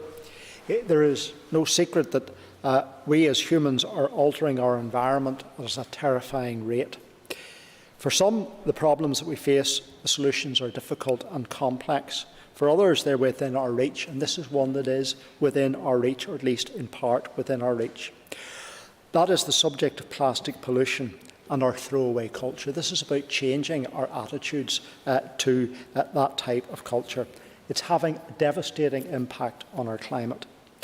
Plans to build on the current plastic bag levy are very welcome, and I do not doubt that it will make Northern Ireland a better place to live in from an environmental perspective, from a tourism perspective, as we will hope to see less plastic bags hanging in hedges and polluting our rivers and waterways, and indeed polluting the whole of our communities. Investing in this is important.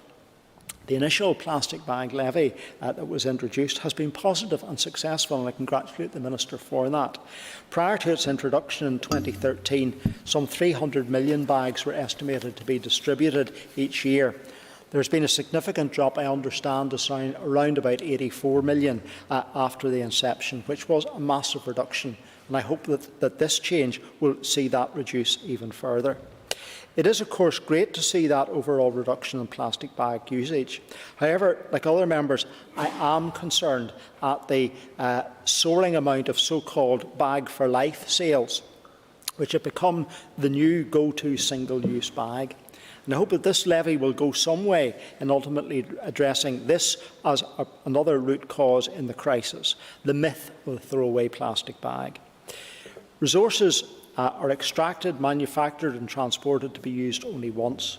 Yet, according to the British Antarctic Survey, plastic bags float from the Arctic Circle to the Falkland Islands in what are called plastic islands. The largest of these is the Great Pacific Garbage Patch, the size of the state of Texas. It is made up of degraded single-use plastic items like bags, cutlery, bottles and cups. Undoubtedly, Deputy Speaker, there are many things that we can do personally. We all try to make our own efforts. But regardless of whether we recycle more or use more items for life or make healthier and more environmental choices, we all have a role to play to ensure that plastic doesn't end up in our natural environment. Whether that is a risk to an animal cow or others in fields, to our wildlife in general, or to destroying and disrupting our watercourses. One of the most horrific things is to understand the amount of microplastics that are getting into our water supply. Many of those coming from those plastic bags that we're trying to legislate on today that take many, many, many years to degrade. They don't actually degrade. They end up in our watercourses as microplastics. The United Nations predicted that by 2050 there would be more plastic in the sea than fish. Let that sink in. How terrifying a prospect is that? This chamber is today leading the way, and initiatives like the carrier bag tax are a positive impact on behaviour. But much more needs to be done. Along with promoting good behaviour, people need fiscal drivers to make those changes. We often speak about recycling and reusing, but the reality is we need to be reducing, and we need to be reducing as where is possible to zero use. We need to be inventing and be inventive. We need to be using new materials, natural materials that are truly both biodegradable in the best sense of the word, that they will contribute to our biodiversity, and that we need to make and legislate for a just transition to greener alternatives. My party, the Alliance Party, has published a Green New Deal, a very clear and very positive image setting out a vision for a sustainable future. A vision of single-focused management system that will reward people for recycling and end overuse of waste at landfill. We want to strengthen our domestic and commercial incentives to recycle and implement deposit return schemes, one of which I know has happened in my own constituency in Whitehead, where a very positive scheme engaging the community allowed people to recycle and be incentivised for doing so. Undoubtedly, reducing plastic waste will be a mammoth task, and I don't underestimate the task that the Minister and his department have in the part that they have to play in that. Raising the plastic bag levy is welcome and has a role to play. However, it only scratches the surface compared to what is needed. Consumers want action, and waste is the operative word. We mustn't waste any more time, Minister.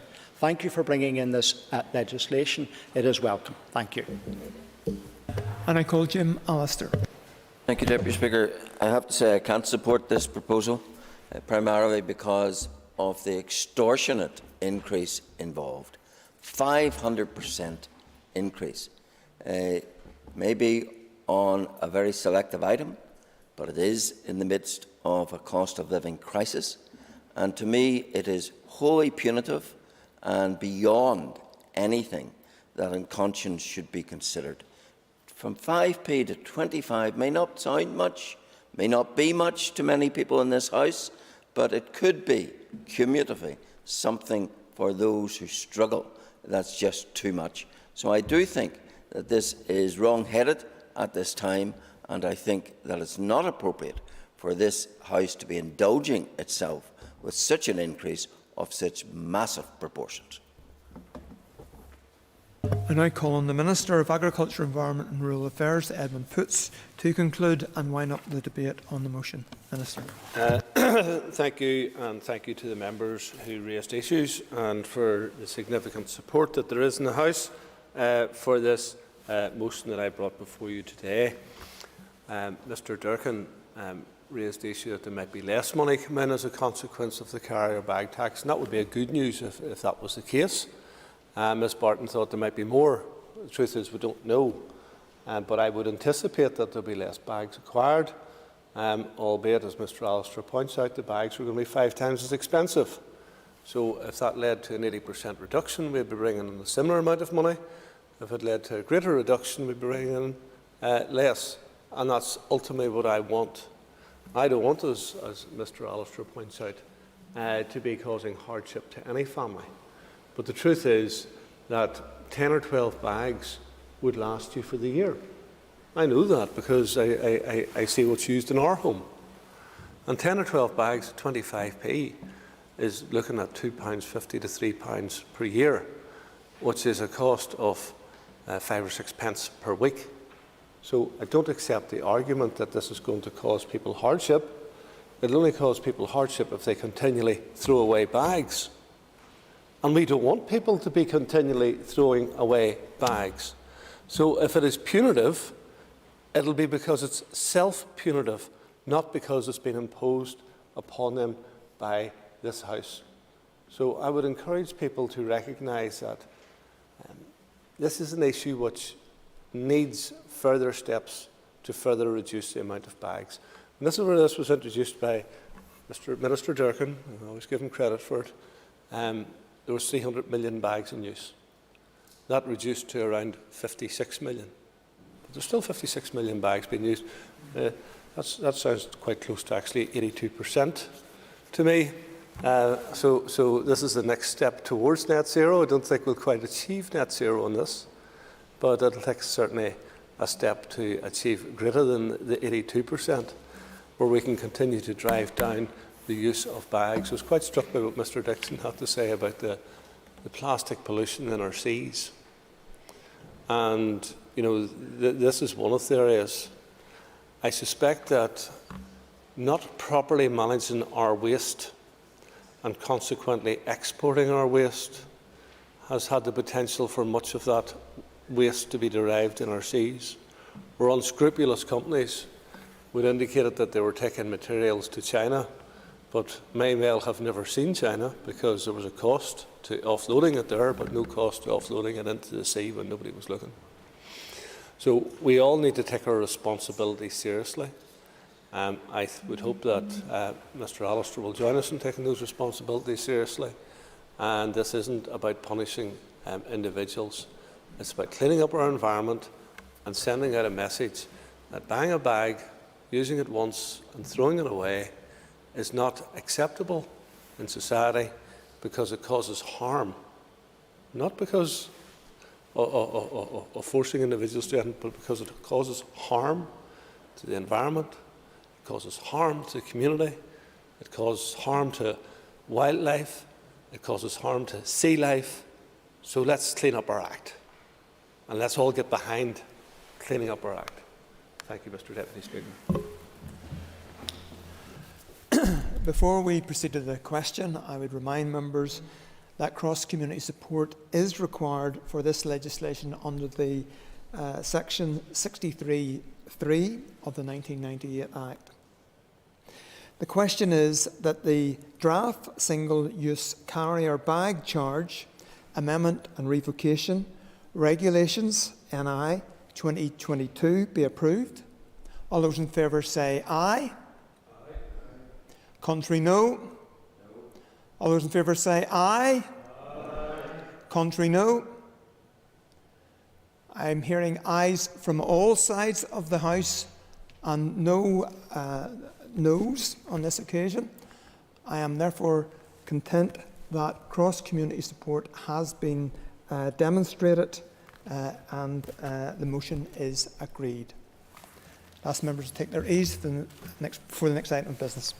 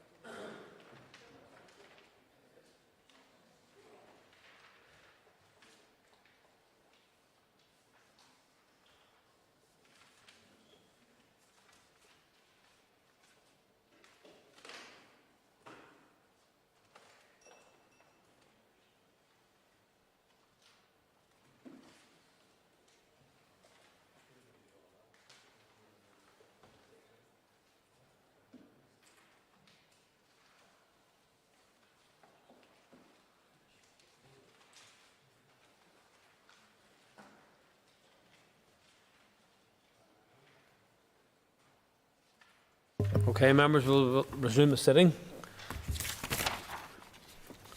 And we return to the consideration stage of Climate Change Number 2 Bill. And we're dealing with the Group 4. We now come to the fourth group of amendments for debate. With Amendment 43, it will be convenient to debate Amendments 44, 50 and 52 to 54.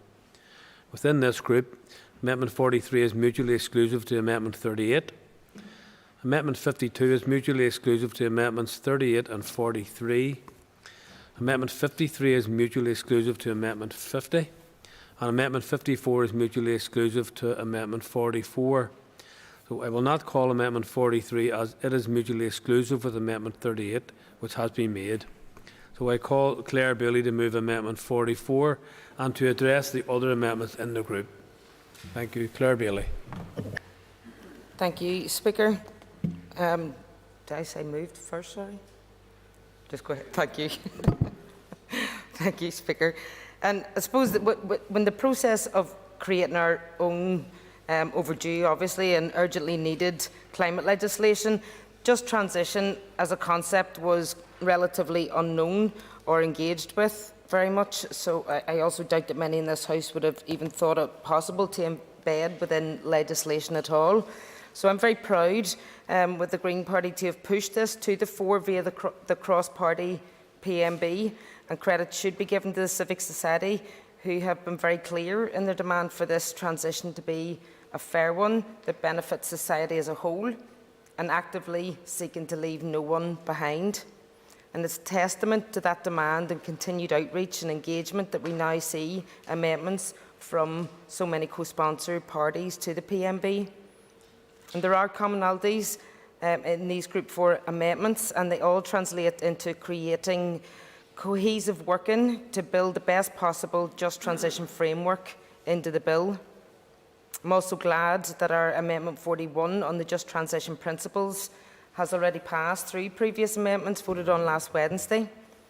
And because of that, I'll make my comments here brief and focus on the Just Transition Fund for Agriculture. And to set the context for the debate, I think it's useful to point briefly to the politics around a just transition. And these are, in essence, and universally accepted and defined as being that the rapid transformational shift to a post-carbon economy must improve and not inflict hardship upon the lives of working people and communities. A just transition should improve our social and ecological well-being while advancing social justice goals. And linked to this is something fundamental to how we enact this legislation. This cannot be something that is done to people, it must be done with people. The changes that will happen over the next few decades will be monumental. And if we do not bring people along with us, then we fail. It is imperative upon us as leaders to do everything in our power to make sure that people are put at the heart of decision making from here on. There is a mountain of work to be done on public participation in this process. People need to understand why we are doing what needs to be done and why these changes must be made. And they need to be involved in designing and co-developing and implementing solutions. Climate action has the potential to transform our societies for the better, but it has to be done right. All too often, this institution gets that wrong, and the very systems that we have designed in which we operate does leave people behind. Citizens feel excluded and all too often powerless, and this needs to change. And I, for one, will be doing all I can to help make that happen. So turning to Amendment 44, this establishes a Just Transition Fund for Agriculture. This fund would establish a scheme to provide financial assistance and advice to the agriculture sector to deliver its contribution to the overall target. And the amendment is not intended to be overtly prescriptive, to allow DAERA maximum flexibility in designing the scheme. The fund does not, however, extend to the entire agri-food sector. This is because the extra challenges in decarbonising agri-food stem from emissions from livestock at farm level. Food processing, on the other hand, should have no more difficulty decarbonising than manufacturing in any other sector. Therefore, the fund needs to be for on-farm support. Workers in food processing plants will be protected by the Just Transition principles, the same as workers in other sectors. It is for this reason that we would have no issue in supporting the Sinn Féin amendment for a Just Transition Fund for farmers should ours fall. A similar model exists in Scotland, aimed at supporting investment in measures to reduce greenhouse gas emissions on Scottish farms. The scheme can be accessed by any business in receipt of the basic payment, and although the Department will ultimately be responsible for designing the scheme, I fully expect that that same criteria would apply to our fund here. And I really hope that this amendment alleviates some farmers' concerns on the misinformation that they've been receiving, that they may not be supported to continue to farm well into the future. I was interested to see that the Minister had not guaranteed any such support for farmers in any amendments himself, preferring instead to trundle on with the business-as-usual plan with some environmental additives, the very business model that has led them to be in the dire place that they now stand. But I would really welcome his support for a fund now and hope he can support this amendment. And the Minister has spoken throughout this amendment stage about farmers being paid not to farm. I'd caution the Minister against continuing this campaign of misinformation and fear. What farmers can be paid for is for nature-friendly farming, for agroecology, for rewilding, for taking part in environmental schemes, research, innovation, and so much more. They can be paid to invest in new machinery. They can be paid to carry out carbon audits on their farms. This fund is not a wolf in sheep's clothing. This fund is practical support to ensure this burden does not fall on farmers' shoulders. And if enacted, farmers should not be forced to jump through hoops over and over again, being turned down by the Department, just as the case is now with environmental improvement schemes, for example. Yet another reason why independent oversight of this bill will be critical. Yep. Minister, or does the member not even blush a little that having spent last week pushing through and supporting the most trenchant assault which will devastate our agriculture industry, she now tries to salvage something by talking about a just transition fund?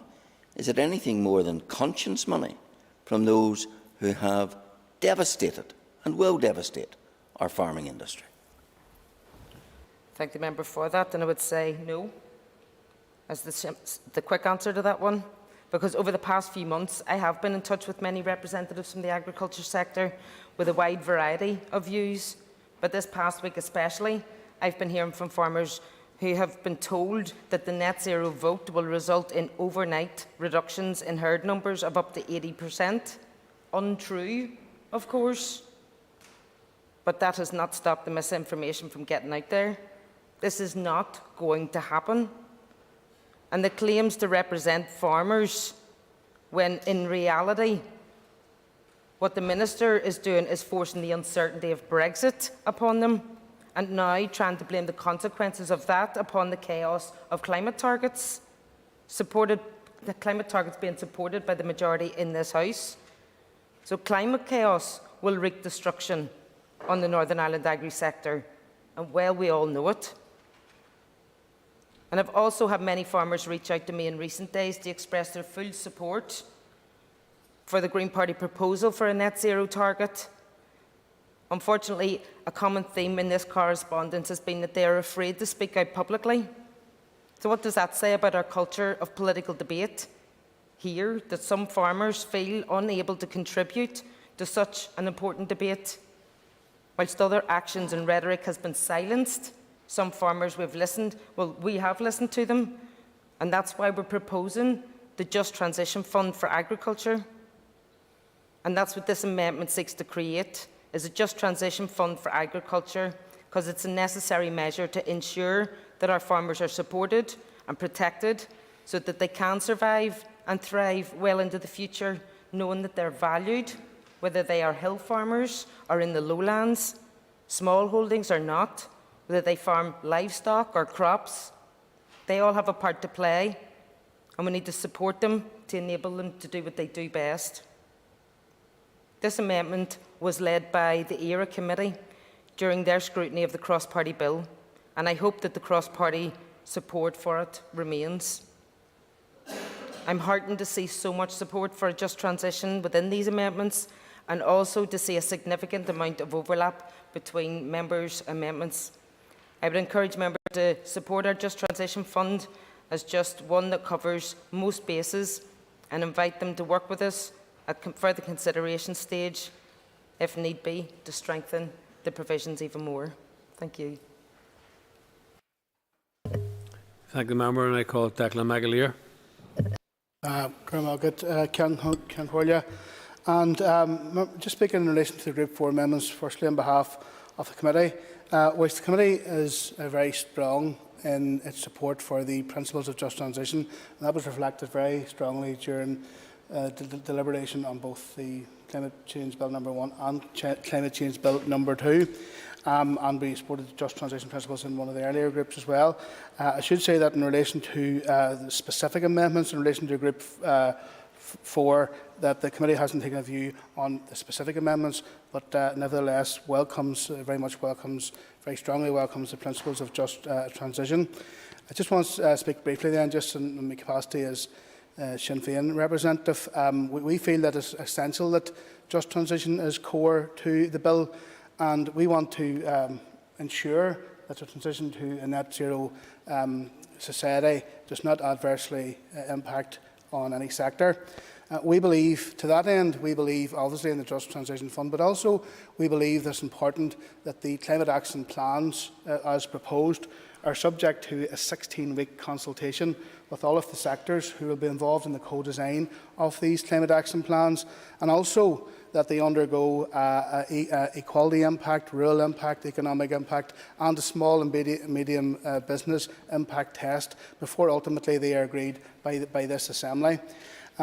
We do support obviously we have an amendment in for the Just Transition Fund, and this was something we raised during the first Climate Change Bill as well, the Private Members Bill, and we believe that this is necessary to support farmers make this transition to net zero, because we do recognise that farmers are the custodians of the countryside, and we can't do this without them. It's important to work with them, and it's key that they are central to the co-design of these climate action plans.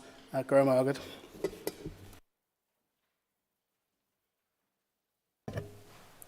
I call Patty McGlone. Patty McGlone. Mr. Speaker, as the SDLP representative on the ERA Committee, I will open the Group 4 amendments. Bringing people and communities with us is essential to achieve the reduction in emissions required to meet our international obligations. Ensuring a just transition is the key element in achieving this. Every department and public body will need to assess policies and proposals on the basis of their impact on emission targets and on their effect on communities across the North. Our Amendment 50 would establish an independent Just Transition Advisor to oversee those assessments and advise and constructively challenge departments and public bodies in their application of the Just Transition principle. And just a few examples of that are providing advice for the Executive in respect of the requirements for a whole-of-government commitment to ensure the Just Transition principles are duly reflected and enshrined in the plans, policies and delivery programmes and budgets of all public departments in Northern Ireland. Providing advice to the Department of Finance on a Just Transition Fund or funds which might support sectors of the economy and sections of the community through some of the costs and challenges of moving forward and achieving those carbon neutral targets. Provide advice and constructively challenge departments and public bodies in respect of the serious and sustained commitments needed right across government to achieve adherence to just transition principles, reporting mechanisms on how those principles are actually being supported in practice, and appraising the qualitative contribution of public bodies and recognising their performance and the pressures in respective sectors. Offering advice on cooperation and coordination with other administrations, including via the North-South Ministerial Council and the British Irish Council, to support fulfilment of just transition. And of course, we do know that in terms of the agri-economy, the whole island of Ireland plays a vital role, as every day there are movements across the border, north-south, south-north, to facilitate the growth and ongoing development of that agri-economy. So those are very, very important issues. Then, as we move on to Amendment 2, which expands on the Just Transition principles and applies them across plans, policy, services and budgets of departments and the Executive on a whole government basis. This will recognise that just transition to a low and zero carbon economy will entail the whole of society inputs and impacts. And we've already outlined some of those, but the purpose of those through the North-South Ministerial Council, British Irish Council, I've already referred to, and other arrangements for structured cooperation on climate change. Supporting environmentally and socially sustainable jobs, and particularly supporting the agricultural sector and other sectors of the economy in Northern Ireland that are likely to be most affected by action to reduce those emissions. Supporting low-carbon investment in infrastructure, developing and maintaining consensus through engagement. That's very important, with, among others, workers, trade unions, communities, non-governmental organisations and representatives of the interests of business and industry. And creating decent, fair and high-value work in a way which does not negatively affect the current workforce. Contributing to the resource-efficient, sustainable economy. Supporting people who are most affected by climate change, particularly those who may have done the least to cause it. As we know, there are many of those in our society, people who are vulnerable, people who are isolated, people living on their own, who have not contributed in a substantial way to that climate change. Helping for those people to reduce poverty and inequality, including by avoiding their exacerbation as a result of transitional adjustments which are not accompanied by duly targeted measures of social support and mitigation. It will also be essential that those corresponding proposals and policies are coordinated with England, Scotland and Wales, and indeed with the rest of Ireland, as I've already referred to. The existing bodies of the North-South Ministerial Council, the British Irish Council, as well as others, are perfectly suited to this constructive engagement which is required. The first appointment of the Just Transition Advisor should be no later than 18 months after the enactment of the bill. Any Just Transition Fund or funds should not be restricted to a single sector, as the principles will apply across government, impacting on all sections of our society, and those impacts will be likely to be felt more acutely in socially deprived communities. As we reach the end of this consideration stage, I would emphasise the point that this legislation is only the beginning of a journey. If we are to achieve its objective, the Assembly will have to ensure that each department and public body keep their commitments and be there to support people. It will be certainly a challenge for everyone, but transformation is necessary. Thank you, Mr. Speaker. Thank you. And I call William Irwin. Thank you, Mr. Speaker. I wish to make comments on the final group of amendments in Group 4 under Just Transitions and Principles Fund.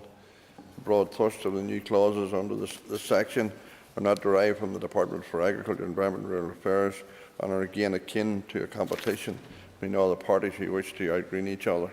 However, in order to make any transition a success, we must, as an integral part of the United Kingdom, work collectively with the other UK nations in an overall coordinated strategy that meets our climate obligations, starting from the wrong footing, as I have stated in earlier contributions, will be catastrophic for our economy and our way of life in Northern Ireland.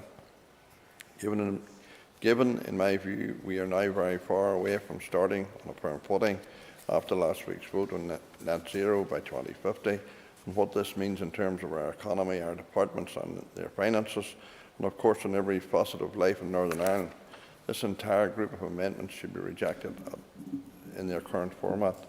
There's one thing creating legislation to address significant challenges in meeting climate obligations based on the 82% by 2050 model, but there's a very much completely different proposition creating legislation on a whim, which is what these amendments are in reality.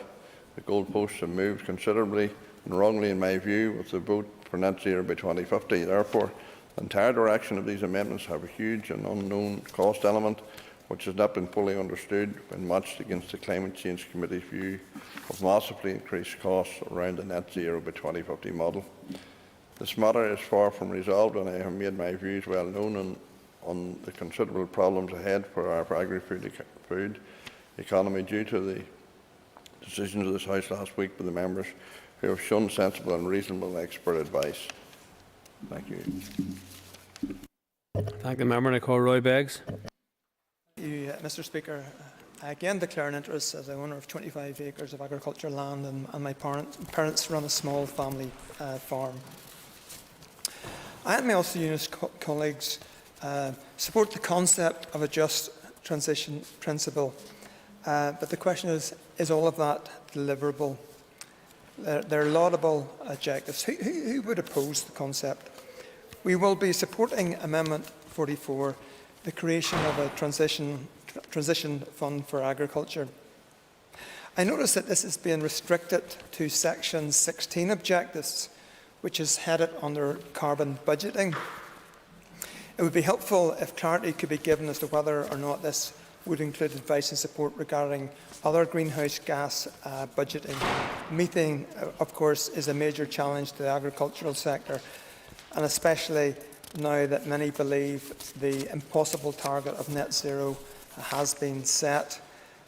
So it would be helpful if we would be made aware of if it's intended to be included under this. The concept of a just transition is a good one, but again I say, is it going to be deliverable, and are the expectations that have been mentioned going to be achievable? Where is the funding coming from? How much? Earlier we were told that it's important that you don't do things to people, but the UK Climate Change Committee has voiced an opinion that net zero is not achievable for Northern Ireland, given that we currently feed 10 million people.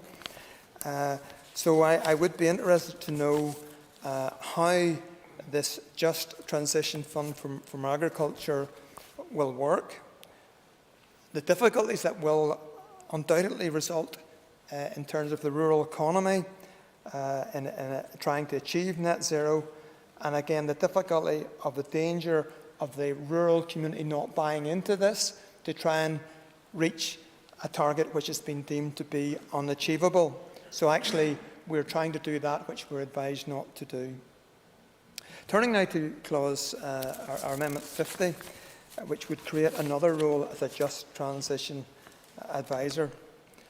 Ulster Unionist views this as unnecessarily costly and bureaucratic, and we will oppose it. What funds that are available should go and be targeted at those who have been adversely affected.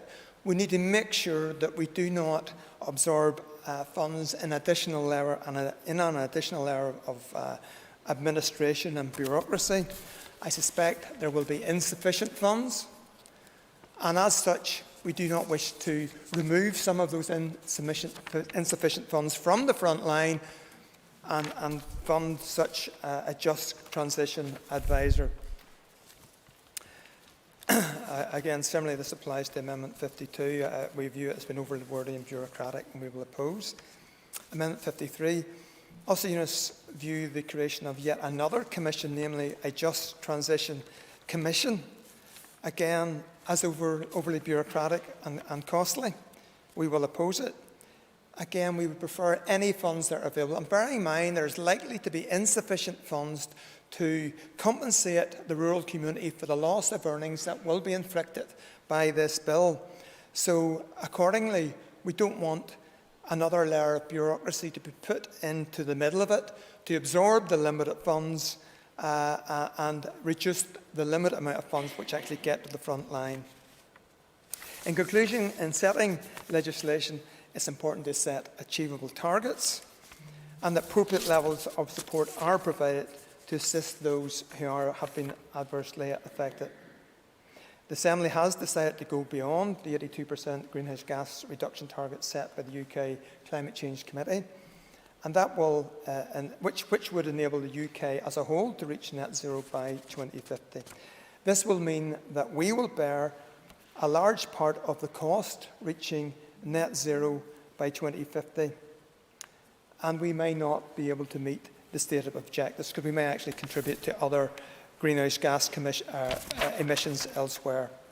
Also, Unionists recognise the need for a Climate Change Act for over a decade so that we can play our part in protecting the planet. We are far behind England, Scotland and Wales, and the rest of the UK has a credible legislative pathway and has already made substantial changes. We support the recommendations from us from the Independent UK Climate Change Committee to play our fair share of an 82% reduction in greenhouse gas emissions so that the UK can reach net zero by 2050. We are on a journey. Industry, the rural community, future planning, particularly in the countryside, how we insulate, how we build our homes, all will be changing going forward. Time will tell whether the ideals that have been set will be deliverable and whether or not a just transition will exist or whether many will suffer because of what many consider to be unachievable targets. Thank you. I thank the member, and I call John Blair. Thank you, Mr. Speaker. And I said at the outset that on behalf of Alliance that we recognise that tackling the climate emergency goes hand in hand with economic and social justice. Northern Ireland should lead the way, Mr. Speaker, with its ambition by putting a just transition at the heart of our legislative process and also in our civil service. We need a green recovery that's investment-driven and paves the way for a green transition. Over a decade, Mr. Speaker, since the financial crisis of 2007 to 2008, it is clear that austerity measures failed to aid recovery and instead leave us more vulnerable to future crises. In 2020, the UK economy suffered its sharpest GDP reduction in over 300 years, the worst annual economic decline in the G7. It is increasingly clear that the economy across the UK, and specifically in Northern Ireland, will not bounce back with a V-shaped economic recovery. On the back of a lost decade of austerity, we are likely to see considerable unemployment, sluggish growth and worsening inequality. In Northern Ireland specifically, low productivity and high economic inactivity have long characterised our economy. Investment in research and development and infrastructure has been lower than in comparative regions. A significant UK-wide economic stimulus and investment-led green recovery are required. Investment, Mr. Speaker, in the traditional drivers of economic growth, namely skills, research and development and infrastructure, must be accelerated and considered through the lens of a green transition, a transition that prioritises investment, well-being as well as the planet. A transition that creates tens of thousands of secure green jobs and prioritises a vast, diverse range of reskilling opportunities and retraining, and ramps up investment in research and development to ensure Northern Ireland is a leader in green opportunities and also in innovation. Turning now, Mr. Speaker, to Amendments 44 and 54. I have no objections, of course, to our agri-food sector being supported in the transition. In fact, I tabled a similar amendment to these, which also provided financial support and retraining for people whose livelihoods and jobs will be affected by the proposed measures in the bill. But unfortunately, it was not accepted, Mr. Speaker. I am grateful, however, to you and your office for those that have been accepted, so that we can debate the concept here robustly. Nearly 30% of Northern Ireland's greenhouse gas emissions are from agriculture, compared to 10% in the rest of the UK. This reflects the importance of agriculture to our economy. Our farming sector is also much more heavily livestock-based, and it is likely to remain so. It is vital we support our farmers in embracing the essential role they play in tackling the climate emergency by adopting environmentally beneficial farming practices, reducing their carbon footprint, and better using and protecting natural resources and biodiversity. Mr. Speaker, I am delighted that the sector-specific plan for agriculture was passed by this Assembly.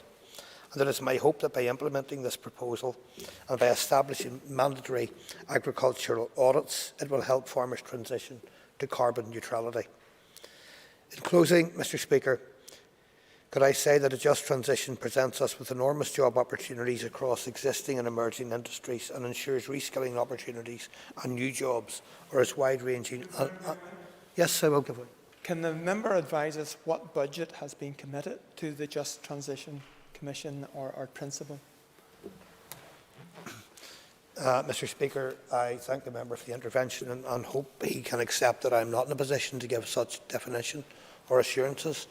And given the discussion we had earlier today around discussing budget currently and securing a budget for the next 3 years, I'm sure he will understand that I can't commit beyond that. But as I say, Mr. Speaker, I was closing there and talking about the existing and emerging industries and ensuring that reskilling opportunities and new jobs are wide-ranging.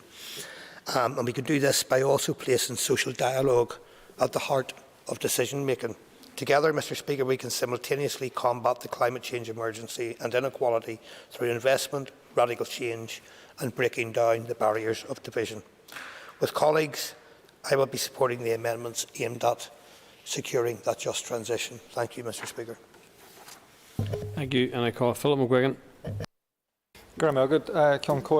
And today's fourth group of amendments are, in my view, a vital component of this climate bill, and I hope that as a result, after this debate, we will have strengthened the climate legislation before us by clearly setting out our thoughts on a just transition and its principles, by agreement on the need for a Just Transition Commission to oversee these principles, and thirdly, I am hoping we confirm the need for a separate Just Transition Fund for agriculture. In most debates in here, we use terminology, phrases and jargon that often mean little to people outside of this building. The term Just Transition is one of those phrases, I suspect. I have said time and time again during this climate bill debate that nobody or no community can be left behind on the North's climate journey to net zero by 2050. In simple language, a just transition is a set of principles and protections that can ensure that no one is negatively or disproportionately affected during the conversion to a net zero society. The policies that emanate from this climate bill must be fair and just, and ensure that livelihoods and incomes are protected and that we take full advantage of the many opportunities offered by the creation of a green economy. A just transition will be important across every sector of society. It will affect those who work in construction, within the energy and electricity sectors. It will impact on our businesses and tradespeople. It will impact how we heat our homes, fuel our vehicles and much more. And some of these changes may be challenging to different sections of our society. Some may be challenging to our elderly population, and some of them may be more challenging to rural communities. But at the bottom of them all, we here in government must ensure that the costs and burdens aren't met by the most vulnerable in our society or those on the lowest incomes. A just transition must protect workers, families and communities. And we have already supported just transition amendments earlier in the debate, and we will be happy to propose or support Amendment 44 and other amendments in this group.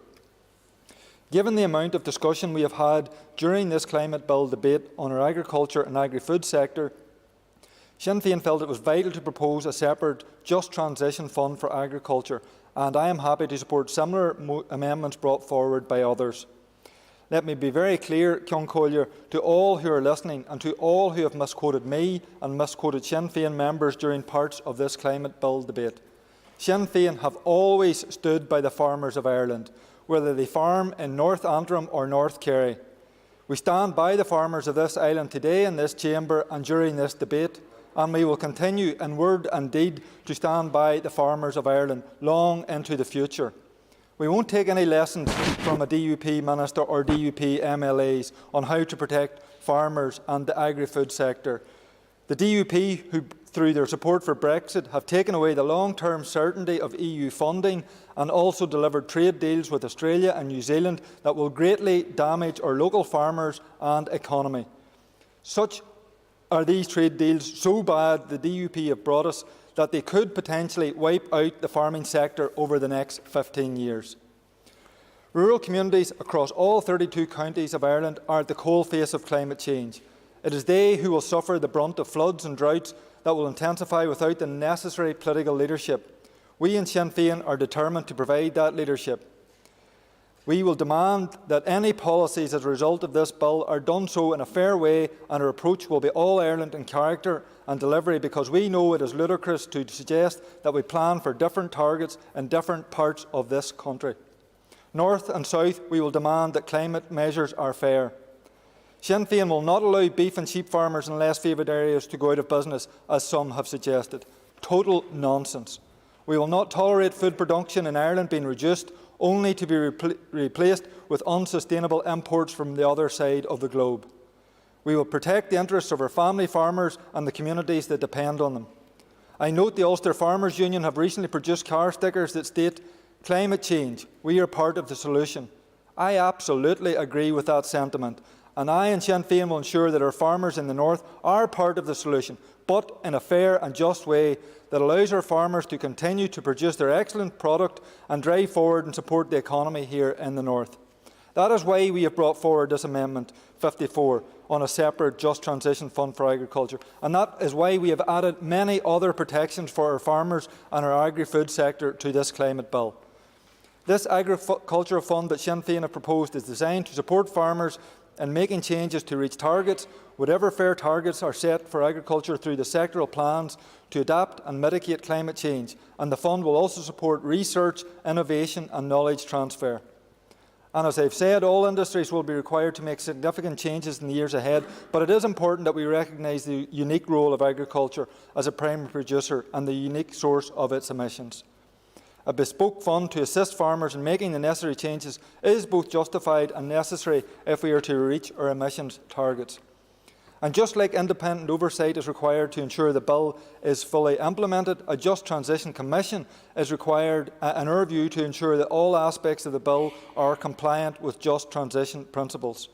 Similarly to the Climate Change Commissioner, a Just Transition Commission, which we have proposed at Amendment 53, would not only have a watchdog role, but an advisory role, offering departments advice on how to best ensure their policies and proposals are Just Transition compliant. As always, it is imperative that this Commission is made up of those who know their own sector best, whether that is infrastructure, agriculture, civic society, trade unions, academia, young people or local community groups. So, Can Collier, as I say, this is an important aspect of our climate bill, and we will be supporting all amendments that bring forward a just transition and policies in a fair and equitable manner for everybody in the society here in the north. Cormac, thank you, and I call Harry Harvey.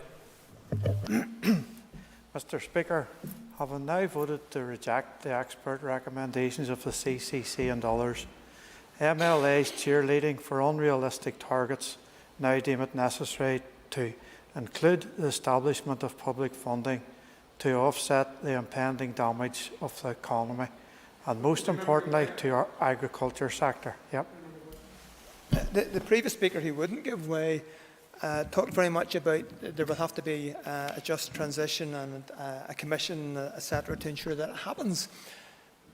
The expected reduction in income to the agri-food industry will be hundreds of millions of pounds. Is he aware what proposals there are to replace that fund so that no one will be worse off? Or is there a huge, would he accept with me or agree with me that there's huge danger that they're creating something which is unachievable? And I thank the member for his intervention.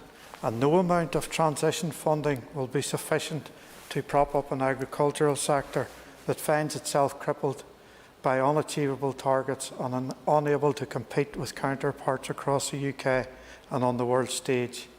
It is ironic that Amendment 43, for example, seeks principles that support jobs and growth of jobs. This sort of window dressing will be meaningless against a backdrop of unachievable targets. Jobs will be lost as a result of this bill, not growing. That is the reality. The CCC made clear time and time again why 82% by 2050 was an ambitious yet realistic target, and I am firmly of the view that members of this House will rue the day that they ignored the expert advice on these issues. Farmers in my constituency didn't want just transition funds. They wanted to work with government to do their bit. They want to improve their processes, to reduce their methane and carbon emissions, and they strive toward that which can be achieved, not towards some utopian concept. Without sectoral bylaw, and this legislation is going nowhere. And in case members opposite hadn't realised, farmers haven't bought into unrealistic targets. In my earlier remarks, I emphasised the gravity of this legislation and its impact upon society and our constituents. The votes thus far have proven that some parties are more interested in the optics and sound bites than they actually are in tackling climate change. All that will be gained by a move away from the science is to export our carbon emissions elsewhere in the world, most likely to somewhere with much poorer environmental standards and much higher carbon emissions. Mr. Speaker, in 2030, people in the UK will still need fed. In 2045 and 2050, people in the UK will still need fed. Instead of increasing our environmental targets and reducing our carbon footprint, we will now be importing our beef from halfway across the world and likely destroying the Amazon in the process. How can that be viewed as tackling the climate crisis? On the just transition funding elements within this grouping, I would be keen to hear where MLAs see this funding as coming from. Will the parties opposite be reducing health or education budgets to create this fund? It's all well and good establishing such a fund, and unfortunately such a fund will be needed, but we need to know where the money will be coming from. Having spoken to farmers subsequent to last week's votes, they are wondering how they will survive in business. Will the so-called Just Transition Fund end up being a transition to retirement fund for many within the agricultural sector? Mr. Speaker, the Department presented a bill based upon sound expert evidence. This House has now decided to ride roughshod over that evidence and reject it in favour of positive political optics. The reality will not be so positive, and no amount of public funding will be able to mitigate that. Thank you, Mr. Speaker. Thank you, and I call Cara Hunter. Mr. Speaker, and I welcome the opportunity today to speak on Group 4 and just transition principles.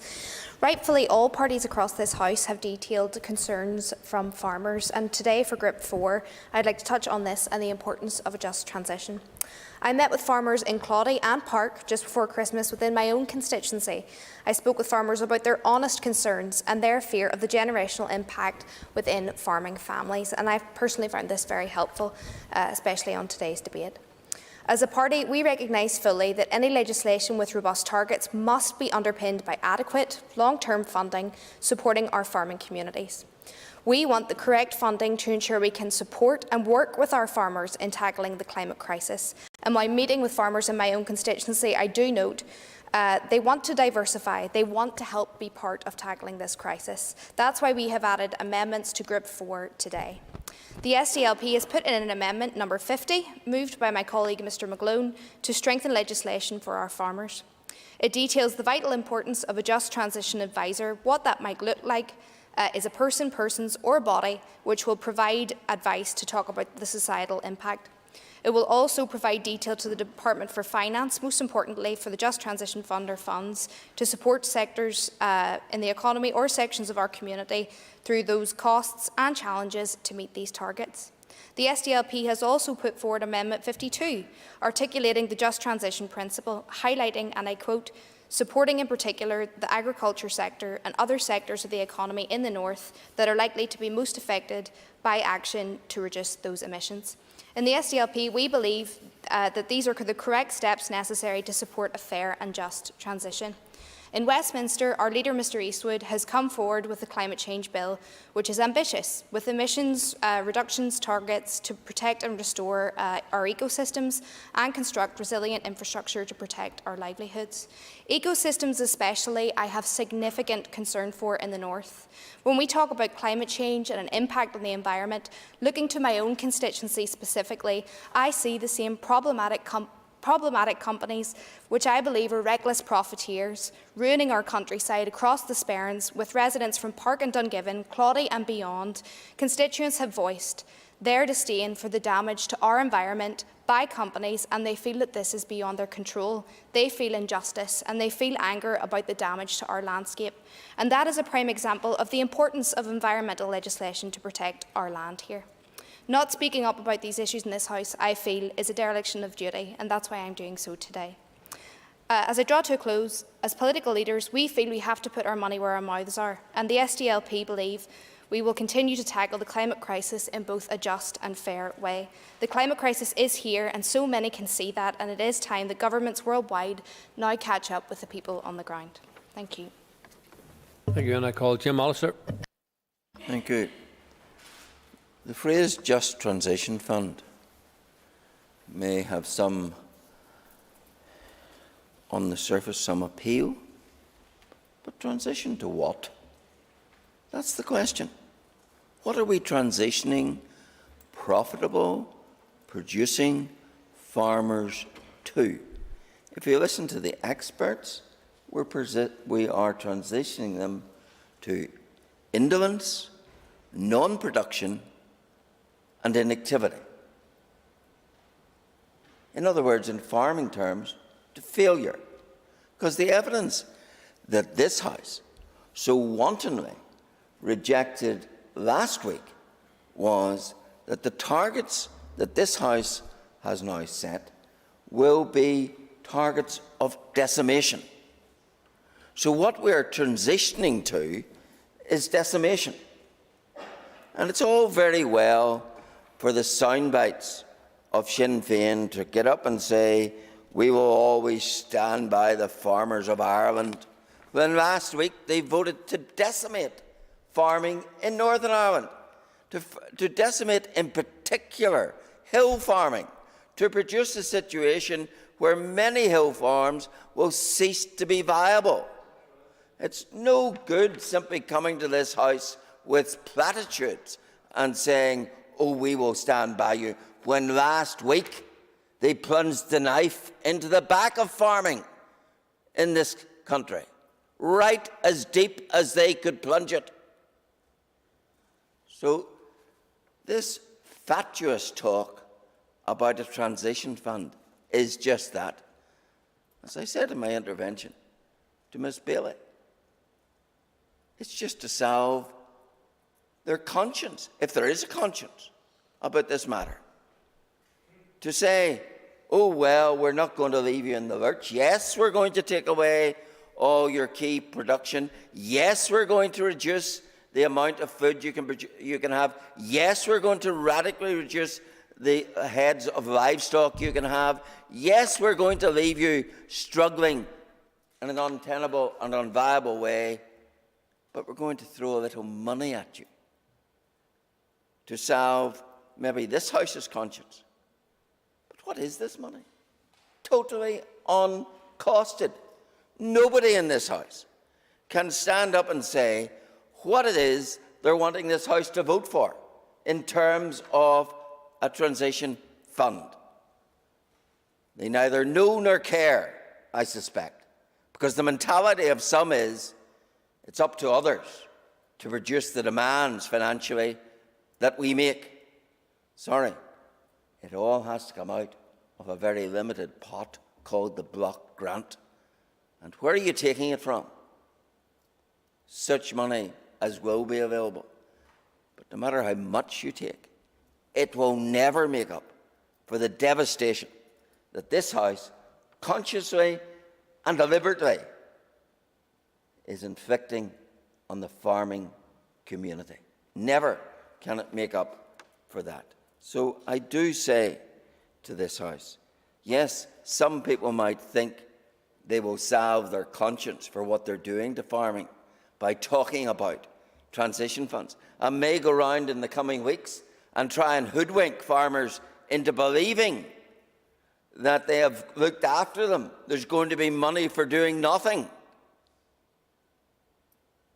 I can tell you, the farmers I know are not too easily hoodwinked, and they see right through this, and they know what cabal of MLAs in this House has voted to decimate farming, and I believe many of them will be none too forgiving, nor should they be. Thank you. And I call the Minister of Agriculture, Environment and Rural Affairs, Edmund Poots. Thank you, Mr. Speaker. And we've already touched on some issues around just transition during the second group debate on proposals and policies.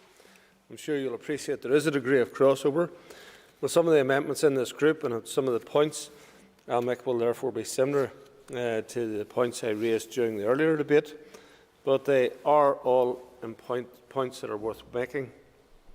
An important outcome of effective climate change legislation, and indeed effective legislation more generally, is delivering results in a manner which ensures fairness, and equality, and which encourages constructive engagement and coordination of approaches where possible. The targets in my bill were originally based on evidence, a balanced pathway, which can deliver a meaningful just transition. A lot of people have loosely used the term just transition, but effectively what it requires is for us to try and deliver that transition to a greener, more sustainable economy and environment in a balanced way in which everyone is adequately supported. Delivering a just transition is at the heart of the evidence which informs the original targets in my bill. A fundamental aspect in ensuring a just transition to ensure that targets which are set are ambitious and challenging, but also achievable. The targets in my bill were based on the Climate Change Committee's balanced pathway, and as such were set at a level that can be achieved through a just transition. But I suppose the farmers who will be reading the papers at the weekend or on Thursday will be greatly encouraged by the debate today, because Ms Bailey has announced that they'll not have to cut livestock by 8%. Now that's great news for the farmers. The only problem is that Ms Bailey doesn't have anything to back that statement up with. But it's okay because she said it. All of the evidence leads to something else. The warnings of the Climate Change Committee, of the Intergovernmental Committee on Climate Change, the warnings of the professional reports that have been produced on this, all ignored. But it's okay because Ms Bailey said it's going to be okay. And here's really good news for the farmers this week. Sinn Féin are going to stand by their farmers. Where were you last week? We all heard that Mr McGuigan had another appointment whenever the farmers asked him to come and meet them in Lochgiel, and bravely sent some secretary from his office. But the farmers were here last week again. Hundreds and hundreds and hundreds of them. Even though the BBC were pleased to show a much smaller protest on the news that evening and ignore the fact that many people had given up their working day to come and raise their concerns. But there's hundreds and hundreds of farmers on the steps of Stormont last week. And I didn't see Mr McGuigan or Mr McAleer or any of the colleagues out there because they were afraid to go and speak to the farming community who have genuine and real concerns. And if people think that these are concerns that have been whipped up by me or anybody else, I'm afraid you don't understand farmers, because they're quite discerning folks who will arrive at their own conclusions based on what they see, on what they hear, and what they know. And they have arrived at the same conclusions that we have, because that is the reality. What we hear from Mr McGuigan about trade deals, that's just a deflection. And if it's as bad as that in terms of the trade deals, and time will tell, but if it is as bad as that, then how much worse is it going to be whenever you impose this on top of that? How much worse is it going to be when farmers in Australia who don't have to reach the same exacting standards are able to export, while our farmers are being crucified as a consequence of what is being imposed upon them by Sinn Féin, the SDLP and the Green Party and People Before Profit? And the Alliance. Thank you for reminding me. So that's the reality that the farmers are facing and the farm families. So here we get to a just transition. And why do you need a just transition? Why are we proposing to take money off education and health and infrastructure and justice and all of these things to give to farmers? Because you're taking something off them. And what is it you're taking off them? You're taking their livelihood off them. And the truth is, what's being proposed today is, we took a loaf of bread off your family's table last week, but here's a few crumbs. Might keep you going. It's not a just transition. And I don't mind supporting it because it may be helpful to some families. But you cannot mitigate the damage that was done as a consequence of ignoring science, of ignoring the voice of the farming community last week. And well might Sinn Féin sit with their heads down today. Should be ashamed of themselves. That's what you do when your heads are down. I do not believe that a just transition can be delivered if a completely unrealistic target is set. And therefore, as a result of the decision taken by the Assembly to support a net zero target, it will be very difficult, indeed extremely costly, to deliver a just transition. Hundreds and hundreds of millions. We quite simply do not have that money to pay everyone who is overly negatively affected by that target. I have to ask a question as well. Does this include the people who work in the factories? Because if there are 13,000 farming jobs lost, and there's 80% reduction in meat and dairy sectors, well then there has to be a corresponding reduction in the jobs in the processing sectors, which is tens of thousands of jobs, because there's more jobs in those sectors. And essentially what they're voting for, and what they supported last week, was that tens of thousands of jobs are lost in rural towns and rural villages across Northern Ireland. Craigavon, Dungannon, Cookstown, Enniskillen, Omagh, all places where there are thousands and thousands of people who rely on the agri-food industry for their jobs. But for popularity with certain sectors, Sinn Féin, Alliance, SDLP, Green Party, People Before Profit, all voted to deny those people the opportunity to have jobs. And some of the members who put forward amendments around just transition principles seem to believe that the inclusion of some just transition principles wording in legislation will somehow solve all of society's problems, enable the achievement of any target.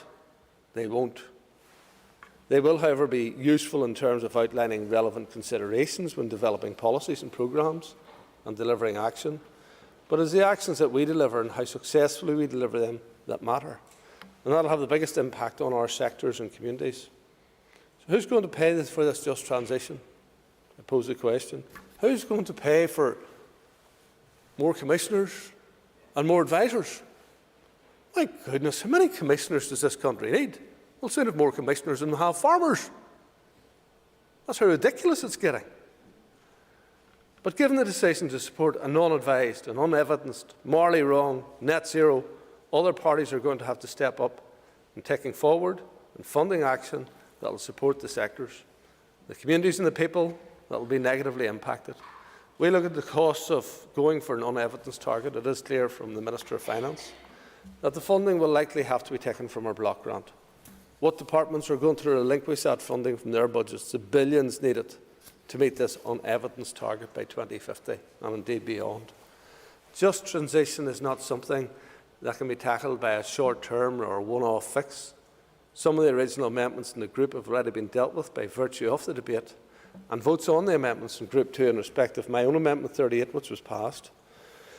So I will not address Amendments 43, 44 and 54. Mr Maclone has proposed two amendments in this group. The first is Amendment 50 around the establishment of the Just Transition Advisor, and the second is Amendment 52 around the Just Transition Principle.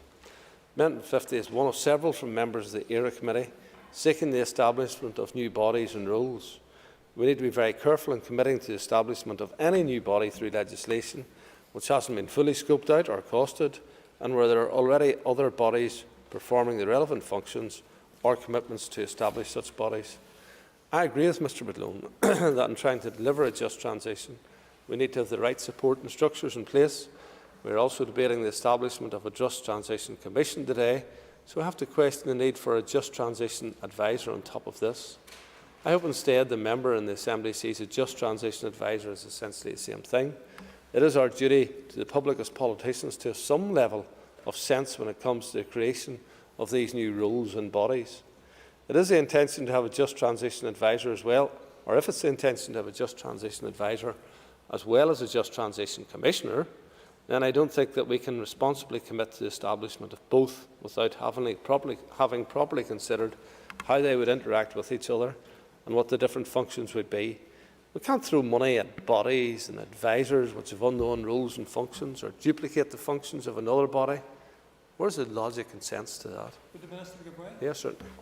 Would the Minister agree with me that if there is an insufficient funding available to any such commission, advisor, expert group, no matter what they do, they will not be able to deliver a just transition, and they have no chance of actually achieving what is meant to be their status objective. So the fact that there is not hundreds of millions of pounds available every year from the block grant means that it's largely wasting further money, limited money that is available.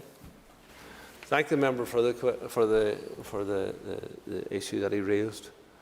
I'll remind him and others of a wee saying in the country: you can't take the breeches off a Highlander. If the money's not there, you'll not be able to deliver a just transition.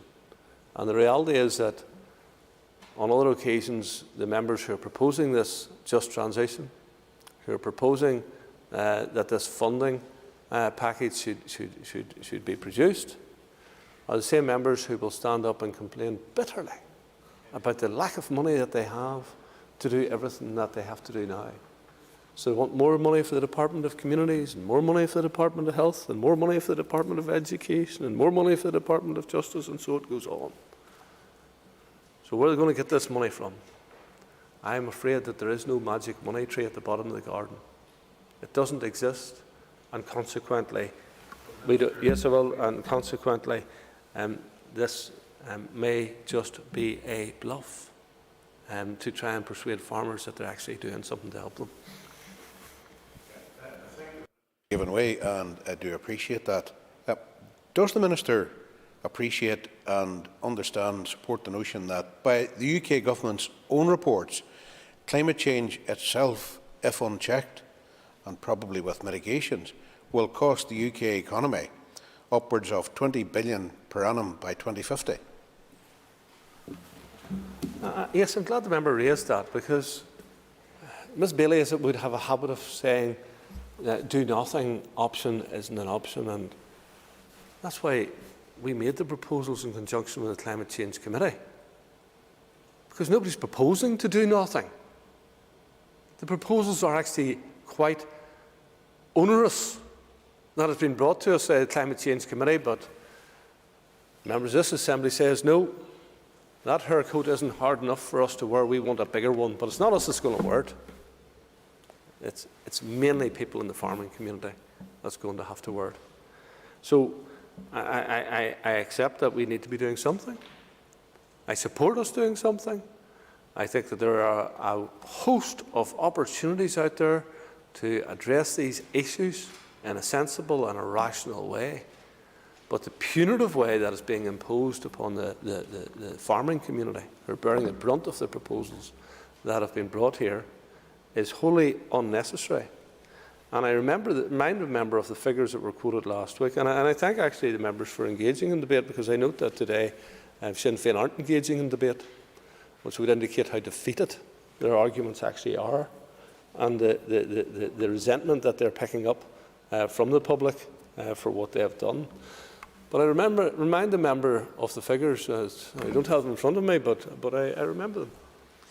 The difference between 82% and 100% is less than 0.75% of the UK's contribution. So the rest of Great Britain was picking up that 0.75%, so Northern Ireland didn't have to under the Climate Change Committee's proposals. So instead of that being shared around, and the high value that the rest of the United Kingdom puts on the quality food that Northern Ireland supplies them, members want to do away with that. And the outcome of that, Mr. Speaker, the outcome of that is that we will simply engage in carbon exporting. Now, over the course of the last number of years, we have started to introduce on our farms carbon marking and therefore identifying how much carbon is actually produced on our farms. And on our beef and dairy farms, compared with other places both in Europe, in North and South America, our beef and dairy farms are coming out with figures of between half and a quarter of the emissions that are produced in these other places. The vote last week will ensure there's more carbon in our environment as a consequence of doing away with carbon-efficient farms in Northern Ireland and exporting those jobs to South America, to North America, to other parts of the world. Now, what is the logic in that? I certainly don't find it. Would the Minister Yes, certainly. Would the Minister agree with me that there is nothing just about legislation supposedly to reduce carbon emissions, which actually will result in increased carbon emissions by increasing importation from other places which are higher emitters? Yes, the member raised this repeatedly last week, in fairness to him, to the point where some were getting annoyed at him doing it. But the fact is there. We are actually seeing what our carbon emissions are, and they are considerably less than others. So therefore the consequence of, and it's already been said by Brazil that they want to increase their cow herd by millions. The consequence of little Northern Ireland putting on this hair shirt will not achieve a reduction of carbon overall. It will lead to an increase in carbon being produced and Northern Ireland exporting that carbon elsewhere. So I say it again, a separate Just Transition Advisor and Just Transition Commission on top of everything else is, in my view, a waste of public money, as they carry out, as far as I can see, similar functions. I'm not necessarily against one, but I'm certainly against both, or having two.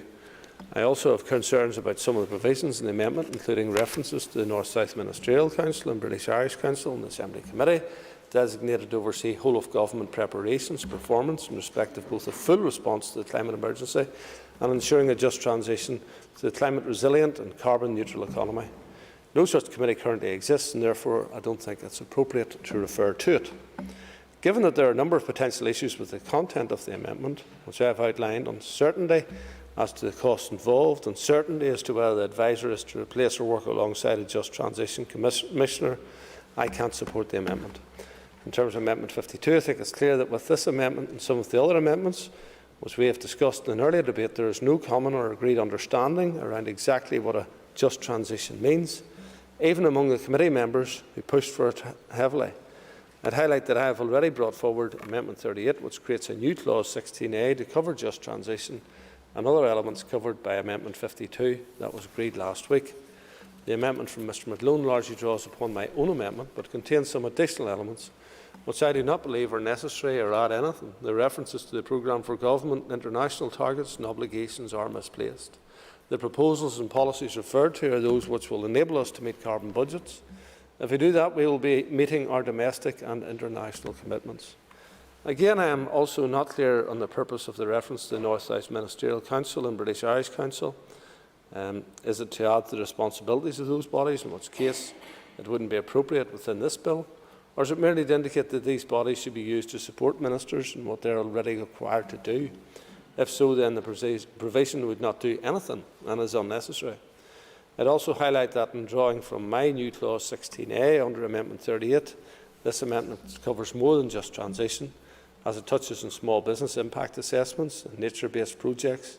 Given that my amendment already covers these issues effectively, has no questionable or pointless elements, and was agreed with the Area Committee, I do not support Amendment 52 and urge you to reject it.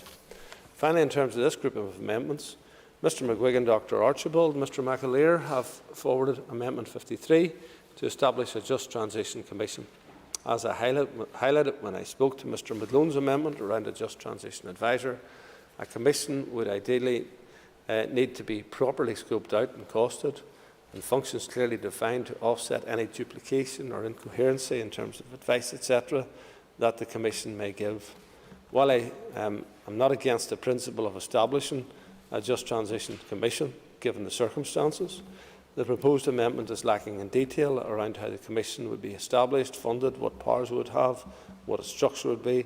Therefore, I think it is still something that would be better to be given time to be developed and scoped out must also afford at the appropriate and essential attention to detail such a commission requires. However, to achieve a just transition, particularly for the agri-sector, we will need to provide high levels of financial support, given the unfortunate decision taken last Tuesday on taking forward the unevidenced target.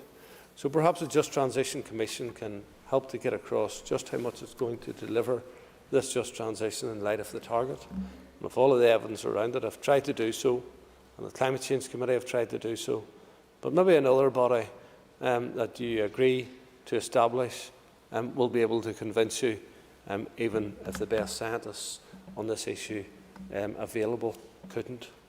I would, of course, like to see proper scoping and consultation before such a body is established, but I'm not in favour of allowing important sectors and communities to suffer because of ill-informed and poorly judged decisions being taken by politicians on the basis of aspiration alone. So as such, I won't oppose the amendment. To conclude, I am strongly in favour of us achieving a just transition. I've noted that the speakers who have pushed for the unevidenced net zero target have all said there won't be these negative impacts on agriculture. So I look forward to see you standing by these statements months and years ahead, and when it comes to further funding and further action. Thank you, Mr. Speaker. Thank you, Minister, for that contribution. And I call Claire Bailey to wind. Thanks very much. Speaker, my goodness, listening to the Minister rhyming off the list of support, and then for Northern Ireland to do better, you'd nearly think it was the whole world against the DUP. But I thank Mr Beggs then for raising the issue of extending any funds in a Just Transition Fund for agriculture to farmers in efforts to reduce all greenhouse gases as well as carbon, and I see no reason why that cannot be made possible.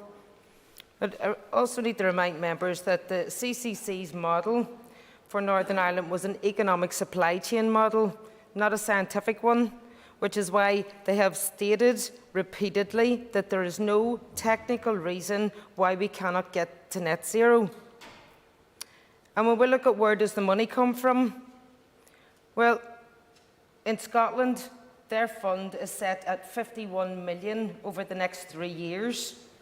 And if we have the political will, we can create solutions as well. And it's not all public money, it's public and private money that will be needed right across the board.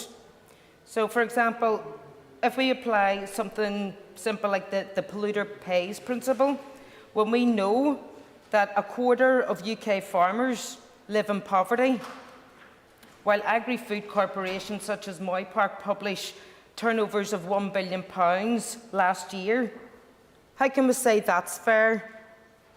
How can we say that that's just? How can we say we can't do better? And the recommended UK government investment to tackle climate breakdown is somewhere in the region of 50 billion per year in the CCC's report. And that's a mixture of public and private. So how much of that will come to Northern Ireland? The executive, if we ever get a working one again, will need to pressurise Westminster for fair funding. And the UK government's low-carbon investment, the CCC are calling for it to increase from around 10 billion in 2020 to around 50 billion by 2030 and stay at that level. And it is exactly setting a net zero target that helps us unlock that investment. So for those in this House who are worried that climate investment will come out of the health spending from the block grant, I think it's fair to say, no, that's not the case. Read Hansard then. And I'll repeat for the Minister's benefit as well what I actually said about reduction numbers. Over the last few months, I have been in touch with many representatives from the agri-sector with a wide variety of views, but this past week especially, I've been hearing from farmers who have been told that the net zero vote, the vote, will result in an overnight reduction in their herd numbers of 80%. That is untrue, I said. That is not what's going to happen, is what I said. No, thanks. I need to address claims that these protections discussed today are no good, because if we had set a different target last week, we just wouldn't need them. The 82% is in and of itself a just transition. But we don't get to decide what a just transition is, because a just transition is led by people, by collaborating with communities, and people overwhelmingly want strong climate action. And maybe that's what the struggle is here. Some parties seem to have forgotten that agriculture is only one of many sectors that will have to make this transition. And when an economic assessment says that the sector can't go that bit further, that 18% further, because of the economic modelling, then it's the economic model that we need to look at. All sectors contain workers who stand to be impacted by decarbonisation. And even with the Minister's target, all of those sectors would have to reach net zero. Now, do you really think that we should not be putting protections in? And if the Minister and others really think that 82% constitutes a just transition, even with the tunnel vision on agriculture, I would advise reading the CCC's report again. And if you look at that report, their vision for agriculture is one with huge, efficient farms meeting our food needs, and that small to medium farms no longer exist. Now, that does not sound very fair and just to me. It doesn't look like it represents our agri-sector in Northern Ireland. Now, upon the passage of this bill, business as usual, that business as usual model is one of profiteering and overconsumption, and that has to end. And not only because of the damage that it does to our planet and our environment, but because of the risk it poses to our citizens, people and communities.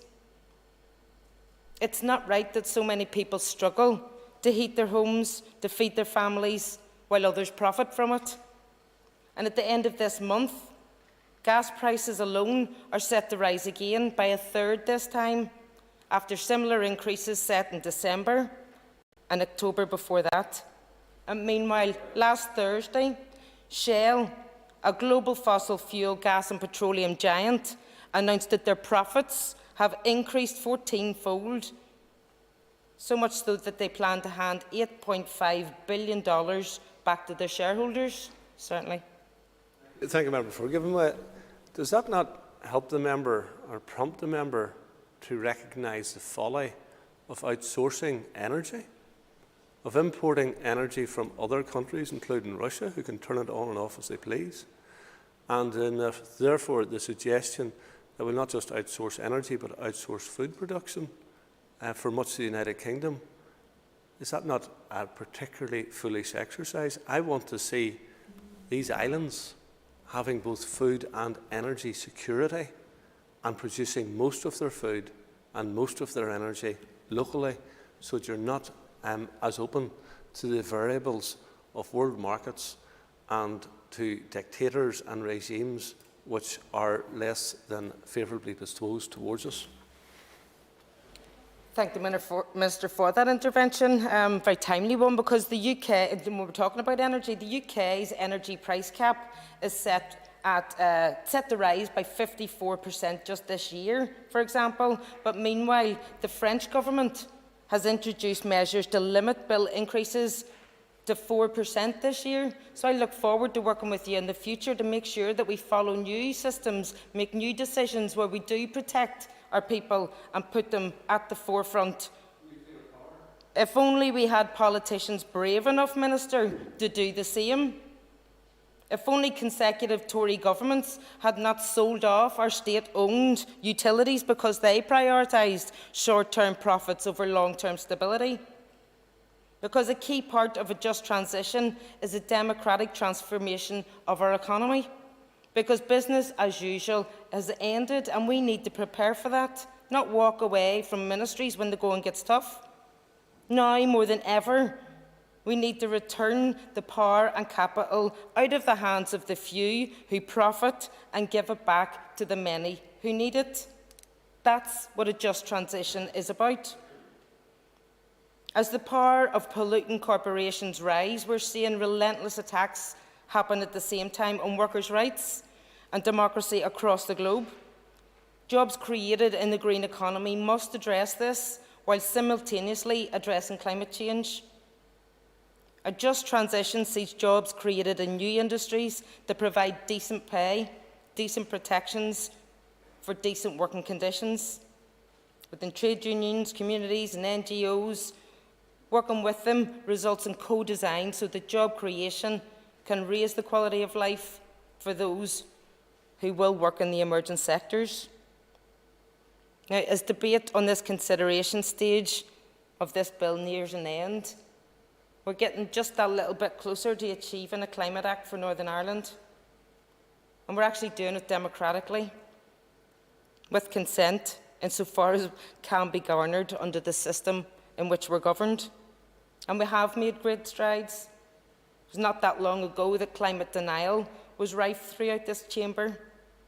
I and many others never thought that we'd see the day where we'd have such consensus across the political spectrum that action on climate change was urgent and necessary. And I certainly never thought that I would see the day where MLAs voted to enshrine a net zero target in law. So just do think it's worth looking at how far we have come, but also to look at where we want to go and all the future opportunities that we want to be part of. Northern Ireland will continue to move forward, whether some like it or not. Progress is inevitable. We will have a Net Zero Climate Change Act for Northern Ireland in whatever form it takes, because people want it and the climate emergency demands it. I would like to thank all members for what has been a long few days of debate and voting and a few more hours yet to go. But there's been an immense amount of cross-party working, and it's been really heartening to see politicians from across all sides work together to ensure that we do have that strong, ambitious and robust climate legislation that we need and deserve. I think we also do need to pay credit to the activists and campaigners whose support and energy has been crucial in getting us to this stage. And pay particular credit to those farmers who have stuck their heads above the parapet to show public support for strong net zero bill in the face of such adversity. And thank you to all the children and young people who take part in the Fridays for Future strikes, who have the vision and the determination to demand more of us on climate breakdown, and the Climate Coalition Northern Ireland, who kick-started the campaign for a Northern Ireland Climate Act. Stormont has only gotten to this point thanks to the tireless work of those grassroots campaigners and activists. I want to thank every constituent, individual and organisation who have also contributed to shaping this bill so far. Because I feel that with all that, it's the voice of the people that has been heard. The will of the House has been recorded, and I hope that the Minister will respect democracy, because it's time for a Climate Change Act for Northern Ireland. Thank you. I thank the member for that. And moving on to the votes then. Amendment proposed after clause 16, insert new clause, Just Transition Fund for Agriculture. The question is that Amendment 44 be made and the new clause added to the bill. All those in favour say aye. Contrary, no. The ayes have it. The ayes have it. Thank you. Amendment 45 has already been debated, and I call Claire Bailey to move formally Amendment 45. Moved. Amendment proposed after clause 16, insert new clause, policies and proposals, targets. Question is that Amendment 45 be made and the new clause added to the bill. All those in favour say aye. Contrary, no.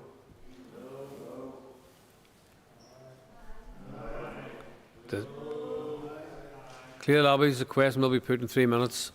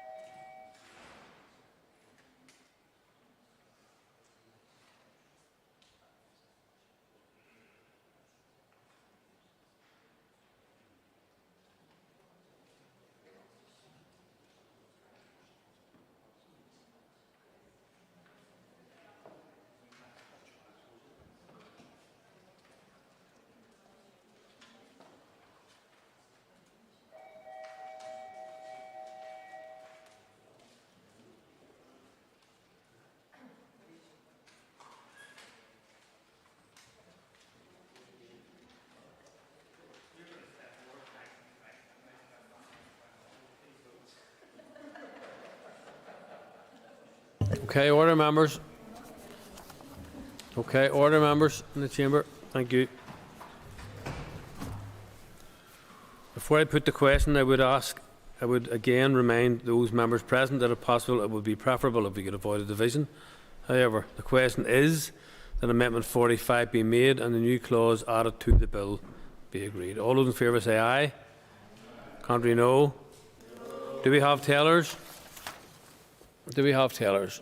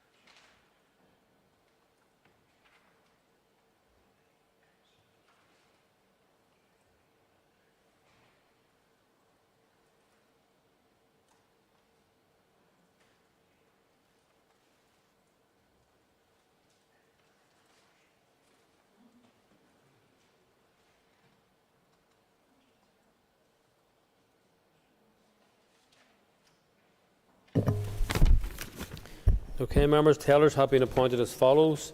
Tellers for the ayes are John Blair and Claire Bailey. Tellers for noes, Tom Buchanan and Harry Harvey. And remind all members of the requirement for social distancing whilst the division takes place.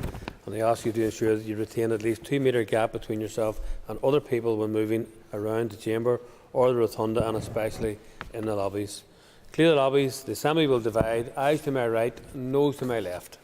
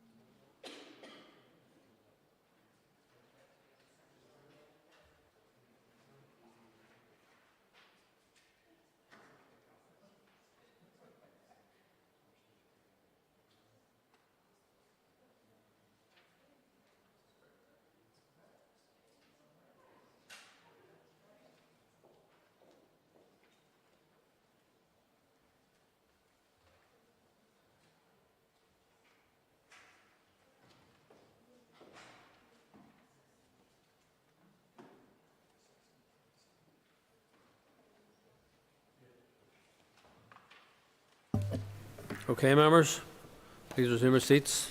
Thank you. Clerk, please read the result. 87 members voted. 60 members voted aye. 27 members voted no. The motion is carried. Motion is carried. Unfasten the doors, please.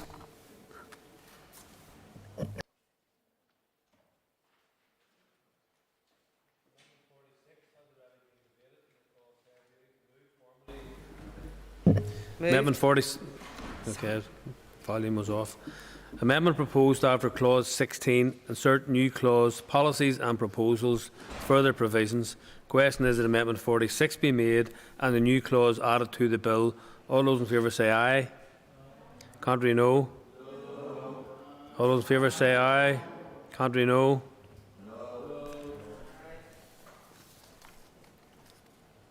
I've been advised by the party whips, in accordance with Standing Order 113(5)(b), that there is agreement that we dispense with the 3 minutes and move straight to the division.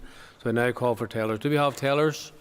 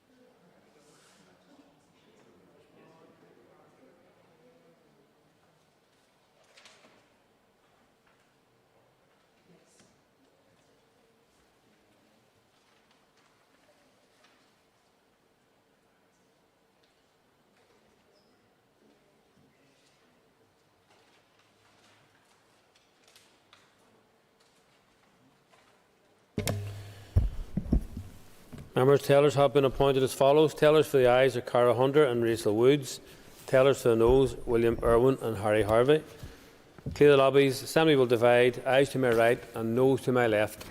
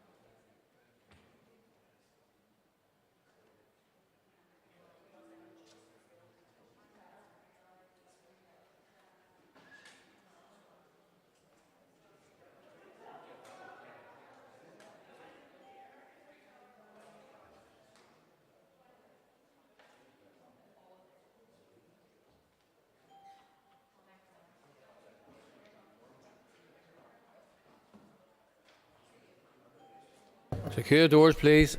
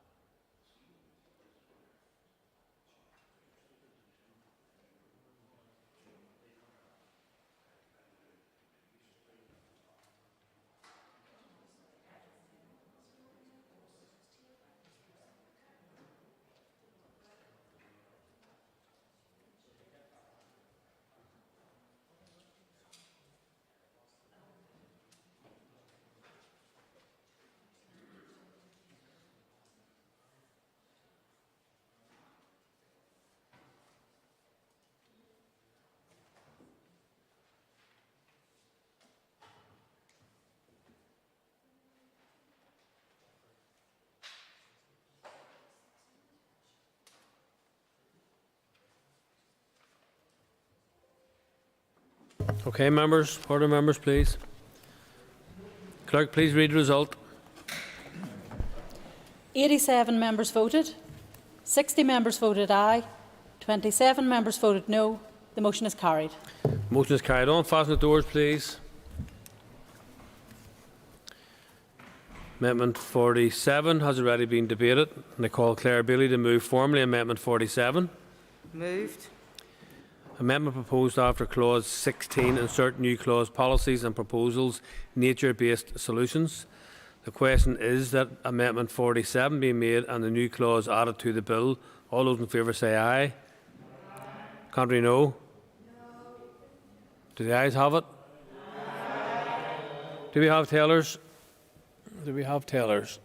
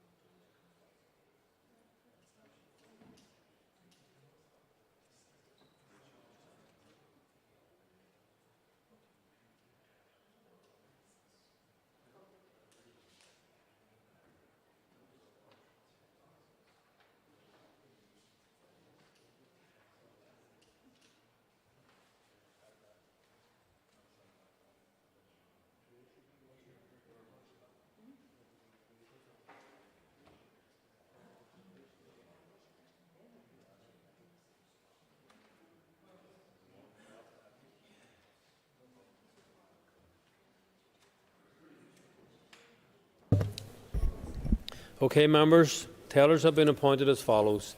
Tellers for the ayes are Kelly Armstrong and Rachel Woods. Tellers for the noes are Tom Buchanan and Harry Harvey. Clear the lobbies. Assembly will divide. Ayes to my right and noes to my left.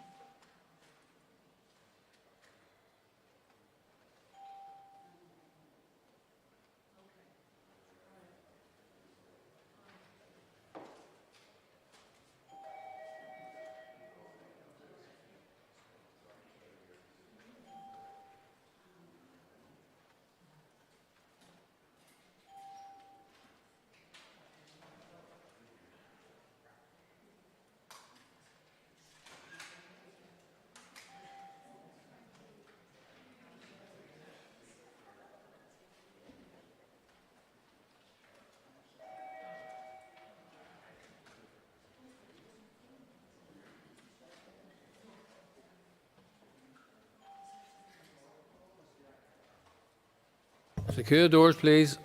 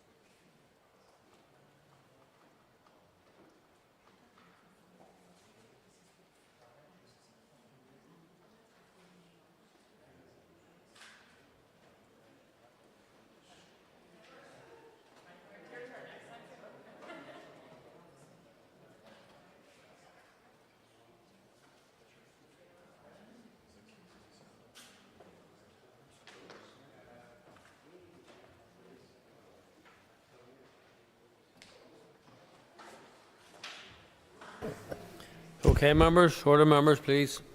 Clerk, please read the result. 87 members voted. 60 members voted aye. 27 members voted no. The motion is carried. Motion is carried. Unfasten the doors, please. Motion is carried. Amendment 48 has already been debated, and I call Claire Bailey to move formally Amendment 48. Moved. Amendment proposed after Clause 16. Insert new clause, policies and proposals, impact on small businesses. Question is that Amendment 48 be made and a new clause added to the bill. All those in favour say aye. Aye. Contrary, no. No.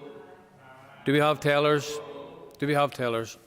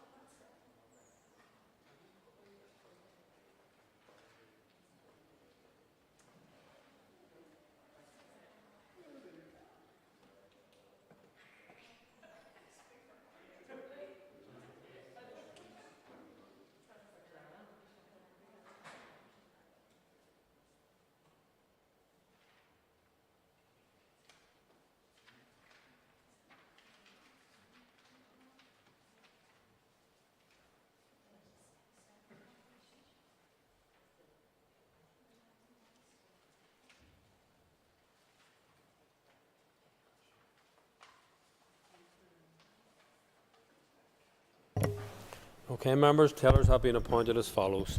Tellers for the ayes are Claire Bailey and Rachel Woods. Tellers for the noes, William Irwin and Harry Harvey. Clear lobbies, semi will divide, ayes to my right and noes to my left.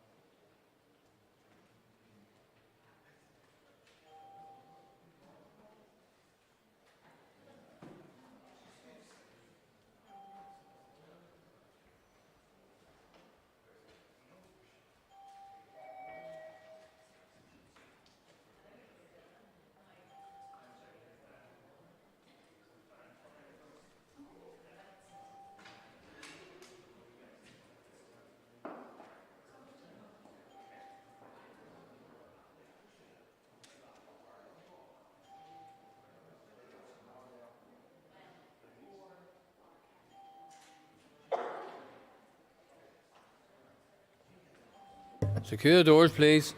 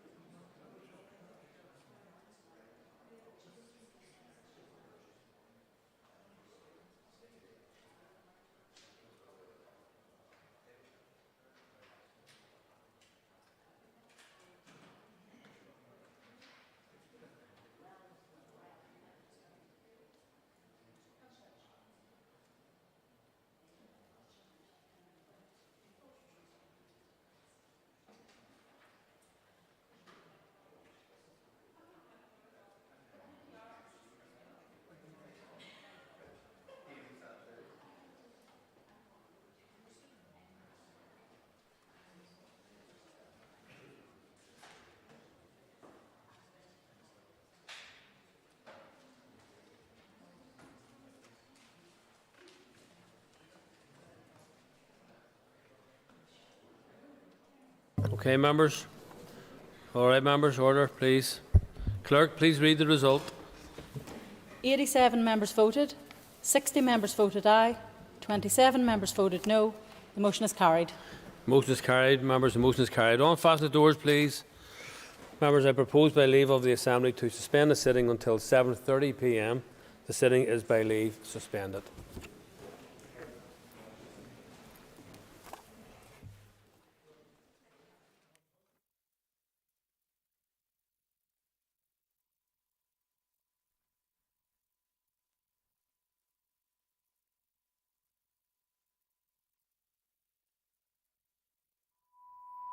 This is the Northern Ireland Assembly Plenary.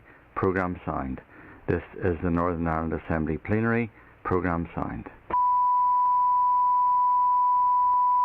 This is the Northern Ireland Assembly Plenary. Programme signed. This is the Northern Ireland Assembly Plenary. Programme signed. This is the Northern Ireland Assembly Plenary. Programme signed. This is the Northern Ireland Assembly Plenary. Programme signed. This is the Northern Ireland Assembly Plenary. Programme signed. This is the Northern Ireland Assembly Plenary. Programme signed. This is the Northern Ireland Assembly Plenary. Programme signed. This is the Northern Ireland Assembly Plenary. Programme signed. This is the Northern Ireland Assembly Plenary. Programme signed. This is the Northern Ireland Assembly Plenary. Programme signed. This is the Northern Ireland Assembly Plenary. Programme signed. This is the Northern Ireland Assembly Plenary. Programme signed. This is the Northern Ireland Assembly Plenary. Programme signed. This is the Northern Ireland Assembly Plenary. Programme signed. This is the Northern Ireland Assembly Plenary. Programme signed.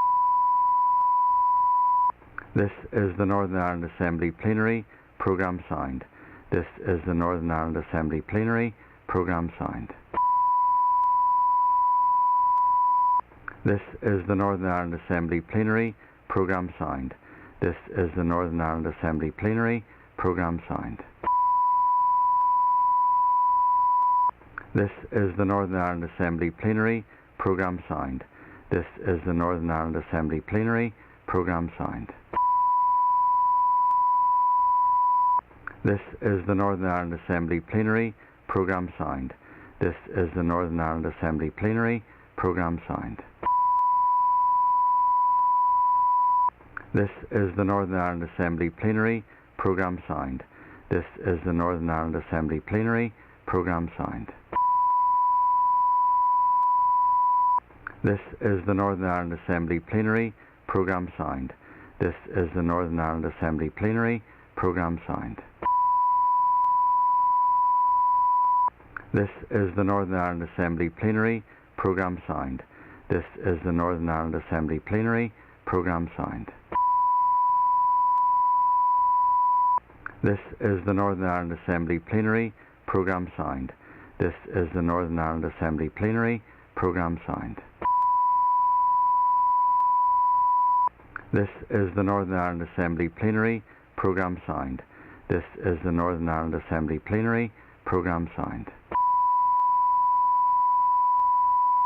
This is the Northern Ireland Assembly Plenary.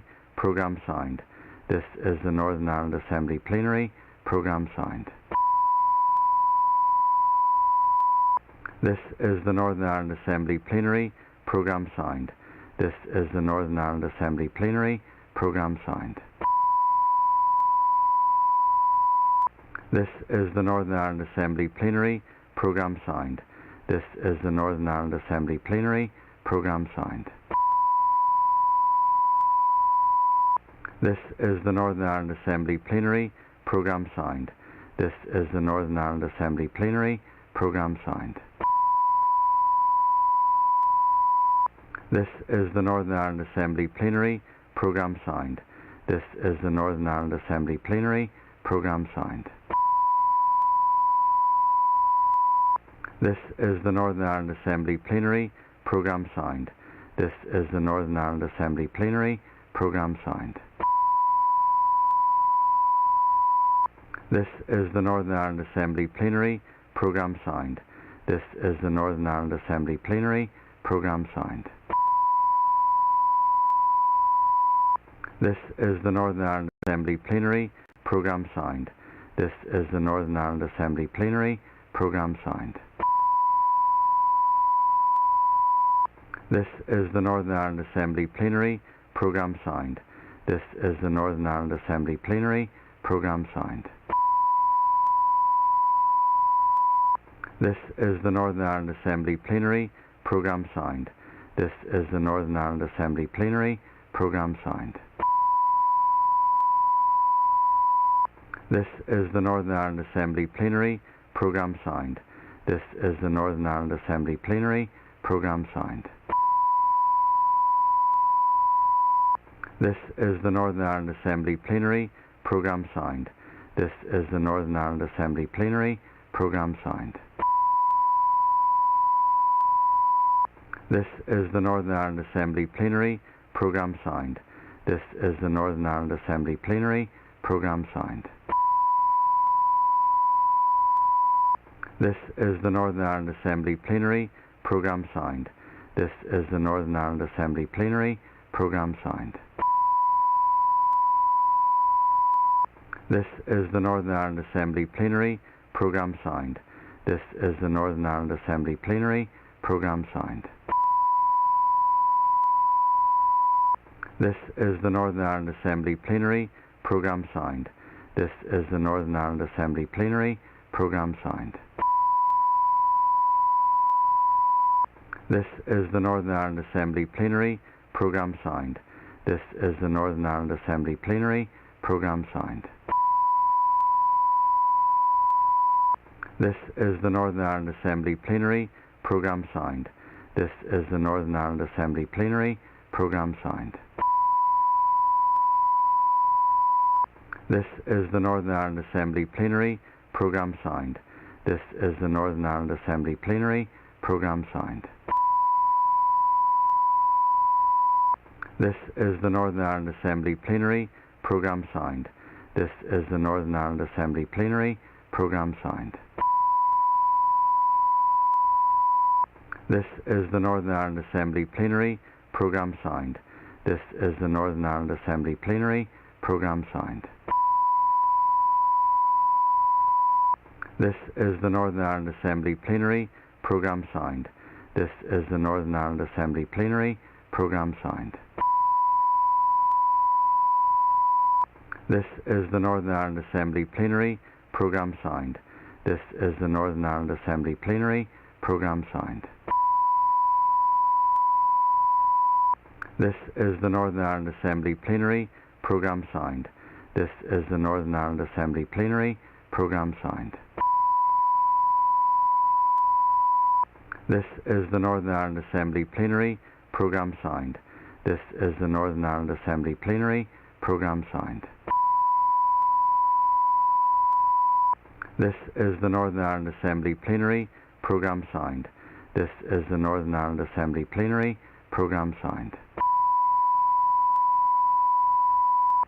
This is the Northern Ireland Assembly Plenary Programme Signed. This is the Northern Ireland Assembly Plenary Programme Signed. This is the Northern Ireland Assembly Plenary Programme Signed. This is the Northern Ireland Assembly Plenary Programme Signed. This is the Northern Ireland Assembly Plenary Programme Signed. This is the Northern Ireland Assembly Plenary Programme Signed. This is the Northern Ireland Assembly Plenary Programme Signed. This is the Northern Ireland Assembly Plenary Programme Signed. This is the Northern Ireland Assembly Plenary Programme Signed. This is the Northern Ireland Assembly Plenary Programme Signed. This is the Northern Ireland Assembly Plenary Programme Signed. This is the Northern Ireland Assembly Plenary Programme Signed. This is the Northern Ireland Assembly Plenary Programme Signed. This is the Northern Ireland Assembly Plenary Programme Signed. This is the Northern Ireland Assembly Plenary Programme Sound. This is the Northern Ireland Assembly Plenary Programme Sound. This is the Northern Ireland Assembly Plenary Programme Sound. This is the Northern Ireland Assembly Plenary Programme Sound. This is the Northern Ireland Assembly Plenary Programme Sound. This is the Northern Ireland Assembly Plenary Programme Sound. This is the Northern Ireland Assembly Plenary Programme Sound. This is the Northern Ireland Assembly Plenary Programme Sound. This is the Northern Ireland Assembly Plenary Programme Sound. This is the Northern Ireland Assembly Plenary Programme Sound. This is the Northern Ireland Assembly Plenary Programme Sound. This is the Northern Ireland Assembly Plenary Programme Sound. This is the Northern Ireland Assembly Plenary Programme Sound. This is the Northern Ireland Assembly Plenary Programme Sound. This is the Northern Ireland Assembly Plenary Programme Sound. This is the Northern Ireland Assembly Plenary Programme Sound. This is the Northern Ireland Assembly Plenary Programme Sound. This is the Northern Ireland Assembly Plenary Programme Sound. This is the Northern Ireland Assembly Plenary Programme Sound. This is the Northern Ireland Assembly Plenary Programme Sound. This is the Northern Ireland Assembly Plenary Programme Sound. This is the Northern Ireland Assembly Plenary Programme Sound. This is the Northern Ireland Assembly Plenary Programme Sound. This is the Northern Ireland Assembly Plenary Programme Sound. This is the Northern Ireland Assembly Plenary Programme Sound. This is the Northern Ireland Assembly Plenary Programme Sound. This is the Northern Ireland Assembly Plenary Programme Sound. This is the Northern Ireland Assembly Plenary Programme Sound. This is the Northern Ireland Assembly Plenary Programme Sound. This is the Northern Ireland Assembly Plenary Programme Sound. This is the Northern Ireland Assembly Plenary Programme Sound. This is the Northern Ireland Assembly Plenary Programme Sound. This is the Northern Ireland Assembly Plenary Programme Sound. This is the Northern Ireland Assembly Plenary Programme Sound. This is the Northern Ireland Assembly Plenary Programme Sound. This is the Northern Ireland Assembly Plenary Programme Sound. This is the Northern Ireland Assembly Plenary Programme Sound. This is the Northern Ireland Assembly Plenary Programme Sound. This is the Northern Ireland Assembly Plenary Programme Sound.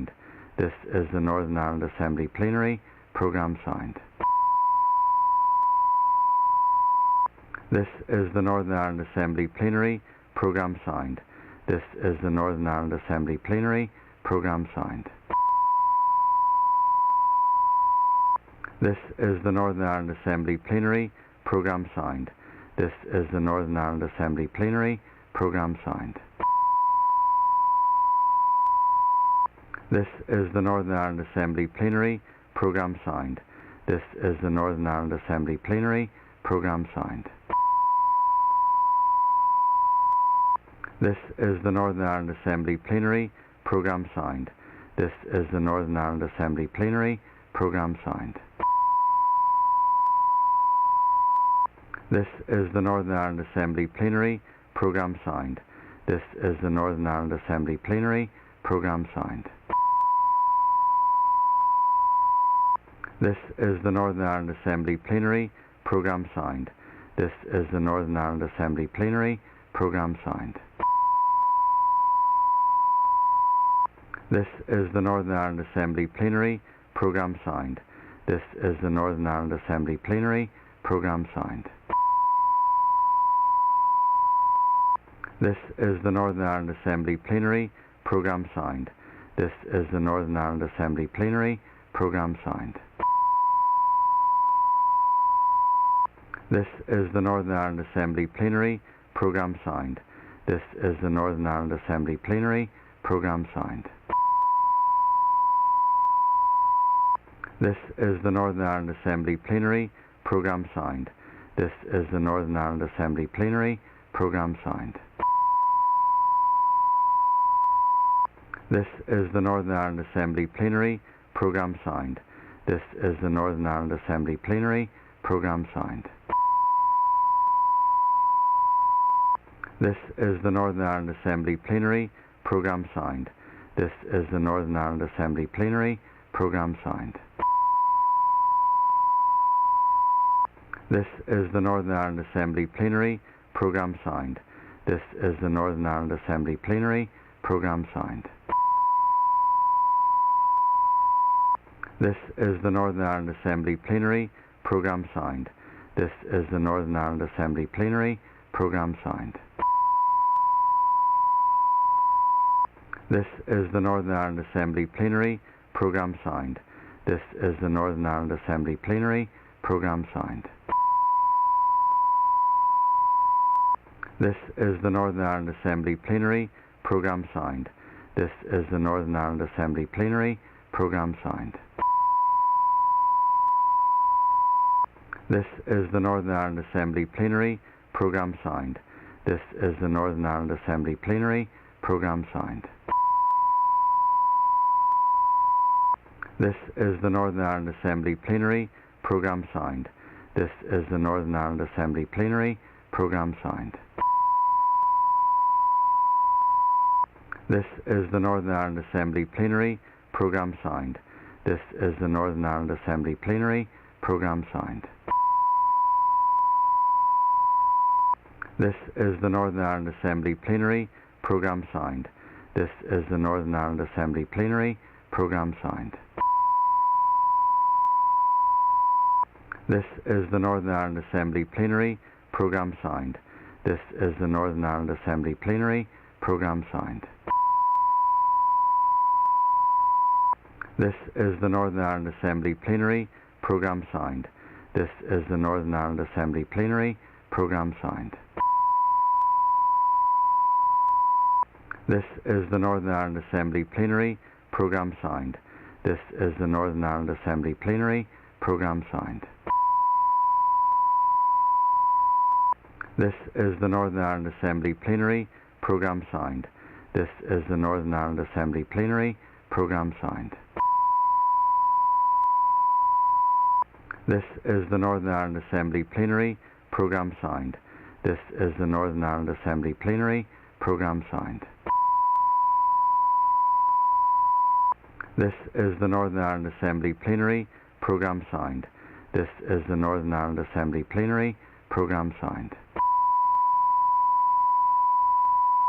This is the Northern Ireland Assembly Plenary Programme Signed. This is the Northern Ireland Assembly Plenary Programme Signed. This is the Northern Ireland Assembly Plenary Programme Signed. This is the Northern Ireland Assembly Plenary Programme Signed. This is the Northern Ireland Assembly Plenary Programme Signed. This is the Northern Ireland Assembly Plenary Programme Signed. This is the Northern Ireland Assembly Plenary Programme Signed. This is the Northern Ireland Assembly Plenary Programme Signed. This is the Northern Ireland Assembly Plenary Programme Signed. This is the Northern Ireland Assembly Plenary Programme Signed. This is the Northern Ireland Assembly Plenary Programme Signed. This is the Northern Ireland Assembly Plenary Programme Signed. This is the Northern Ireland Assembly Plenary Programme Signed. This is the Northern Ireland Assembly Plenary Programme Signed. This is the Northern Ireland Assembly Plenary Programme Signed. This is the Northern Ireland Assembly Plenary Programme Signed. This is the Northern Ireland Assembly Plenary Programme Sound. This is the Northern Ireland Assembly Plenary Programme Sound.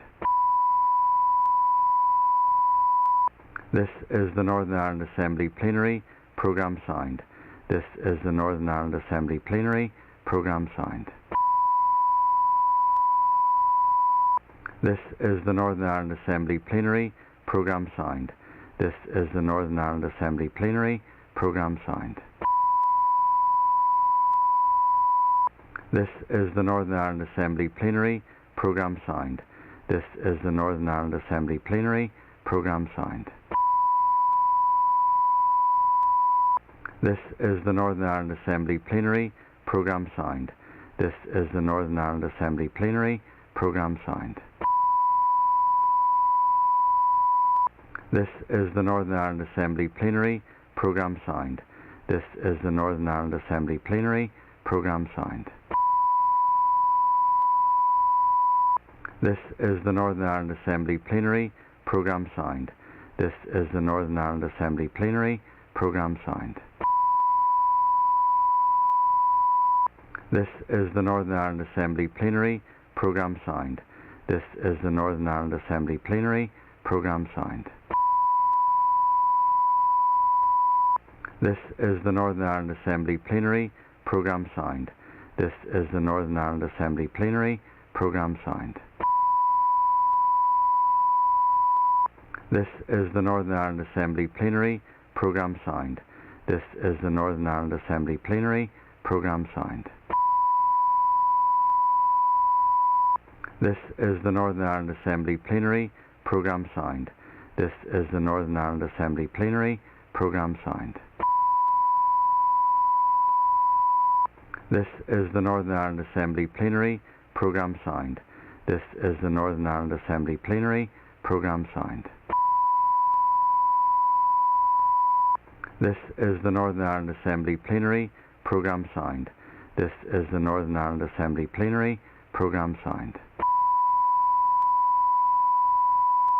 This is the Northern Ireland Assembly Plenary Programme Sound. This is the Northern Ireland Assembly Plenary Programme Sound. This is the Northern Ireland Assembly Plenary Programme Sound. This is the Northern Ireland Assembly Plenary Programme Sound. This is the Northern Ireland Assembly Plenary Programme Sound. This is the Northern Ireland Assembly Plenary Programme Sound. This is the Northern Ireland Assembly Plenary Programme Sound. This is the Northern Ireland Assembly Plenary Programme Sound. This is the Northern Ireland Assembly Plenary Programme Sound. This is the Northern Ireland Assembly Plenary Programme Sound. This is the Northern Ireland Assembly Plenary Programme Sound. This is the Northern Ireland Assembly Plenary Programme Sound. This is the Northern Ireland Assembly Plenary Programme Sound. This is the Northern Ireland Assembly Plenary Programme Sound. This is the Northern Ireland Assembly Plenary Programme Sound. This is the Northern Ireland Assembly Plenary Programme Sound. This is the Northern Ireland Assembly Plenary Programme Sound. This is the Northern Ireland Assembly Plenary Programme Sound. This is the Northern Ireland Assembly Plenary Programme Sound. This is the Northern Ireland Assembly Plenary Programme Sound. This is the Northern Ireland Assembly Plenary Programme Sound. This is the Northern Ireland Assembly Plenary Programme Sound. This is the Northern Ireland Assembly Plenary Programme Sound. This is the Northern Ireland Assembly Plenary Programme Sound. This is the Northern Ireland Assembly Plenary Programme Sound. This is the Northern Ireland Assembly Plenary Programme Sound. This is the Northern Ireland Assembly Plenary Programme Sound. This is the Northern Ireland Assembly Plenary Programme Sound. This is the Northern Ireland Assembly Plenary Programme Sound. This is the Northern Ireland Assembly Plenary Programme Sound. This is the Northern Ireland Assembly Plenary Programme Sound. This is the Northern Ireland Assembly Plenary Programme Sound. This is the Northern Ireland Assembly Plenary Programme Sound. This is the Northern Ireland Assembly Plenary Programme Sound. This is the Northern Ireland Assembly Plenary Programme Sound. This is the Northern Ireland Assembly Plenary Programme Sound. This is the Northern Ireland Assembly Plenary Programme Sound. This is the Northern Ireland Assembly Plenary Programme Sound. This is the Northern Ireland Assembly Plenary Programme Sound. This is the Northern Ireland Assembly Plenary Programme Sound. This is the Northern Ireland Assembly Plenary Programme Sound. This is the Northern Ireland Assembly Plenary Programme Sound. This is the Northern Ireland Assembly Plenary Programme Sound. This is the Northern Ireland Assembly Plenary Programme Sound. This is the Northern Ireland Assembly Plenary Programme Sound. This is the Northern Ireland Assembly Plenary Programme Sound.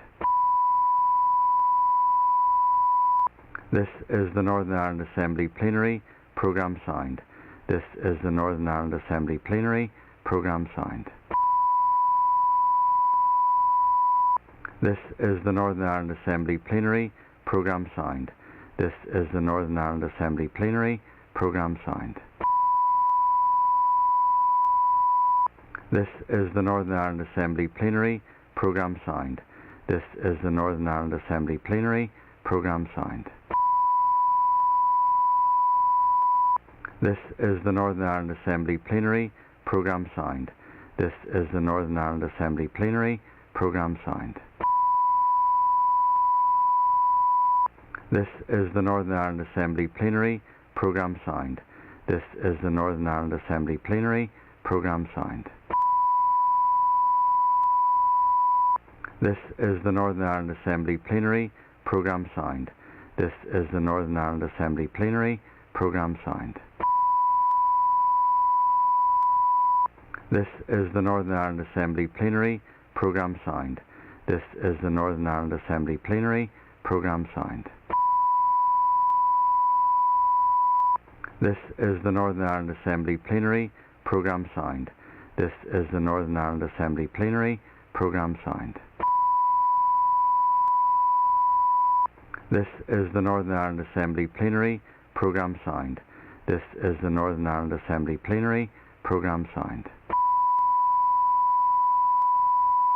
This is the Northern Ireland Assembly Plenary Programme Sound. This is the Northern Ireland Assembly Plenary Programme Sound. This is the Northern Ireland Assembly Plenary Programme Sound. This is the Northern Ireland Assembly Plenary Programme Sound. This is the Northern Ireland Assembly Plenary Programme Sound. This is the Northern Ireland Assembly Plenary Programme Sound. This is the Northern Ireland Assembly Plenary Programme Sound. This is the Northern Ireland Assembly Plenary Programme Sound. This is the Northern Ireland Assembly Plenary Programme Sound. This is the Northern Ireland Assembly Plenary Programme Sound. This is the Northern Ireland Assembly Plenary Programme Sound. This is the Northern Ireland Assembly Plenary Programme Sound. This is the Northern Ireland Assembly Plenary Programme Sound. This is the Northern Ireland Assembly Plenary Programme Sound. This is the Northern Ireland Assembly Plenary Programme Sound. This is the Northern Ireland Assembly Plenary Programme Sound. This is the Northern Ireland Assembly Plenary Programme Sound. This is the Northern Ireland Assembly Plenary Programme Sound. This is the Northern Ireland Assembly Plenary Programme Sound. This is the Northern Ireland Assembly Plenary Programme Sound. This is the Northern Ireland Assembly Plenary Programme Sound. This is the Northern Ireland Assembly Plenary Programme Sound. This is the Northern Ireland Assembly Plenary Programme Sound. This is the Northern Ireland Assembly Plenary Programme Sound. This is the Northern Ireland Assembly Plenary Programme Sound. This is the Northern Ireland Assembly Plenary Programme Sound.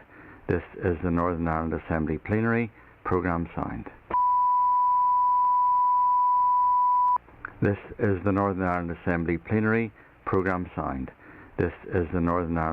Plenary Programme Sound.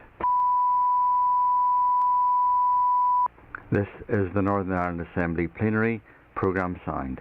This is the Northern Ireland Assembly Plenary Programme Sound.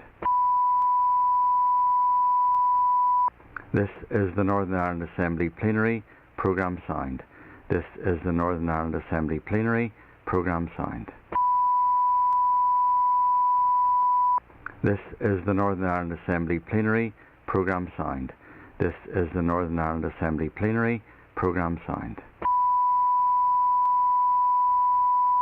This is the Northern Ireland Assembly Plenary Programme Sound. This is the Northern Ireland Assembly Plenary Programme Sound. This is the Northern Ireland Assembly Plenary Programme Sound. This is the Northern Ireland Assembly Plenary Programme Sound. This is the Northern Ireland Assembly Plenary Programme Sound. This is the Northern Ireland Assembly Plenary Programme Sound. This is the Northern Ireland Assembly Plenary Programme Sound. This is the Northern Ireland Assembly.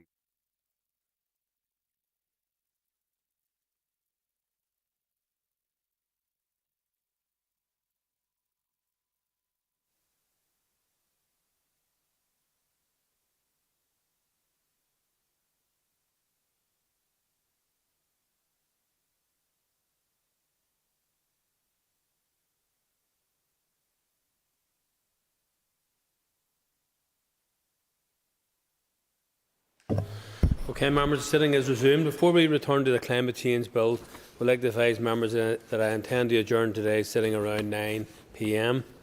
What remains of this item of business will be taken under Assembly business at the start of tomorrow's sitting, followed by the motion on support for the innovative measures to eliminate DVA backlogs from the Committee for Infrastructure. When both of those are completed, we will commence the business on tomorrow's order paper. Thank you.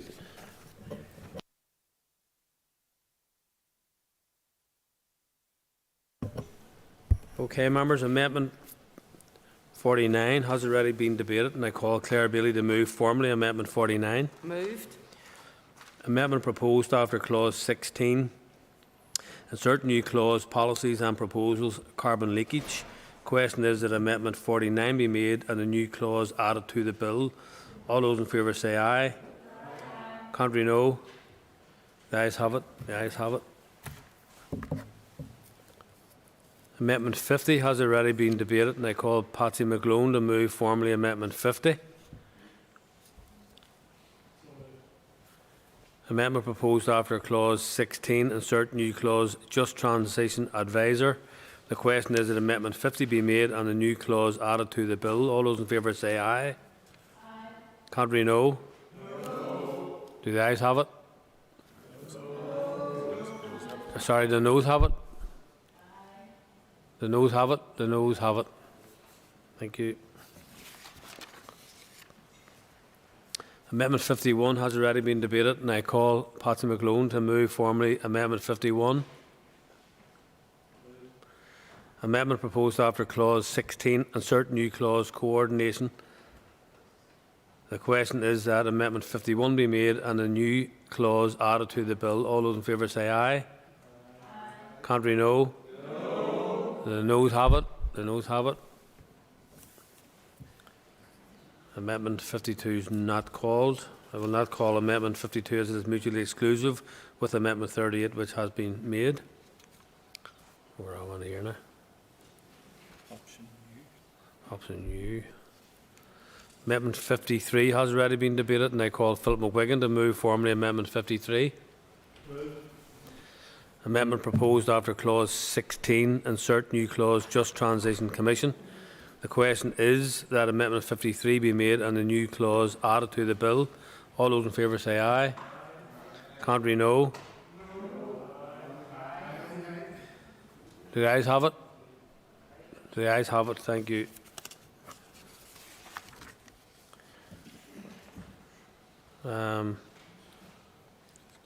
Where are we at now? Just members, just take a read for a moment or two just to check this elimination.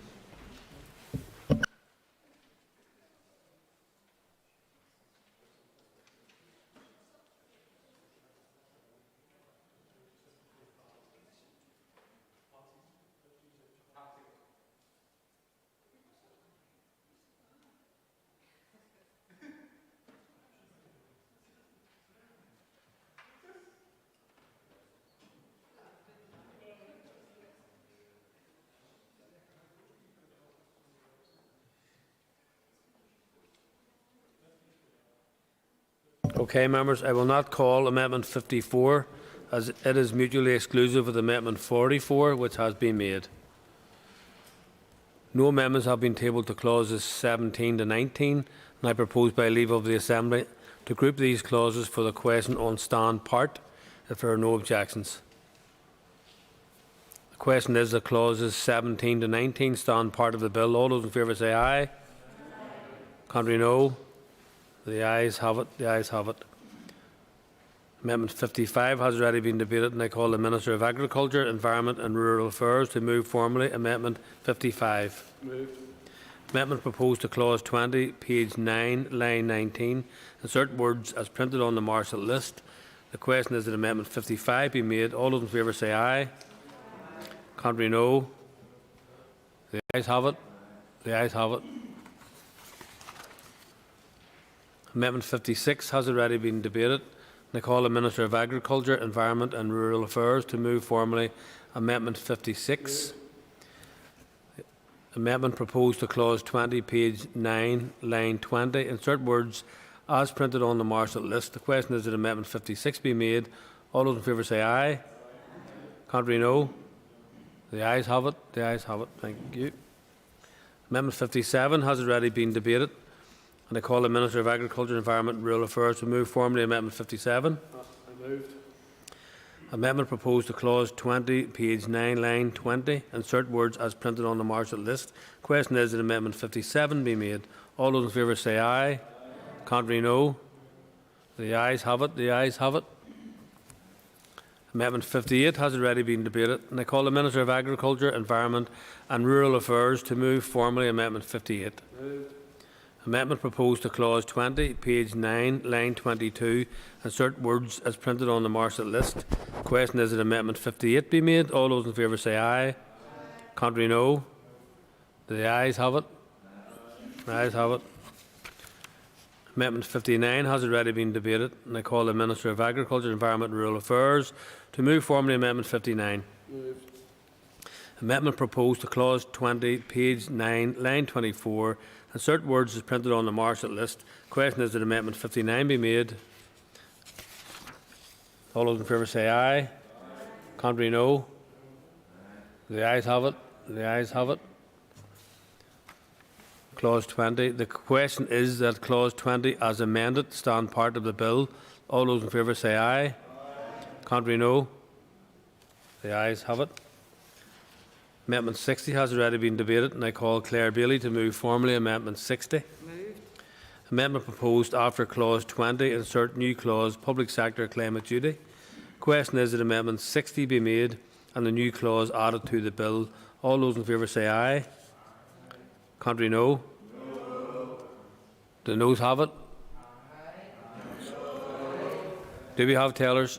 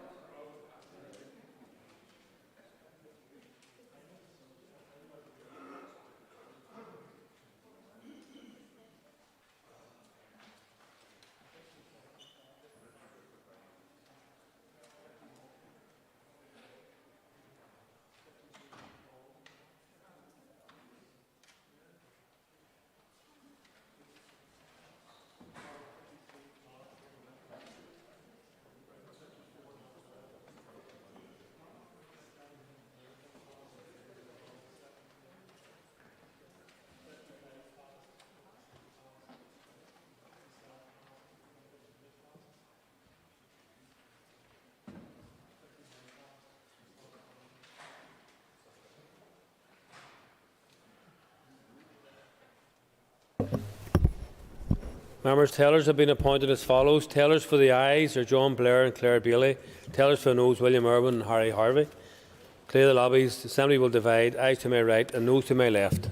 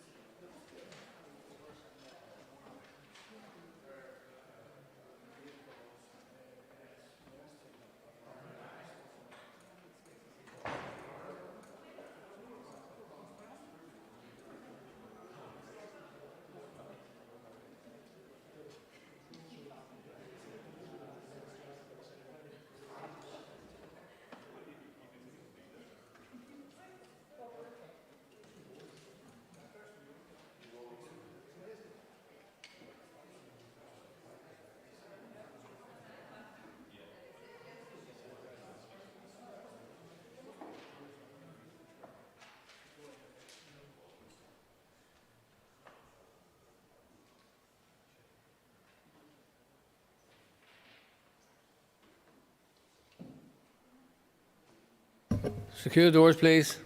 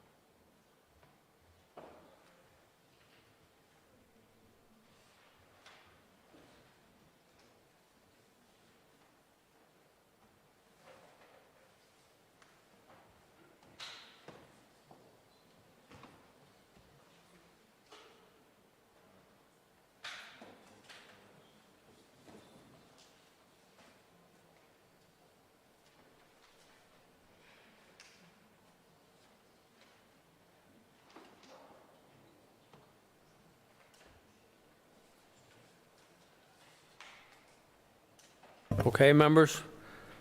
Clerk, please read the result. 49 members voted, 22 members voted aye, 27 members voted no. The motion is negatived. The motion is negatived. The motion is negatived.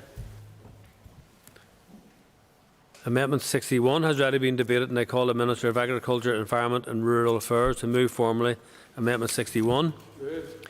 Amendment proposed to clause 21, page 9, line 33, leave out and insert words as printed on the Marshall list. Question is that Amendment 61 be made. All those in favour say aye. Aye.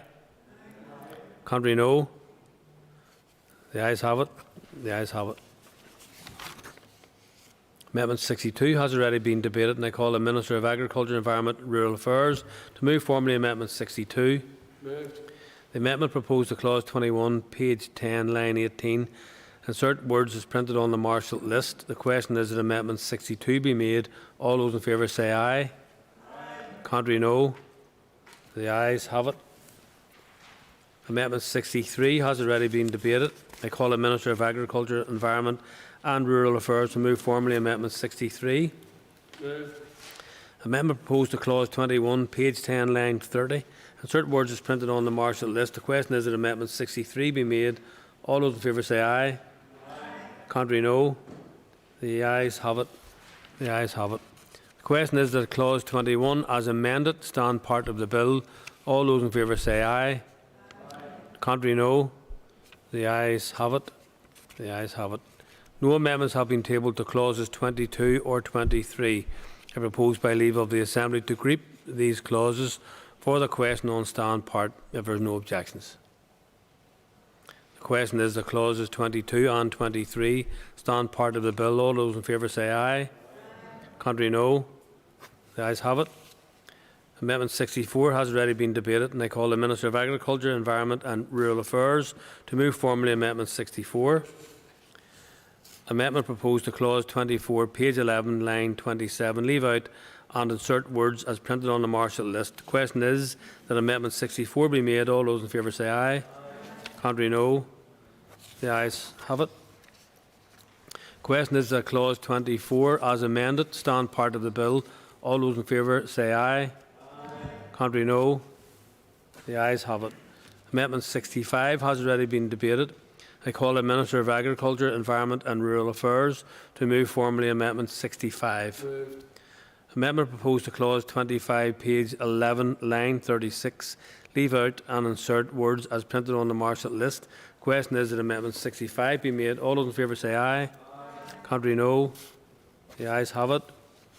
Amendment 66 has already been debated, and I call the Minister of Agriculture, Environment and Rural Affairs to move formally Amendment 66. Moved. Amendment proposed to clause 25, page 11, line 37, leave out and insert words as printed on the Marshall list. Question is that Amendment 66 be made. All those in favour say aye. Aye. Contrary, no. The ayes have it. The question is that clause 25 as amended stand part of the bill. All those in favour say aye. Aye. Contrary, no. The ayes have it. No amendments have been tabled to clauses 26 or 27. I propose by leave of the Assembly to group these clauses for the question on stand part if there are no objections. The question is that clauses 26 and 27 stand part of the bill. All those in favour say aye. Aye. Contrary, no. The ayes have it. No amendments have been tabled to clause 28. The question is that clause 28 stand part of the bill. All those in favour say aye. Aye. Contrary, no. The ayes have it. Amendment 67 has already been debated, and I call the Minister of Agriculture, Environment and Rural Affairs to move formally Amendment 67. Moved. Amendment proposed after clause 28, insert new clause, consultation on Northern Ireland-based oversight. The question is that Amendment 67 be made and a new clause added to the bill. All those in favour say aye. Aye. Contrary, no. Do we have tailors? Do we have tailors?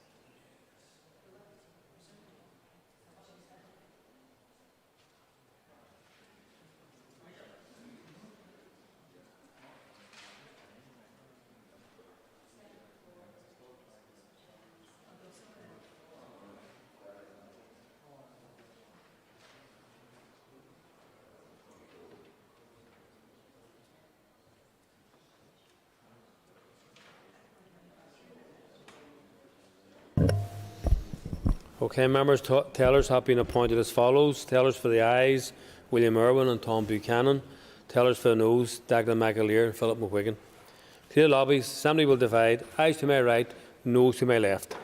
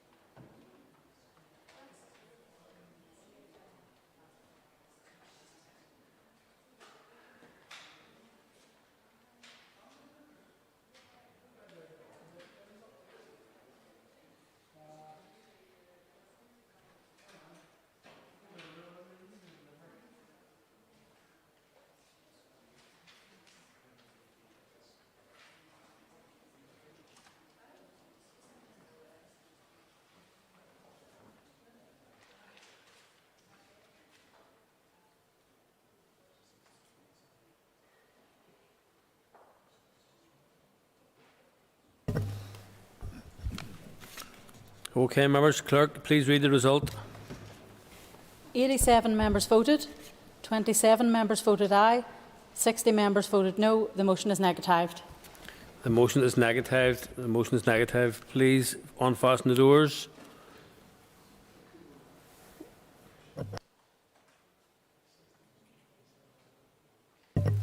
Amendment 68 has already been debated. And I call John Blair to move formally Amendment 68. Moved. Amendment proposed after clause 28, insert new clause, Northern Ireland based oversight. The question is that Amendment 68 be made and the new clause added to the bill. All those in favour say aye. Aye. Contrary, no. No. Do we have tellers?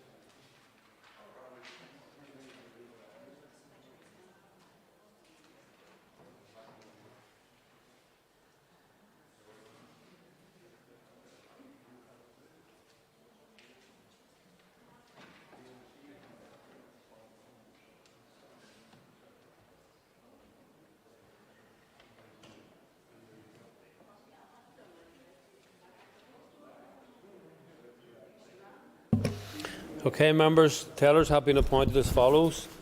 Tellers for the ayes are Kelly Armstrong and John Blair. Tellers for the noes, Tom Buchanan and Harry Harvey. Clear lobbies. Assembly will divide. Ayes to my right, noes to my left.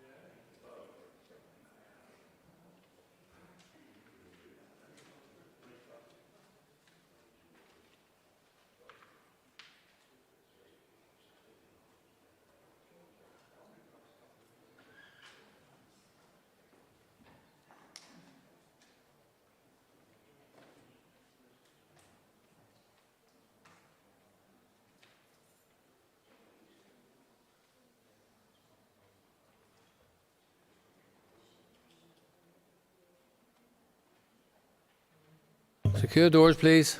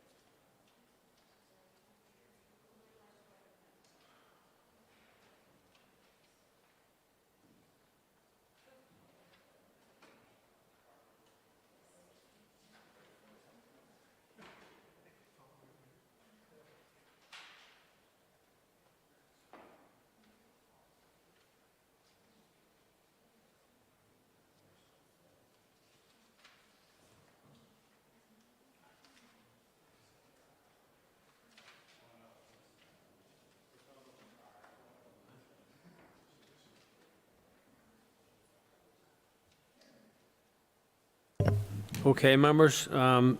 Clerk, please read the result. 49 members voted, 12 members voted aye, 37 members voted no. The motion is negatived. Motion is negatived. The motion is negatived. Amendment 69 has already been debated. And I call Claire Bailey to move formally Amendment 69. Moved. Amendment proposed after clause 28. Insert new clause, Northern Ireland Climate Commissioner. The question is that Amendment 69 be made and a new clause added to the bill. All those in favour say aye. Contrary, no. No. Do we have tellers? Do we have tellers?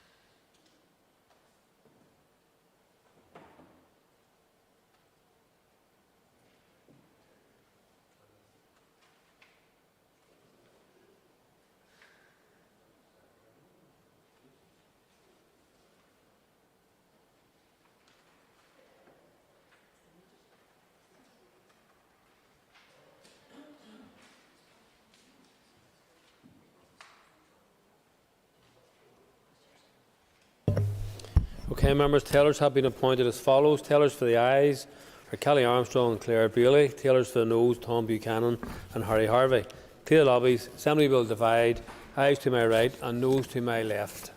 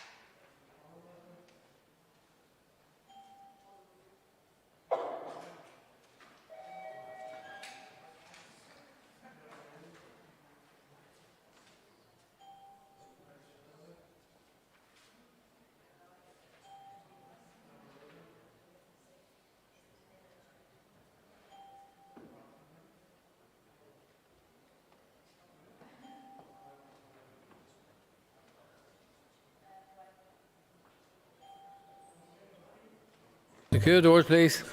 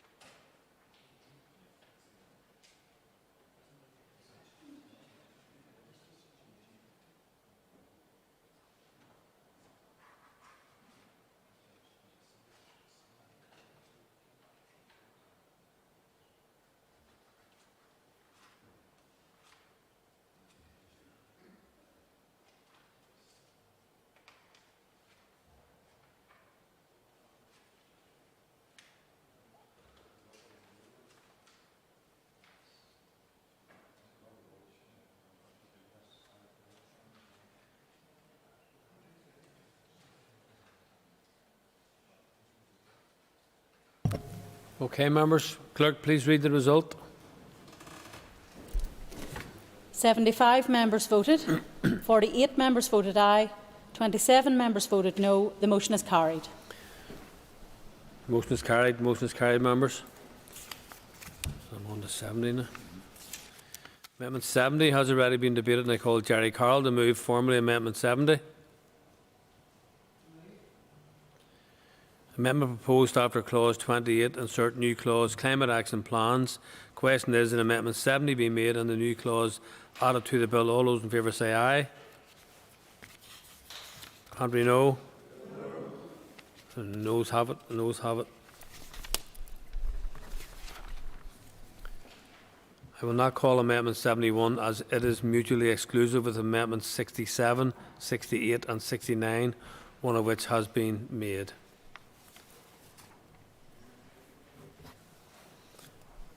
I will not call Amendment 72 as it is mutually exclusive with Amendments 67, 68, 69 and 71, one of which has been made. I will not call Amendment 73 as it is mutually exclusive with Amendments 67, 68, 69, 71 and 72, one of which has been made.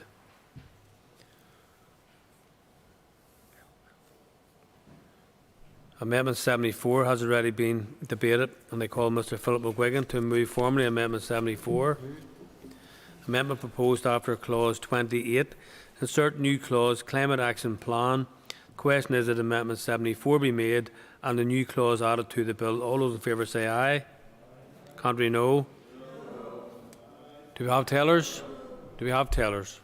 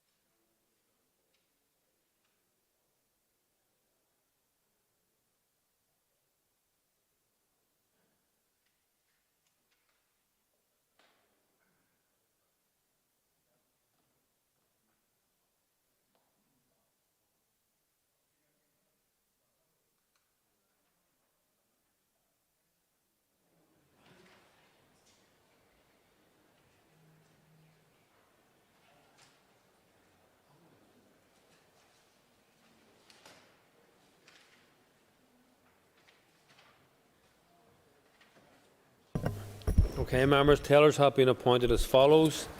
Tellers for the ayes are Philip McGuigan and Declan McAleer. Tellers for the noes, Tom Buchanan and Harry Harvey. Clear the lobbies. The Assembly will divide. Ayes to my right, noes to my left.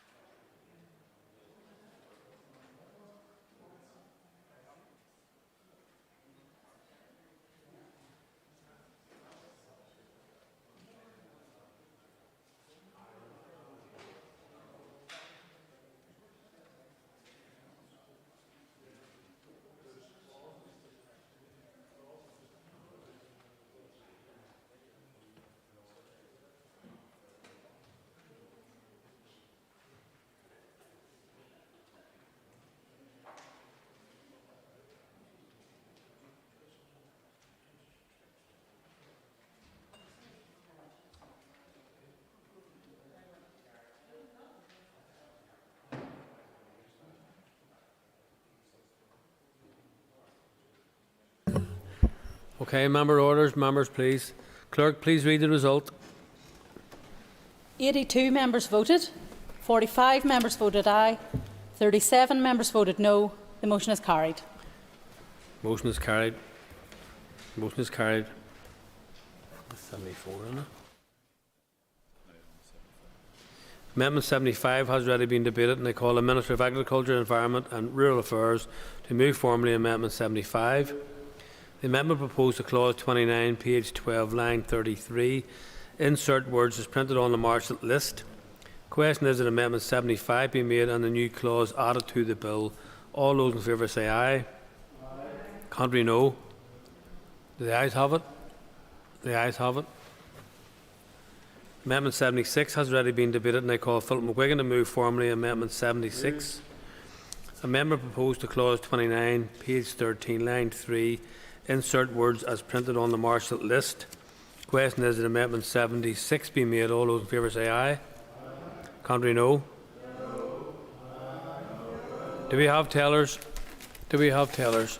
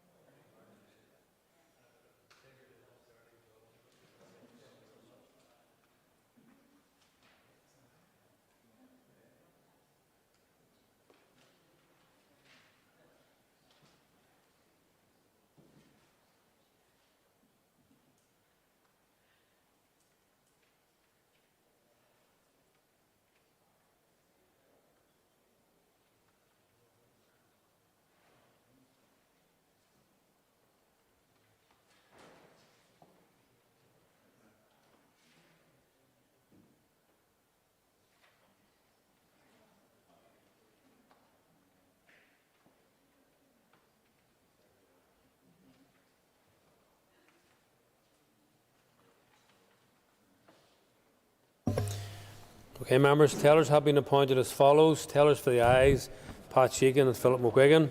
Tellers for the noes, Harry Harvey and Tom Buchanan. Clear the lobbies. Assembly will divide. Ayes to my right and noes to my left.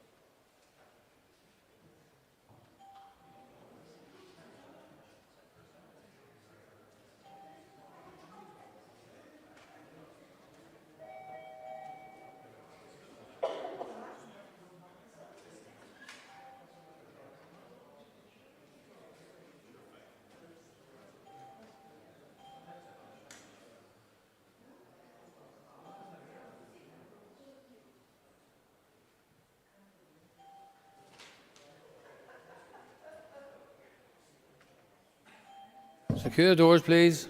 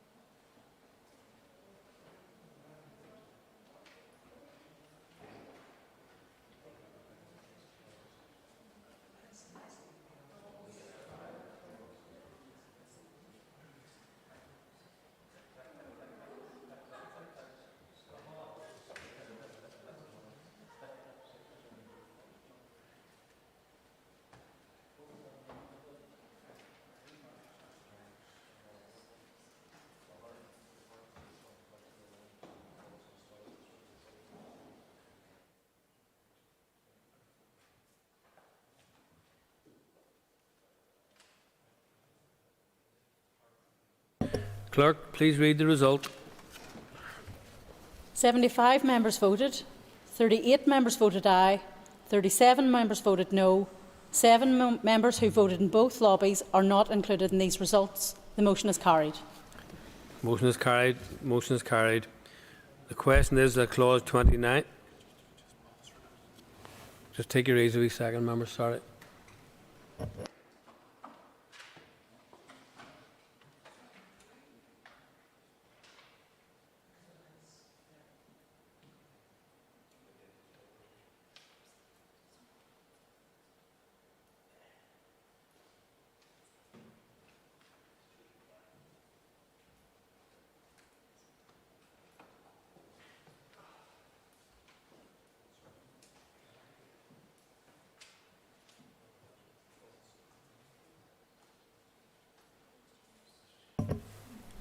Question is, the clause 29 as amended stand part of the bill. All those in favour say aye. Contrary, no. Do we have tellers?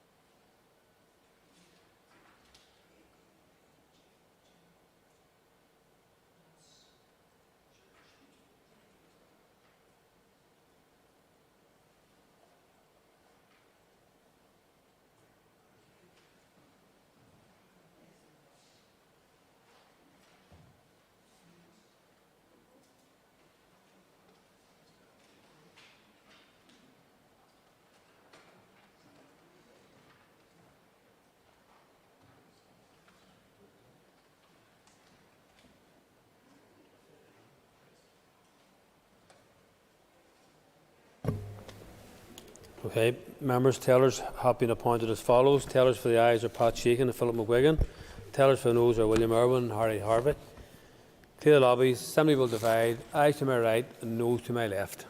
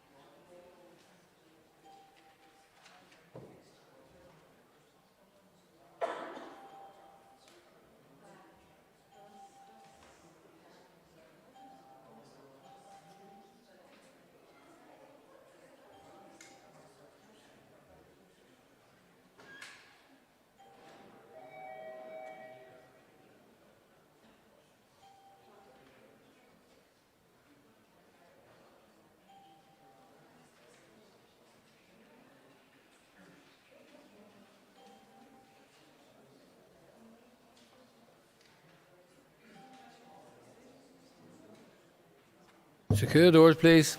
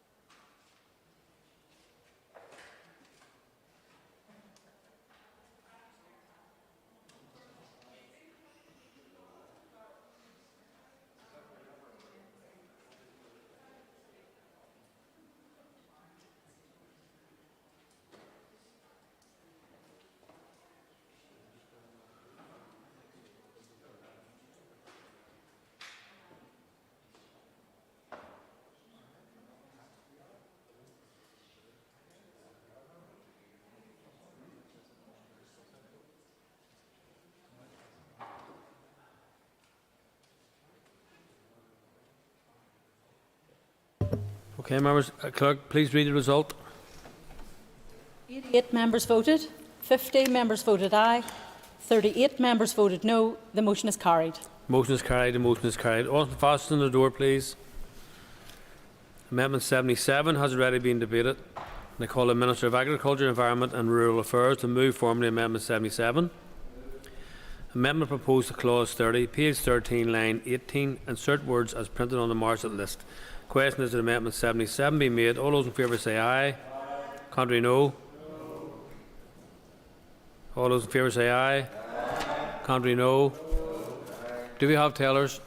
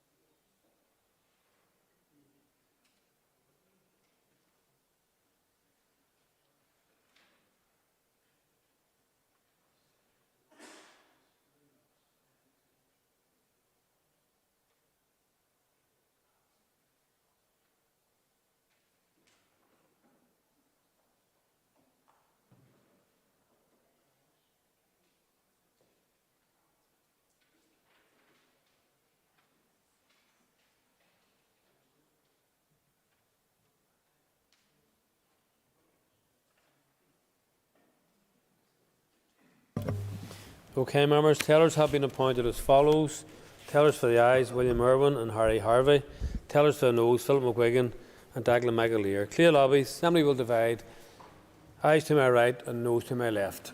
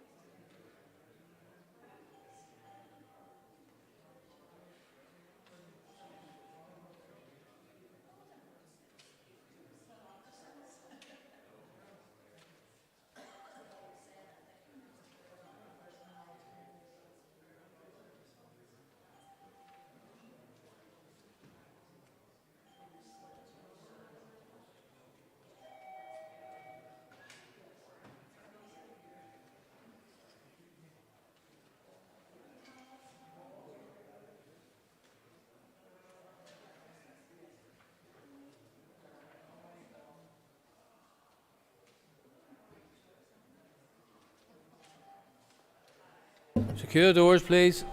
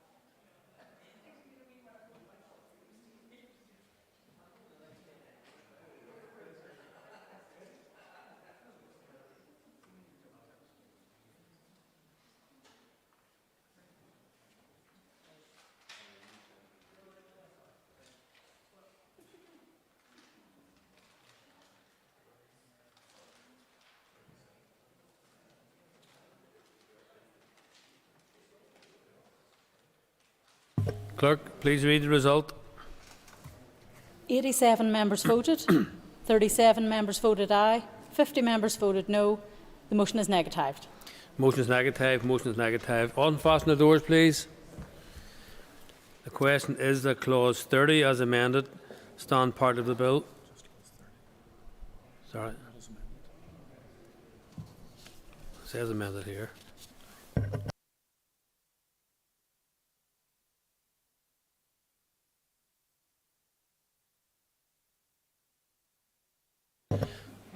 The question is that clause 30 stand part of the bill. All those in favour say aye. Contrary, no. The ayes have it. The ayes have it. Amendment 78 has already been debated, and I call Philip McGuigan to move formally Amendment 78. Moved. Amendment proposed to clause 31, page 14, line 3. Insert words as printed on the Marshall list. Question is that Amendment 78 be made. All those in favour say aye. Contrary, no.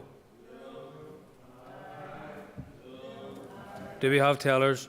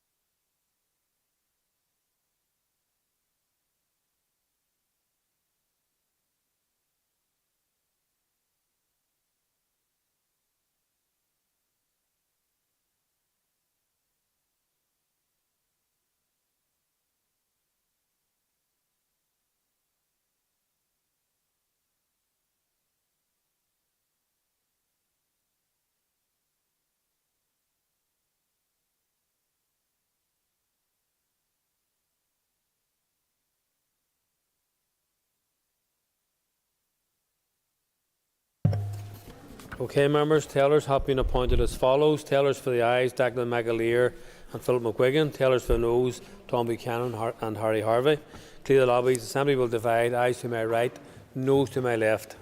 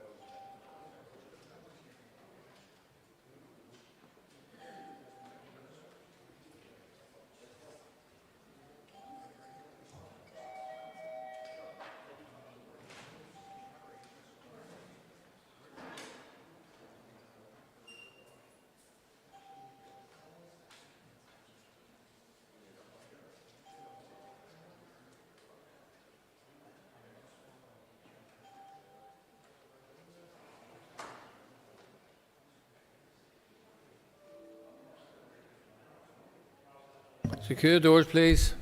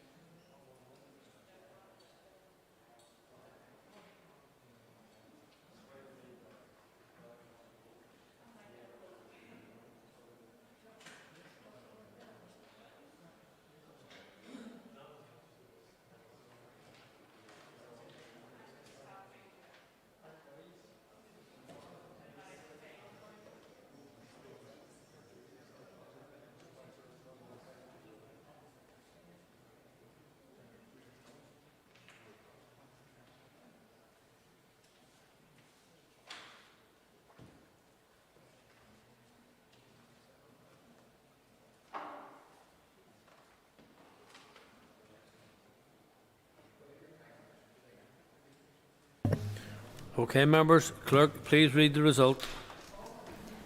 88 members voted. 50 members voted aye. 38 members voted no. The motion is carried. The motion is carried. The motion is carried. Unfasten the doors, please.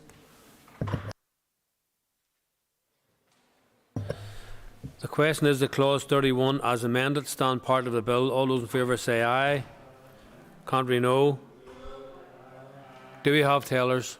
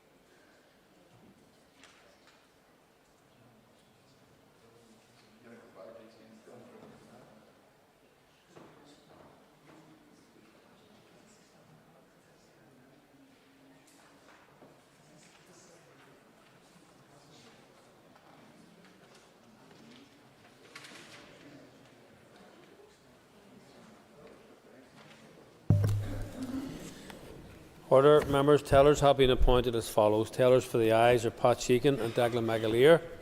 Tellers for the noes are William Irwin and Harry Harvey. Clear the lobbies. Assembly will divide. Ayes to my right and noes to my left.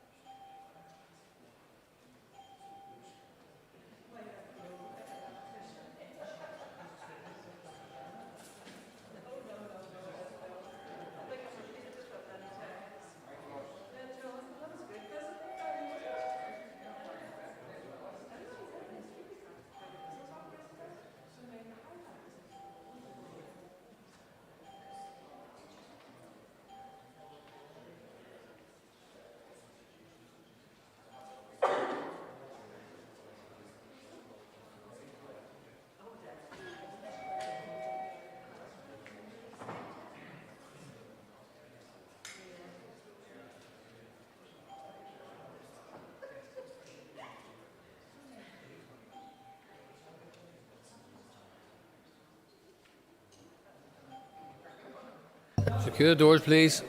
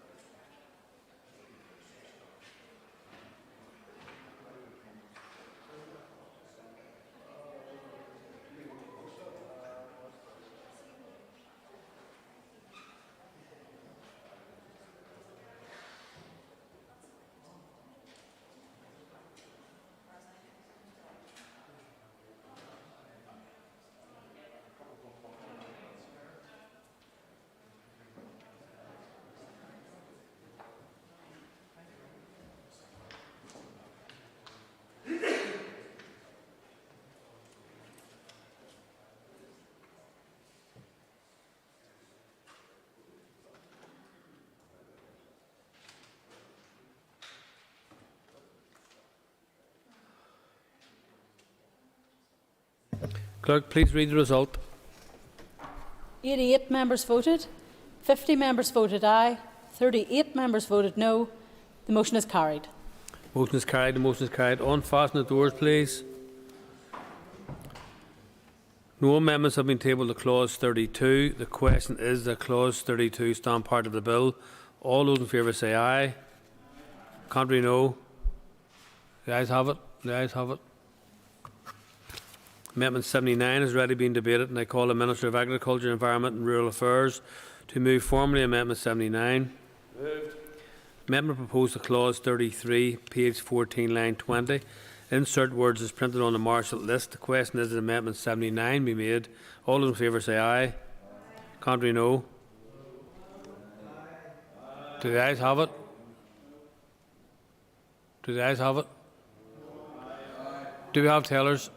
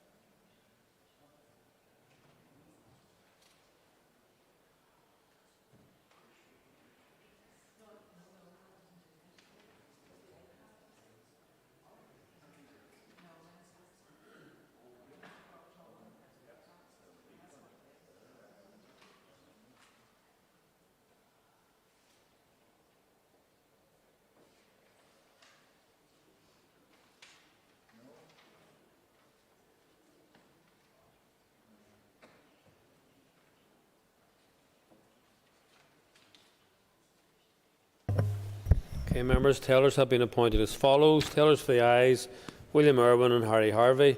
Tellers for the noes, Pat Sheegan and Philip McGuigan. Clear the lobbies. The Assembly will divide. Ayes to my right and noes to my left.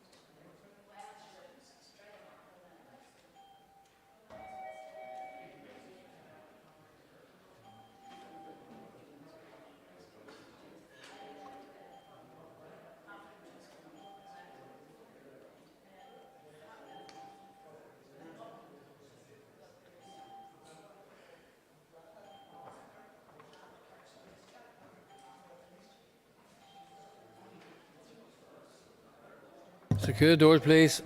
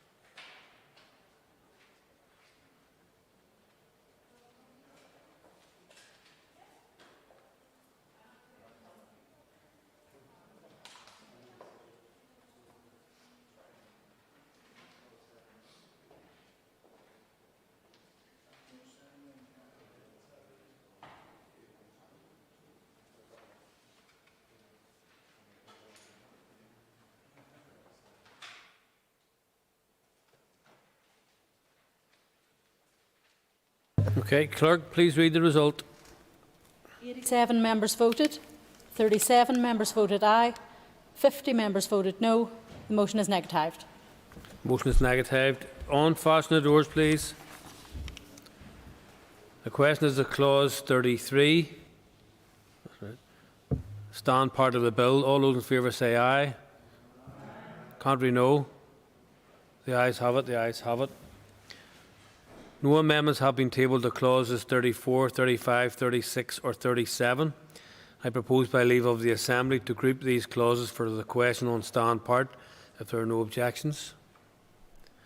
The question is the clauses 34 and 35 and 36 and 37 stand part of the bill. All those in favour say aye. Contrary, no. The ayes have it. The ayes have it. No amendments have been tabled to clause 38. The question is that clause 38 stand part of the bill. All those in favour say aye. Contrary, no. The ayes have it. Amendment 80 has already been debated, and I call Philip McGuigan to move formally Amendment 80. Amendment proposed after clause 38, insert new clause definitions. The question is that Amendment 80 be made and the new clause added to the bill. All those in favour say aye. Contrary, no. Do we have tellers?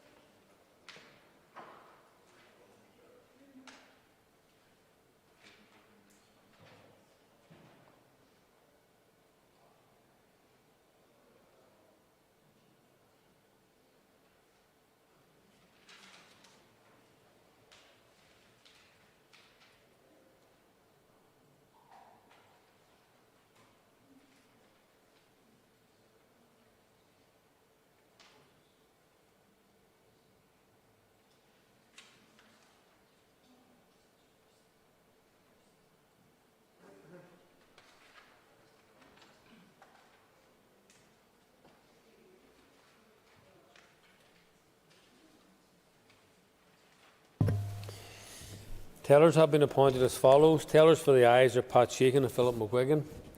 Tellers for the noes, William Irwin and Harry Harvey. Clear lobbies, the Assembly will divide, ayes to my right and noes to my left.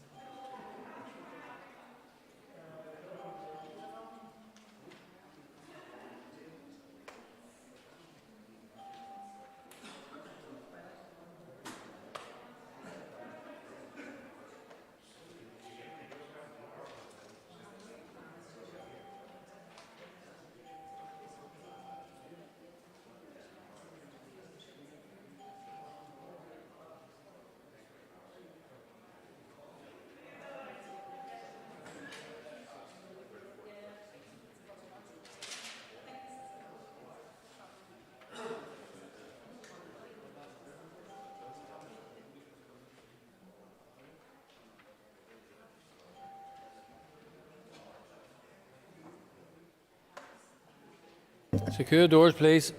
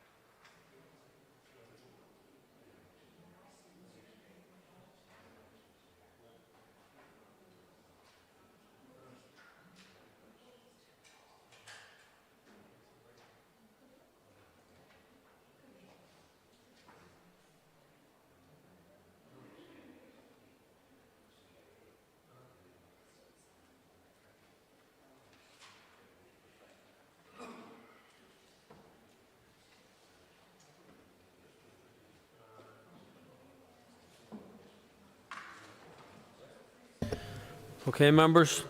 Clerk, please read the result. 88 members voted. 50 members voted aye. 38 members voted no.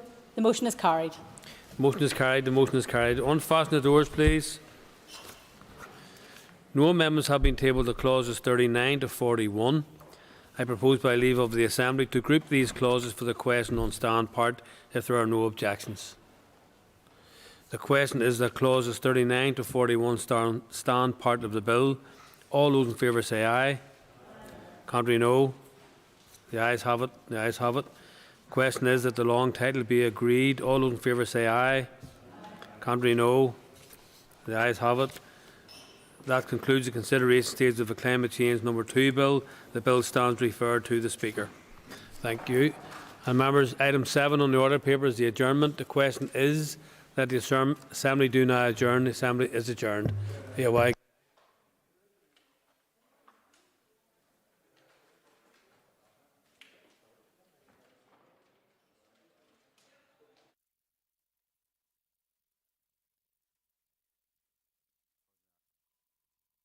Programme signed. This is the Northern Ireland Assembly Plenary. Programme signed. This is the Northern Ireland Assembly Plenary. Programme signed. This is the Northern Ireland Assembly Plenary. Programme signed. This is the Northern Ireland Assembly Plenary. Programme signed. This is the Northern Ireland Assembly Plenary. Programme signed. This is the Northern Ireland Assembly Plenary. Programme signed.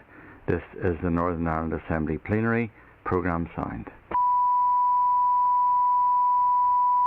This is the Northern Ireland Assembly Plenary. Programme signed. This is the Northern Ireland Assembly Plenary. Programme signed. This is the Northern Ireland Assembly Plenary. Programme signed. This is the Northern Ireland Assembly Plenary. Programme signed. This is the Northern Ireland Assembly Plenary. Programme signed. This is the Northern Ireland Assembly Plenary. Programme signed. This is the Northern Ireland Assembly Plenary. Programme signed. This is the Northern Ireland Assembly Plenary. Programme signed.